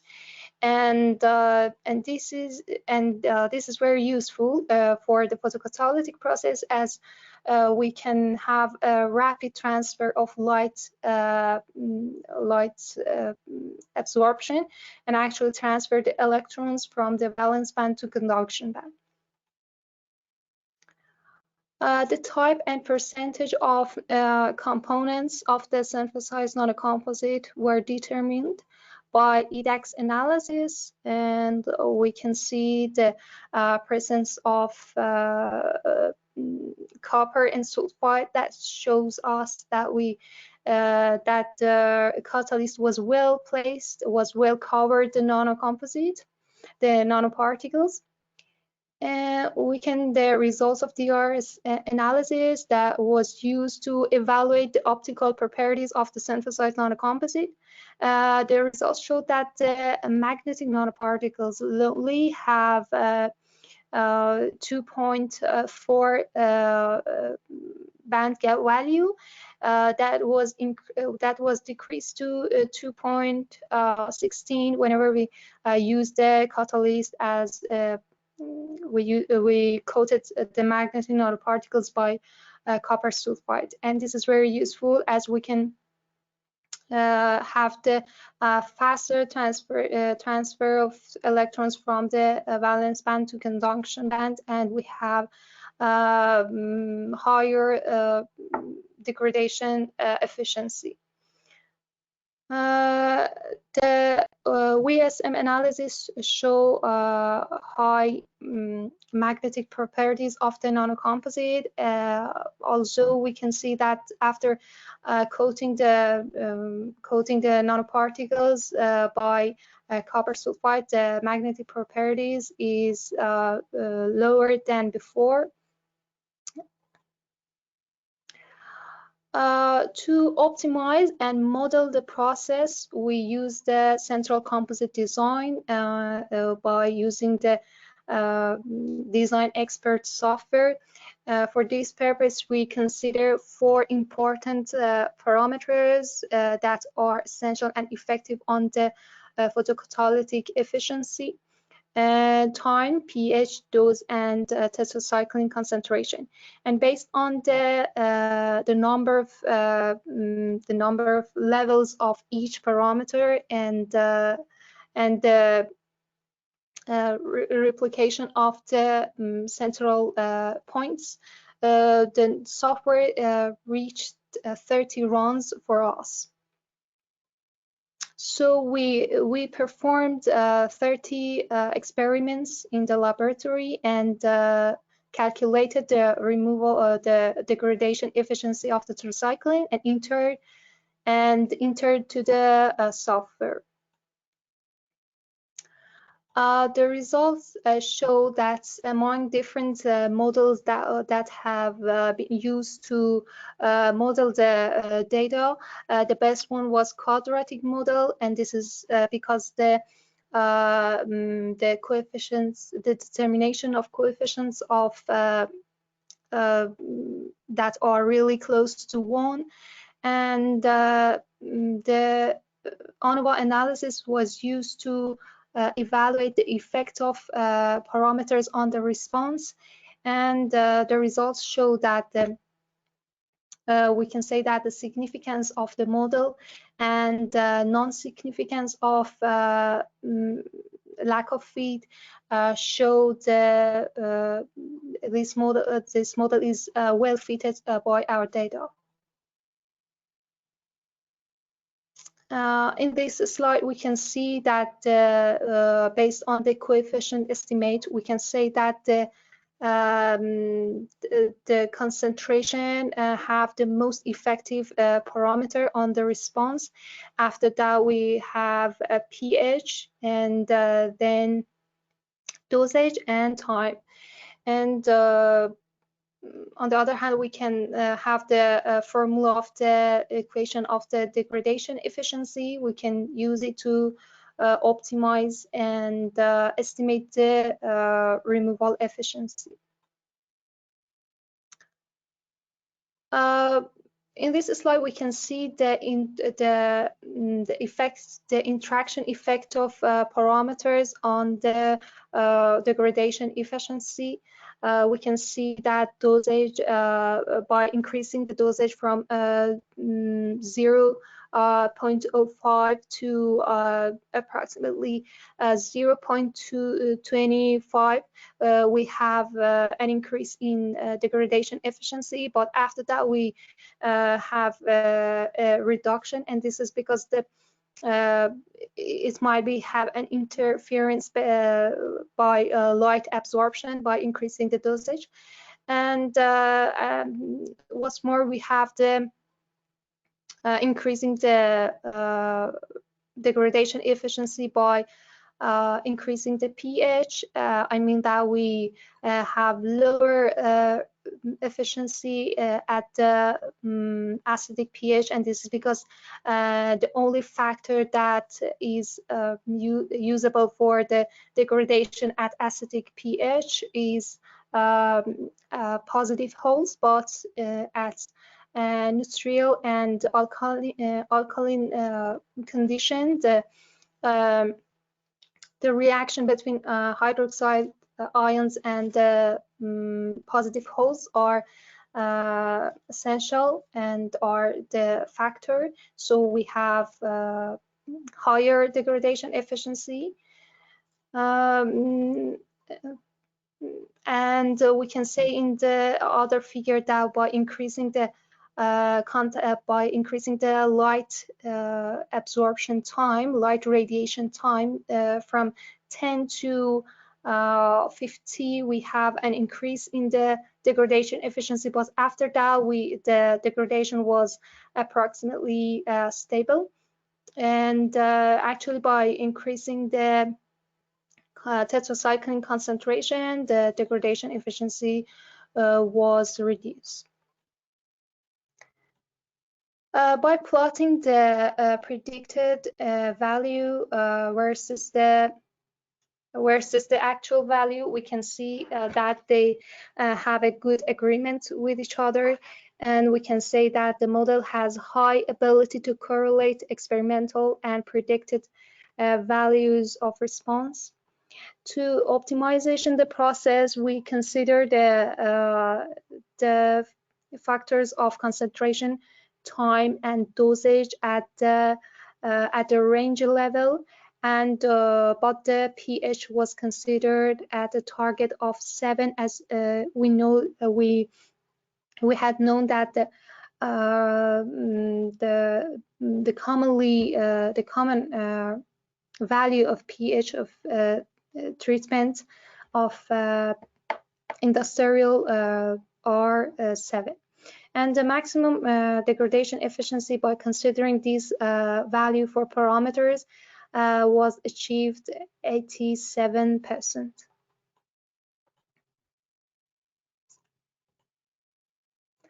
The kinetic photocatalytic process was determined by using the Langmuir-Hinshelwood kinetics, and the results show that by increasing the tetracycline concentration, we had a reduction in the constant kinetic and decreasing the coefficient determination.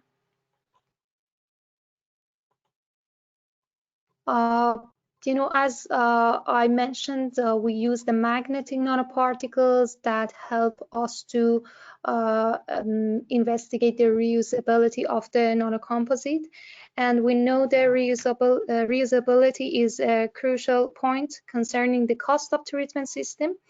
Therefore, recycling was evaluated over 6 consecutive 6 under the optimal conditions.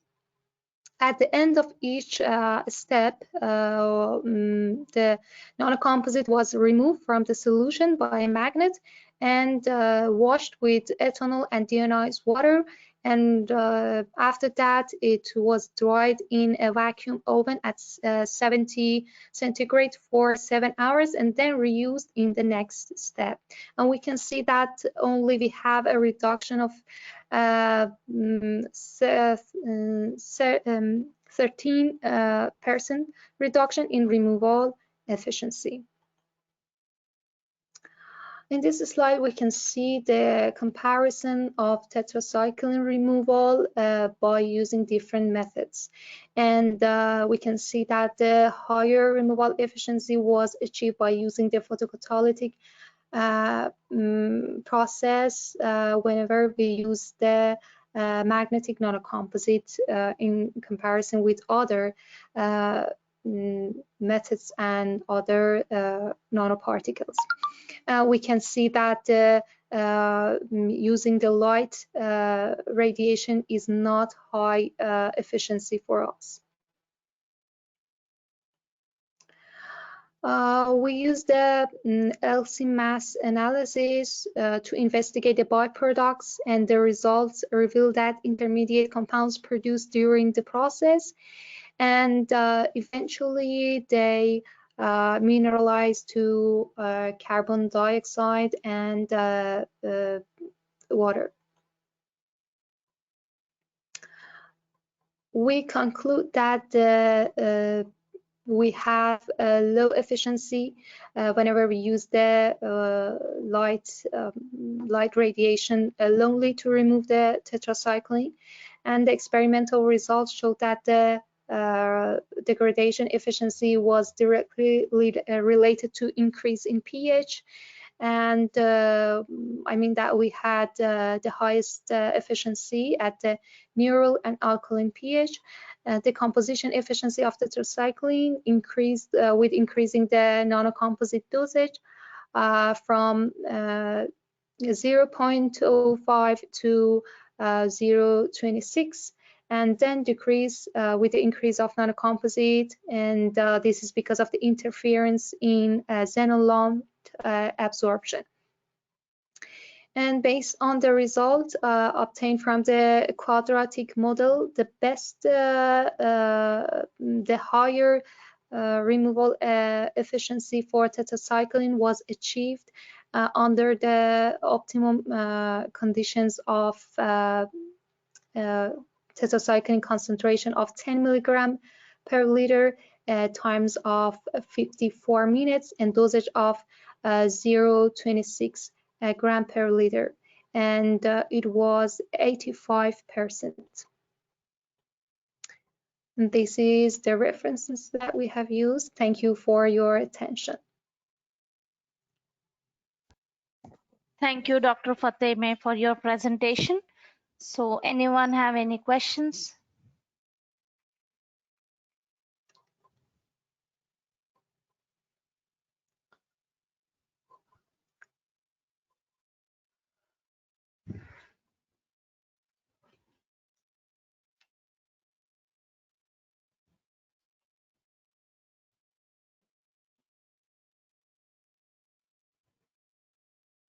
Okay, no question from anyone. Thank you once again for your presence and presentation. Thank you very much, and sorry for the mistake. Yeah, no issue, no issue. So thank you. So our next session is poster presentations. First one is Dr. M.M. Nurzinova from East Kazakhstan University. So I don't see the name. Hello, everyone. Hello. So, okay. Did you join with the name Dr. Macpal? Yeah, Okay. because yeah, Okay. So, hi, Dr. Nurzinova. So, I'm going to make you the presenter. Yes. Please share your screen with us. okay.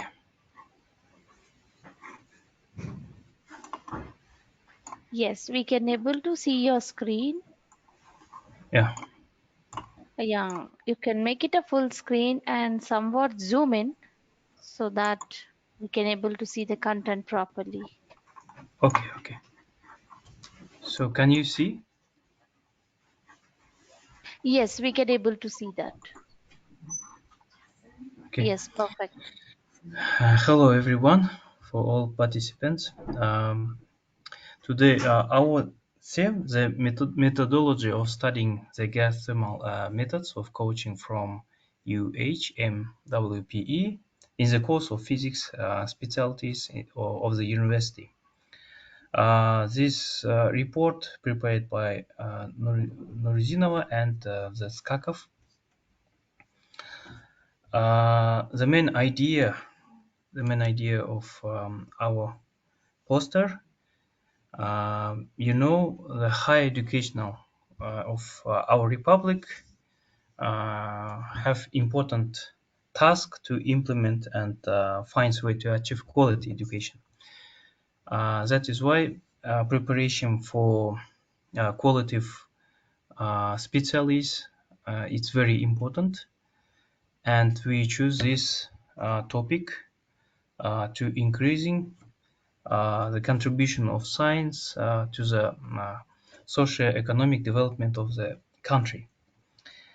And objective, the purpose of our work is developing methodological foundations for teaching the gas thermal methods and applying coating from using this method, UHMWPE, in physics course for different types of specialties of our university, and using innovative technologies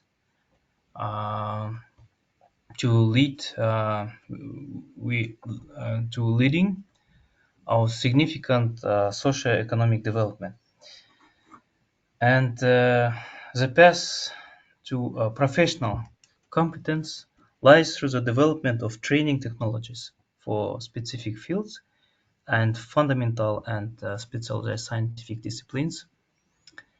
And we, in this goal, we propose to develop scientific educational task, which encourage students not only understand the materials but also create explanations of physical phenomena and process that underline the formation of corrosion and wear resistance coating from using this method, UHMWPE by gas tunnel method on real experiments.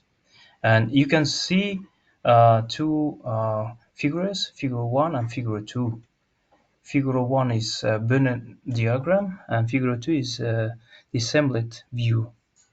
And you can see describing, you can see how it's described these two figures, the first one and the second one. And the results. So this investigations is continuing now. It's not we didn't get we didn't get full results, but some of results we have. So there, based on data obtained, the dependence of the this method UHMWPE, particle diameter and the required heat flux density and the resistance time of the particle in the flare were determined. The dynamic of cooling of the coating on the substrate determined also. Based on the data obtained, the conditions for the influence of technological parameters on the process of structuring coatings based on UHMWPE also are determined. And in conclusion, thus results of our research have shown that introduction of design and research technology into the educational process, including the results of scientific research and the methodology for studying technological method of coating in tribology, allows students to achieve the necessary degree of professional competence. And the formation of professional skills of trainees in solving professional and educational tasks and the establishment of value trends and goals characteristics of physics take into account the needs of employment and society. So this was briefly describing our research work and our results, but our research is still going, and we are planning to get another results. I think it will not be finished. So this is our post presentations just. So have you any questions?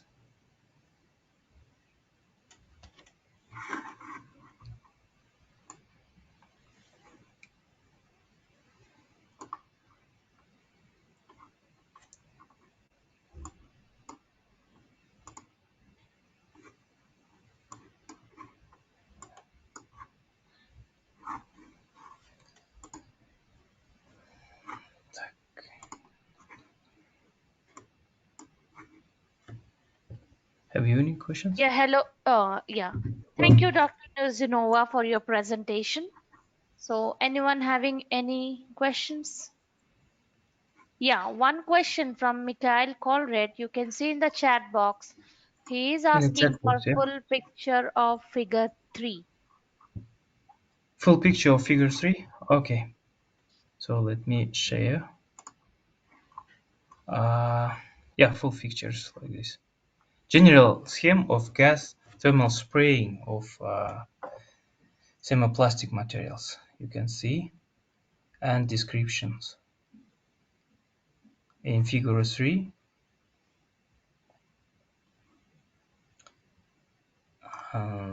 This is descriptions. I didn't include the descriptions. I just took the diagram in figure 3. General scheme of gas thermal spraying.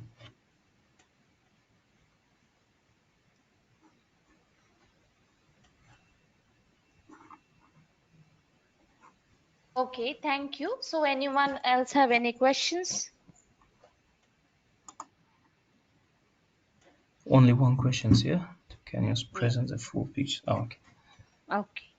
So, thank you for that. So, Thank you. Thank you. thank you. So, moving on to our next presenter. So, it is presented by Dr. Bayadinova Moldir from Sarsen Amanzolov East Kazakhstan University, Kazakhstan. And the title of the talk is Simulation of the Operation of a Propane Air Gas Thermal Burner for spraying protective coatings based on ultra-high molecular weight polyethylene. Hello, Dr. Bayadinova.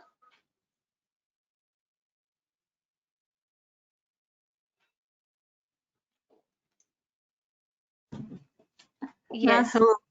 Yeah, hi. So I have done you are the new presenter. Can you please share your screen with us? Yes.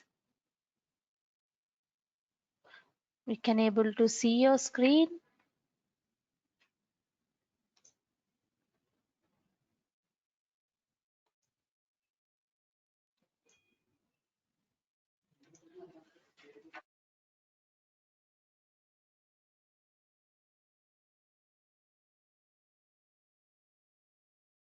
Can able to see your screen, but your voice is not audible. Can you please unmute yourself?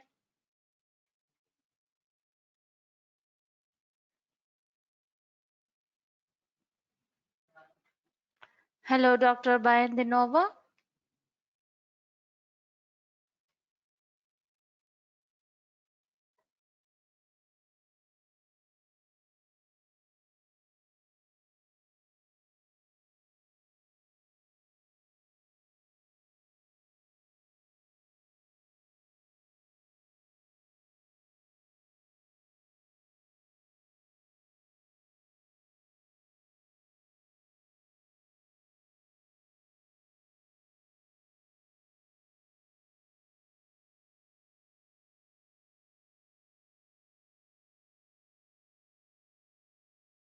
Hello.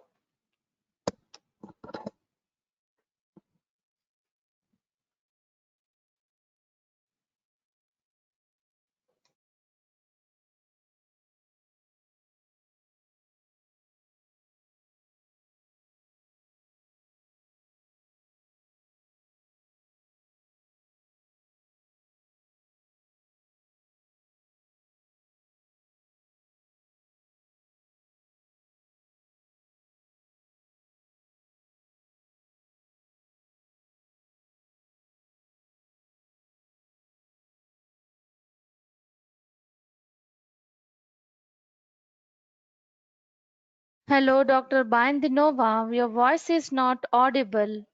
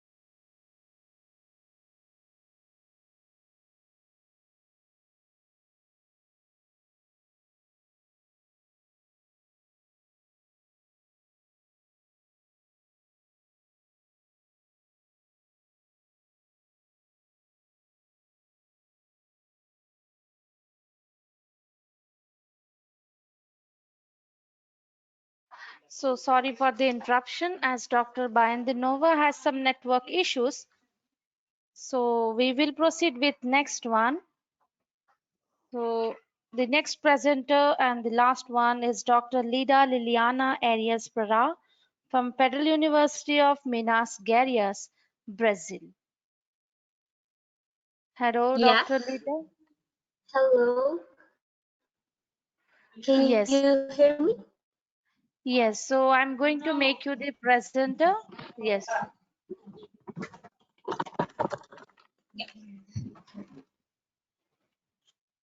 Yeah, you are the presenter now. Please share your screen with us. Yes, we can able to see your screen. Make it a full screen and start presenting. Yes. It's okay? Perfect. Yes. Okay, perfect. One moment, please. Yes, you can continue. Okay.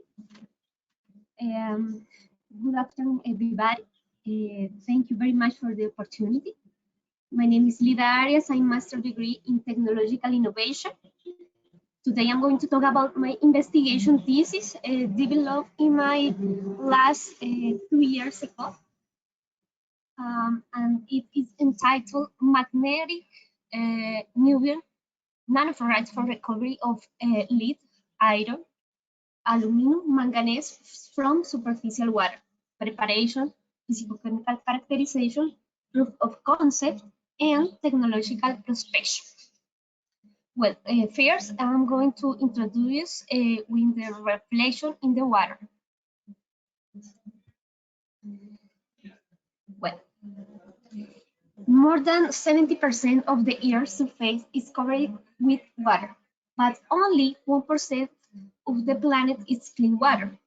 In the recent decades, with the climatic change, increased population, and industrial growth, significant impact has been generated in the demands of water resources, mainly when it's come to discharge water with water into water resources without adequate treatment.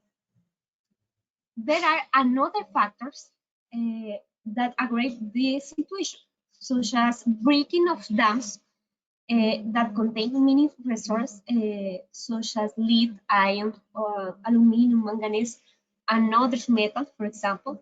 As well, the case in Brazil in Mariana and Brumadinho cities in 2015 and 2018, where breaking of dam contaminate or river, Dosa River. This is image the river before and after. In order to find solution to the previously problematic, an alternative material was developed using the country natural reserve. For example, the niobium as a strategic metal for Brazil, yeah, and iron oxide. For example, here in the image, iron oxide nanoparticles. Taking this strategy to create the material and alloy removal metal used for superficial water. So a methodology used was first realize a search of literature in the state of the art articles and state of the technique in the patents.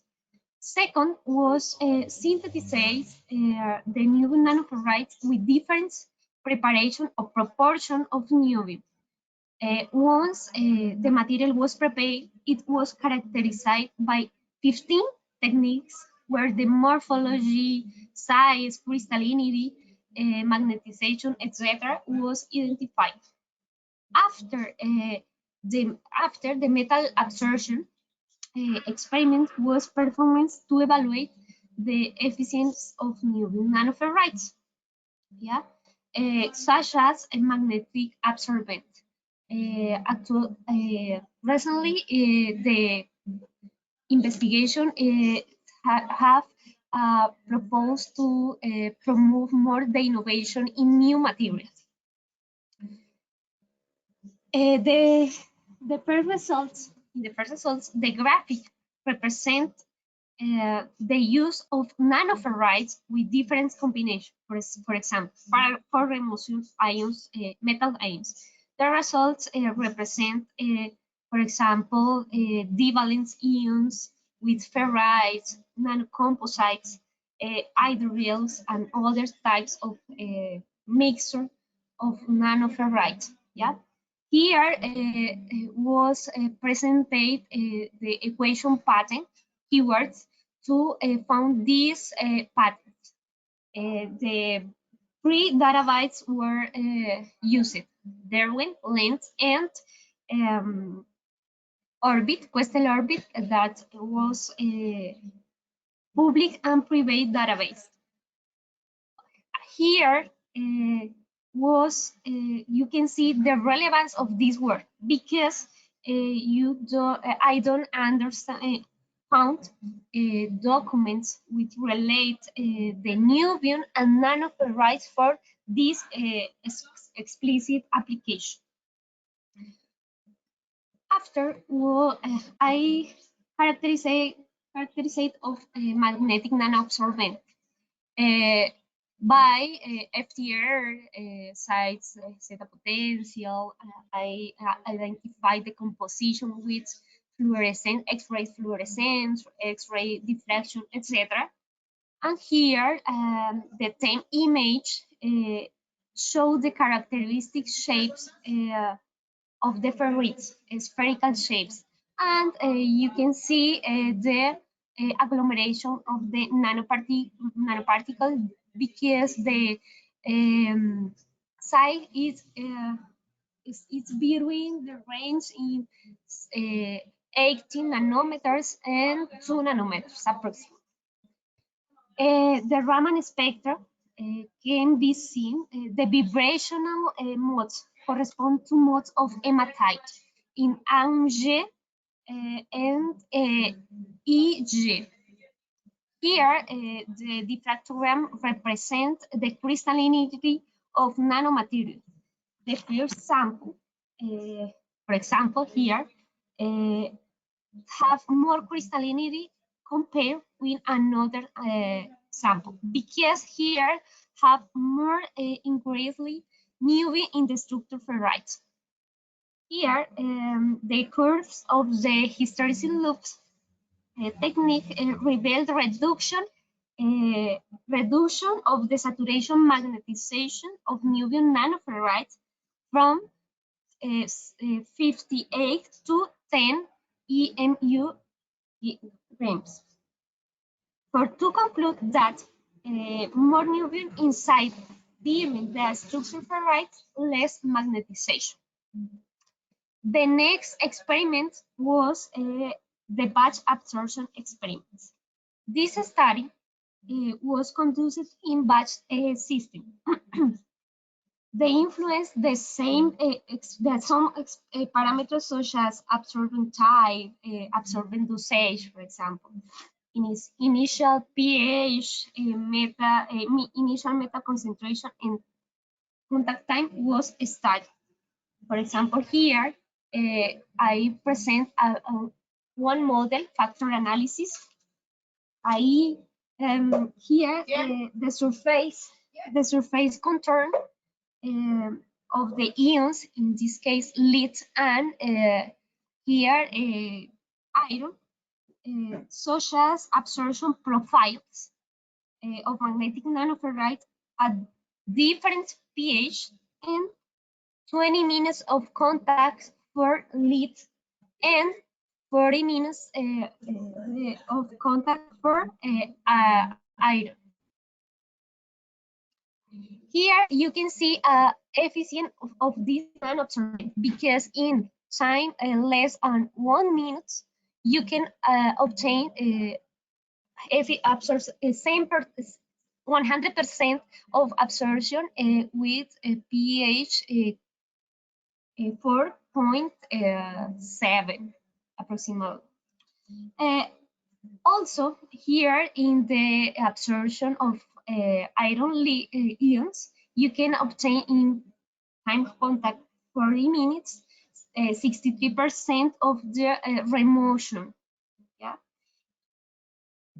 Also, new nanofluorides absorb iron, for example, low absorption for aluminum and manganese ions.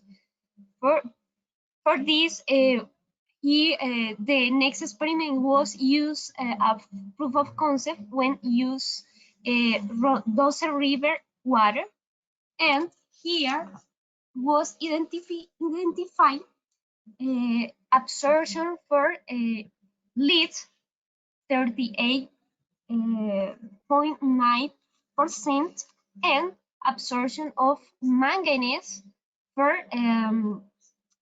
74.8%. The result in this study, in this proof of concept, revealed absorption, good absorption, for example, for manganese, and was very interesting because in test absorption preliminaries, I didn't show absorption in of this metal ion in solution, aqueous solution. And so, for conclude this work, niobium nanofluorides have a significant technological potential as an efficiency magnetic nanoabsorbent material for removal ions such as lead, iron, aluminum, manganese from contaminated water. The metal absorption results shows that 100% of lead ions and 73% of iron oxide was removed in aqueous solution in 20 and 40 minutes subsequently, and the evaluation in the Dose River water demonstrated the removal of 74.8% of manganese ions and 38.90% of lead ions. That's it. Thank you very much for your attention. Thank you, Dr. Lida, for your presentation. So anyone having any questions?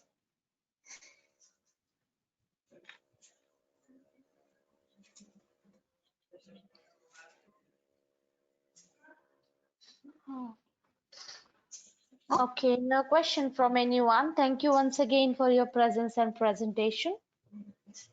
Thank you very much for all.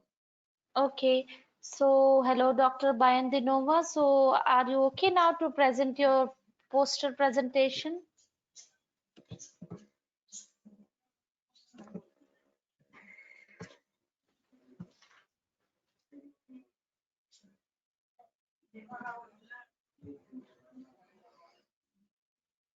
Hello, Dr. Bayandinova.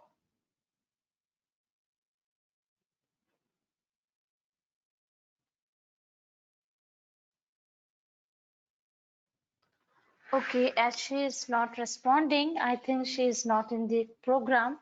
She is not active. So by this, we came to end of our day 2 webinar. I would like to thank all the attendees, participants of today's webinar, and hope you enjoyed this and gained some knowledge also. And we'll be glad if you could join us in our next live event, which is scheduled in Dubai, and the dates will be informed to you by email. So we will be very happy if you can share us your opinion or feedback on this webinar, and we will be sending you the certificates after this conference. So in a short while, you will receive the certificates also. Please do check it in spam or junk. Thank you, and have a nice day. Sorry, I listen to you. Yeah, hi, Dr. Bayandinova. So will you going to present now? Yes, yes. Okay, so I will make you the presenter. Just a minute. Hello. Oh. Yes, just a minute. So yes, you are the presenter now. Please share your screen with us. Yes, we can able to see your screen. Please See you. continue with the presentation.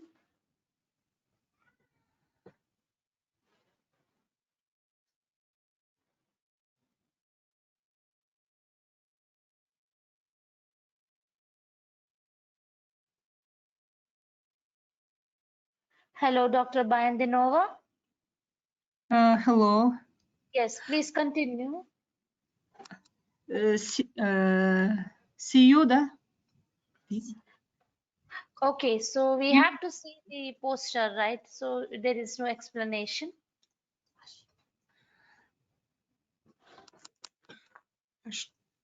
Okay, no issue. We will, you can keep the poster for 5 minutes so the attendees will go through the content. Can you make it more zoom as it is not visible properly?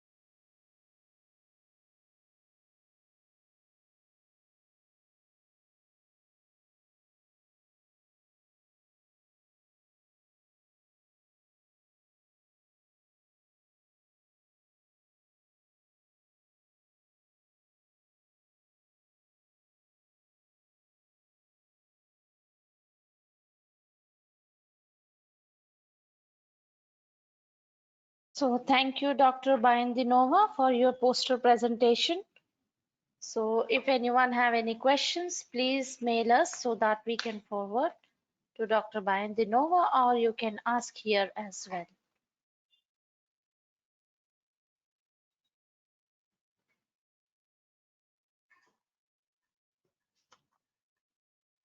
Yes, can you show back the figure 4 on the left, down the page? Yeah. Hello, Dr. Bayandinova. Can you please move on to figure 4?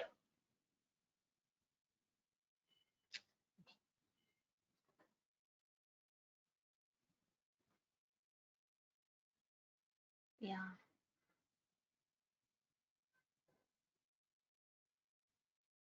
Down.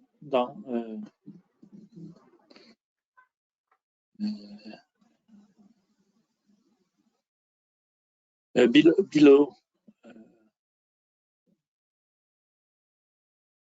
At the end of the page, down.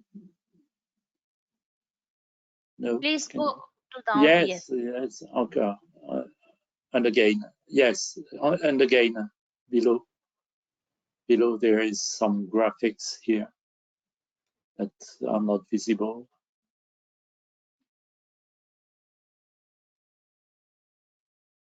Yes, can you please go down, Dr. Bayandinova?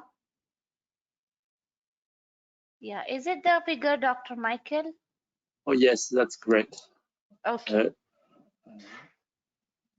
A little.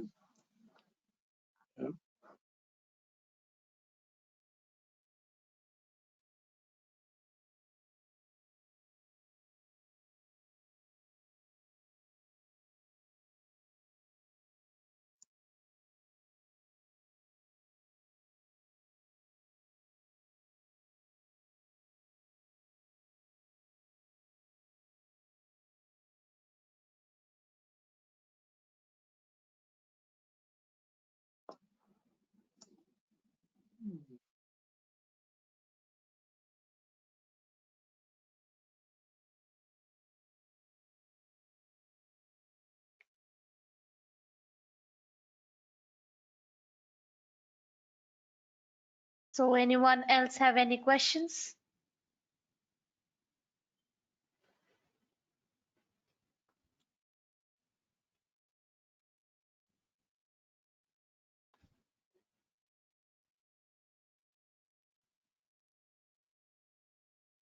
So is that okay, Dr. Mikhail?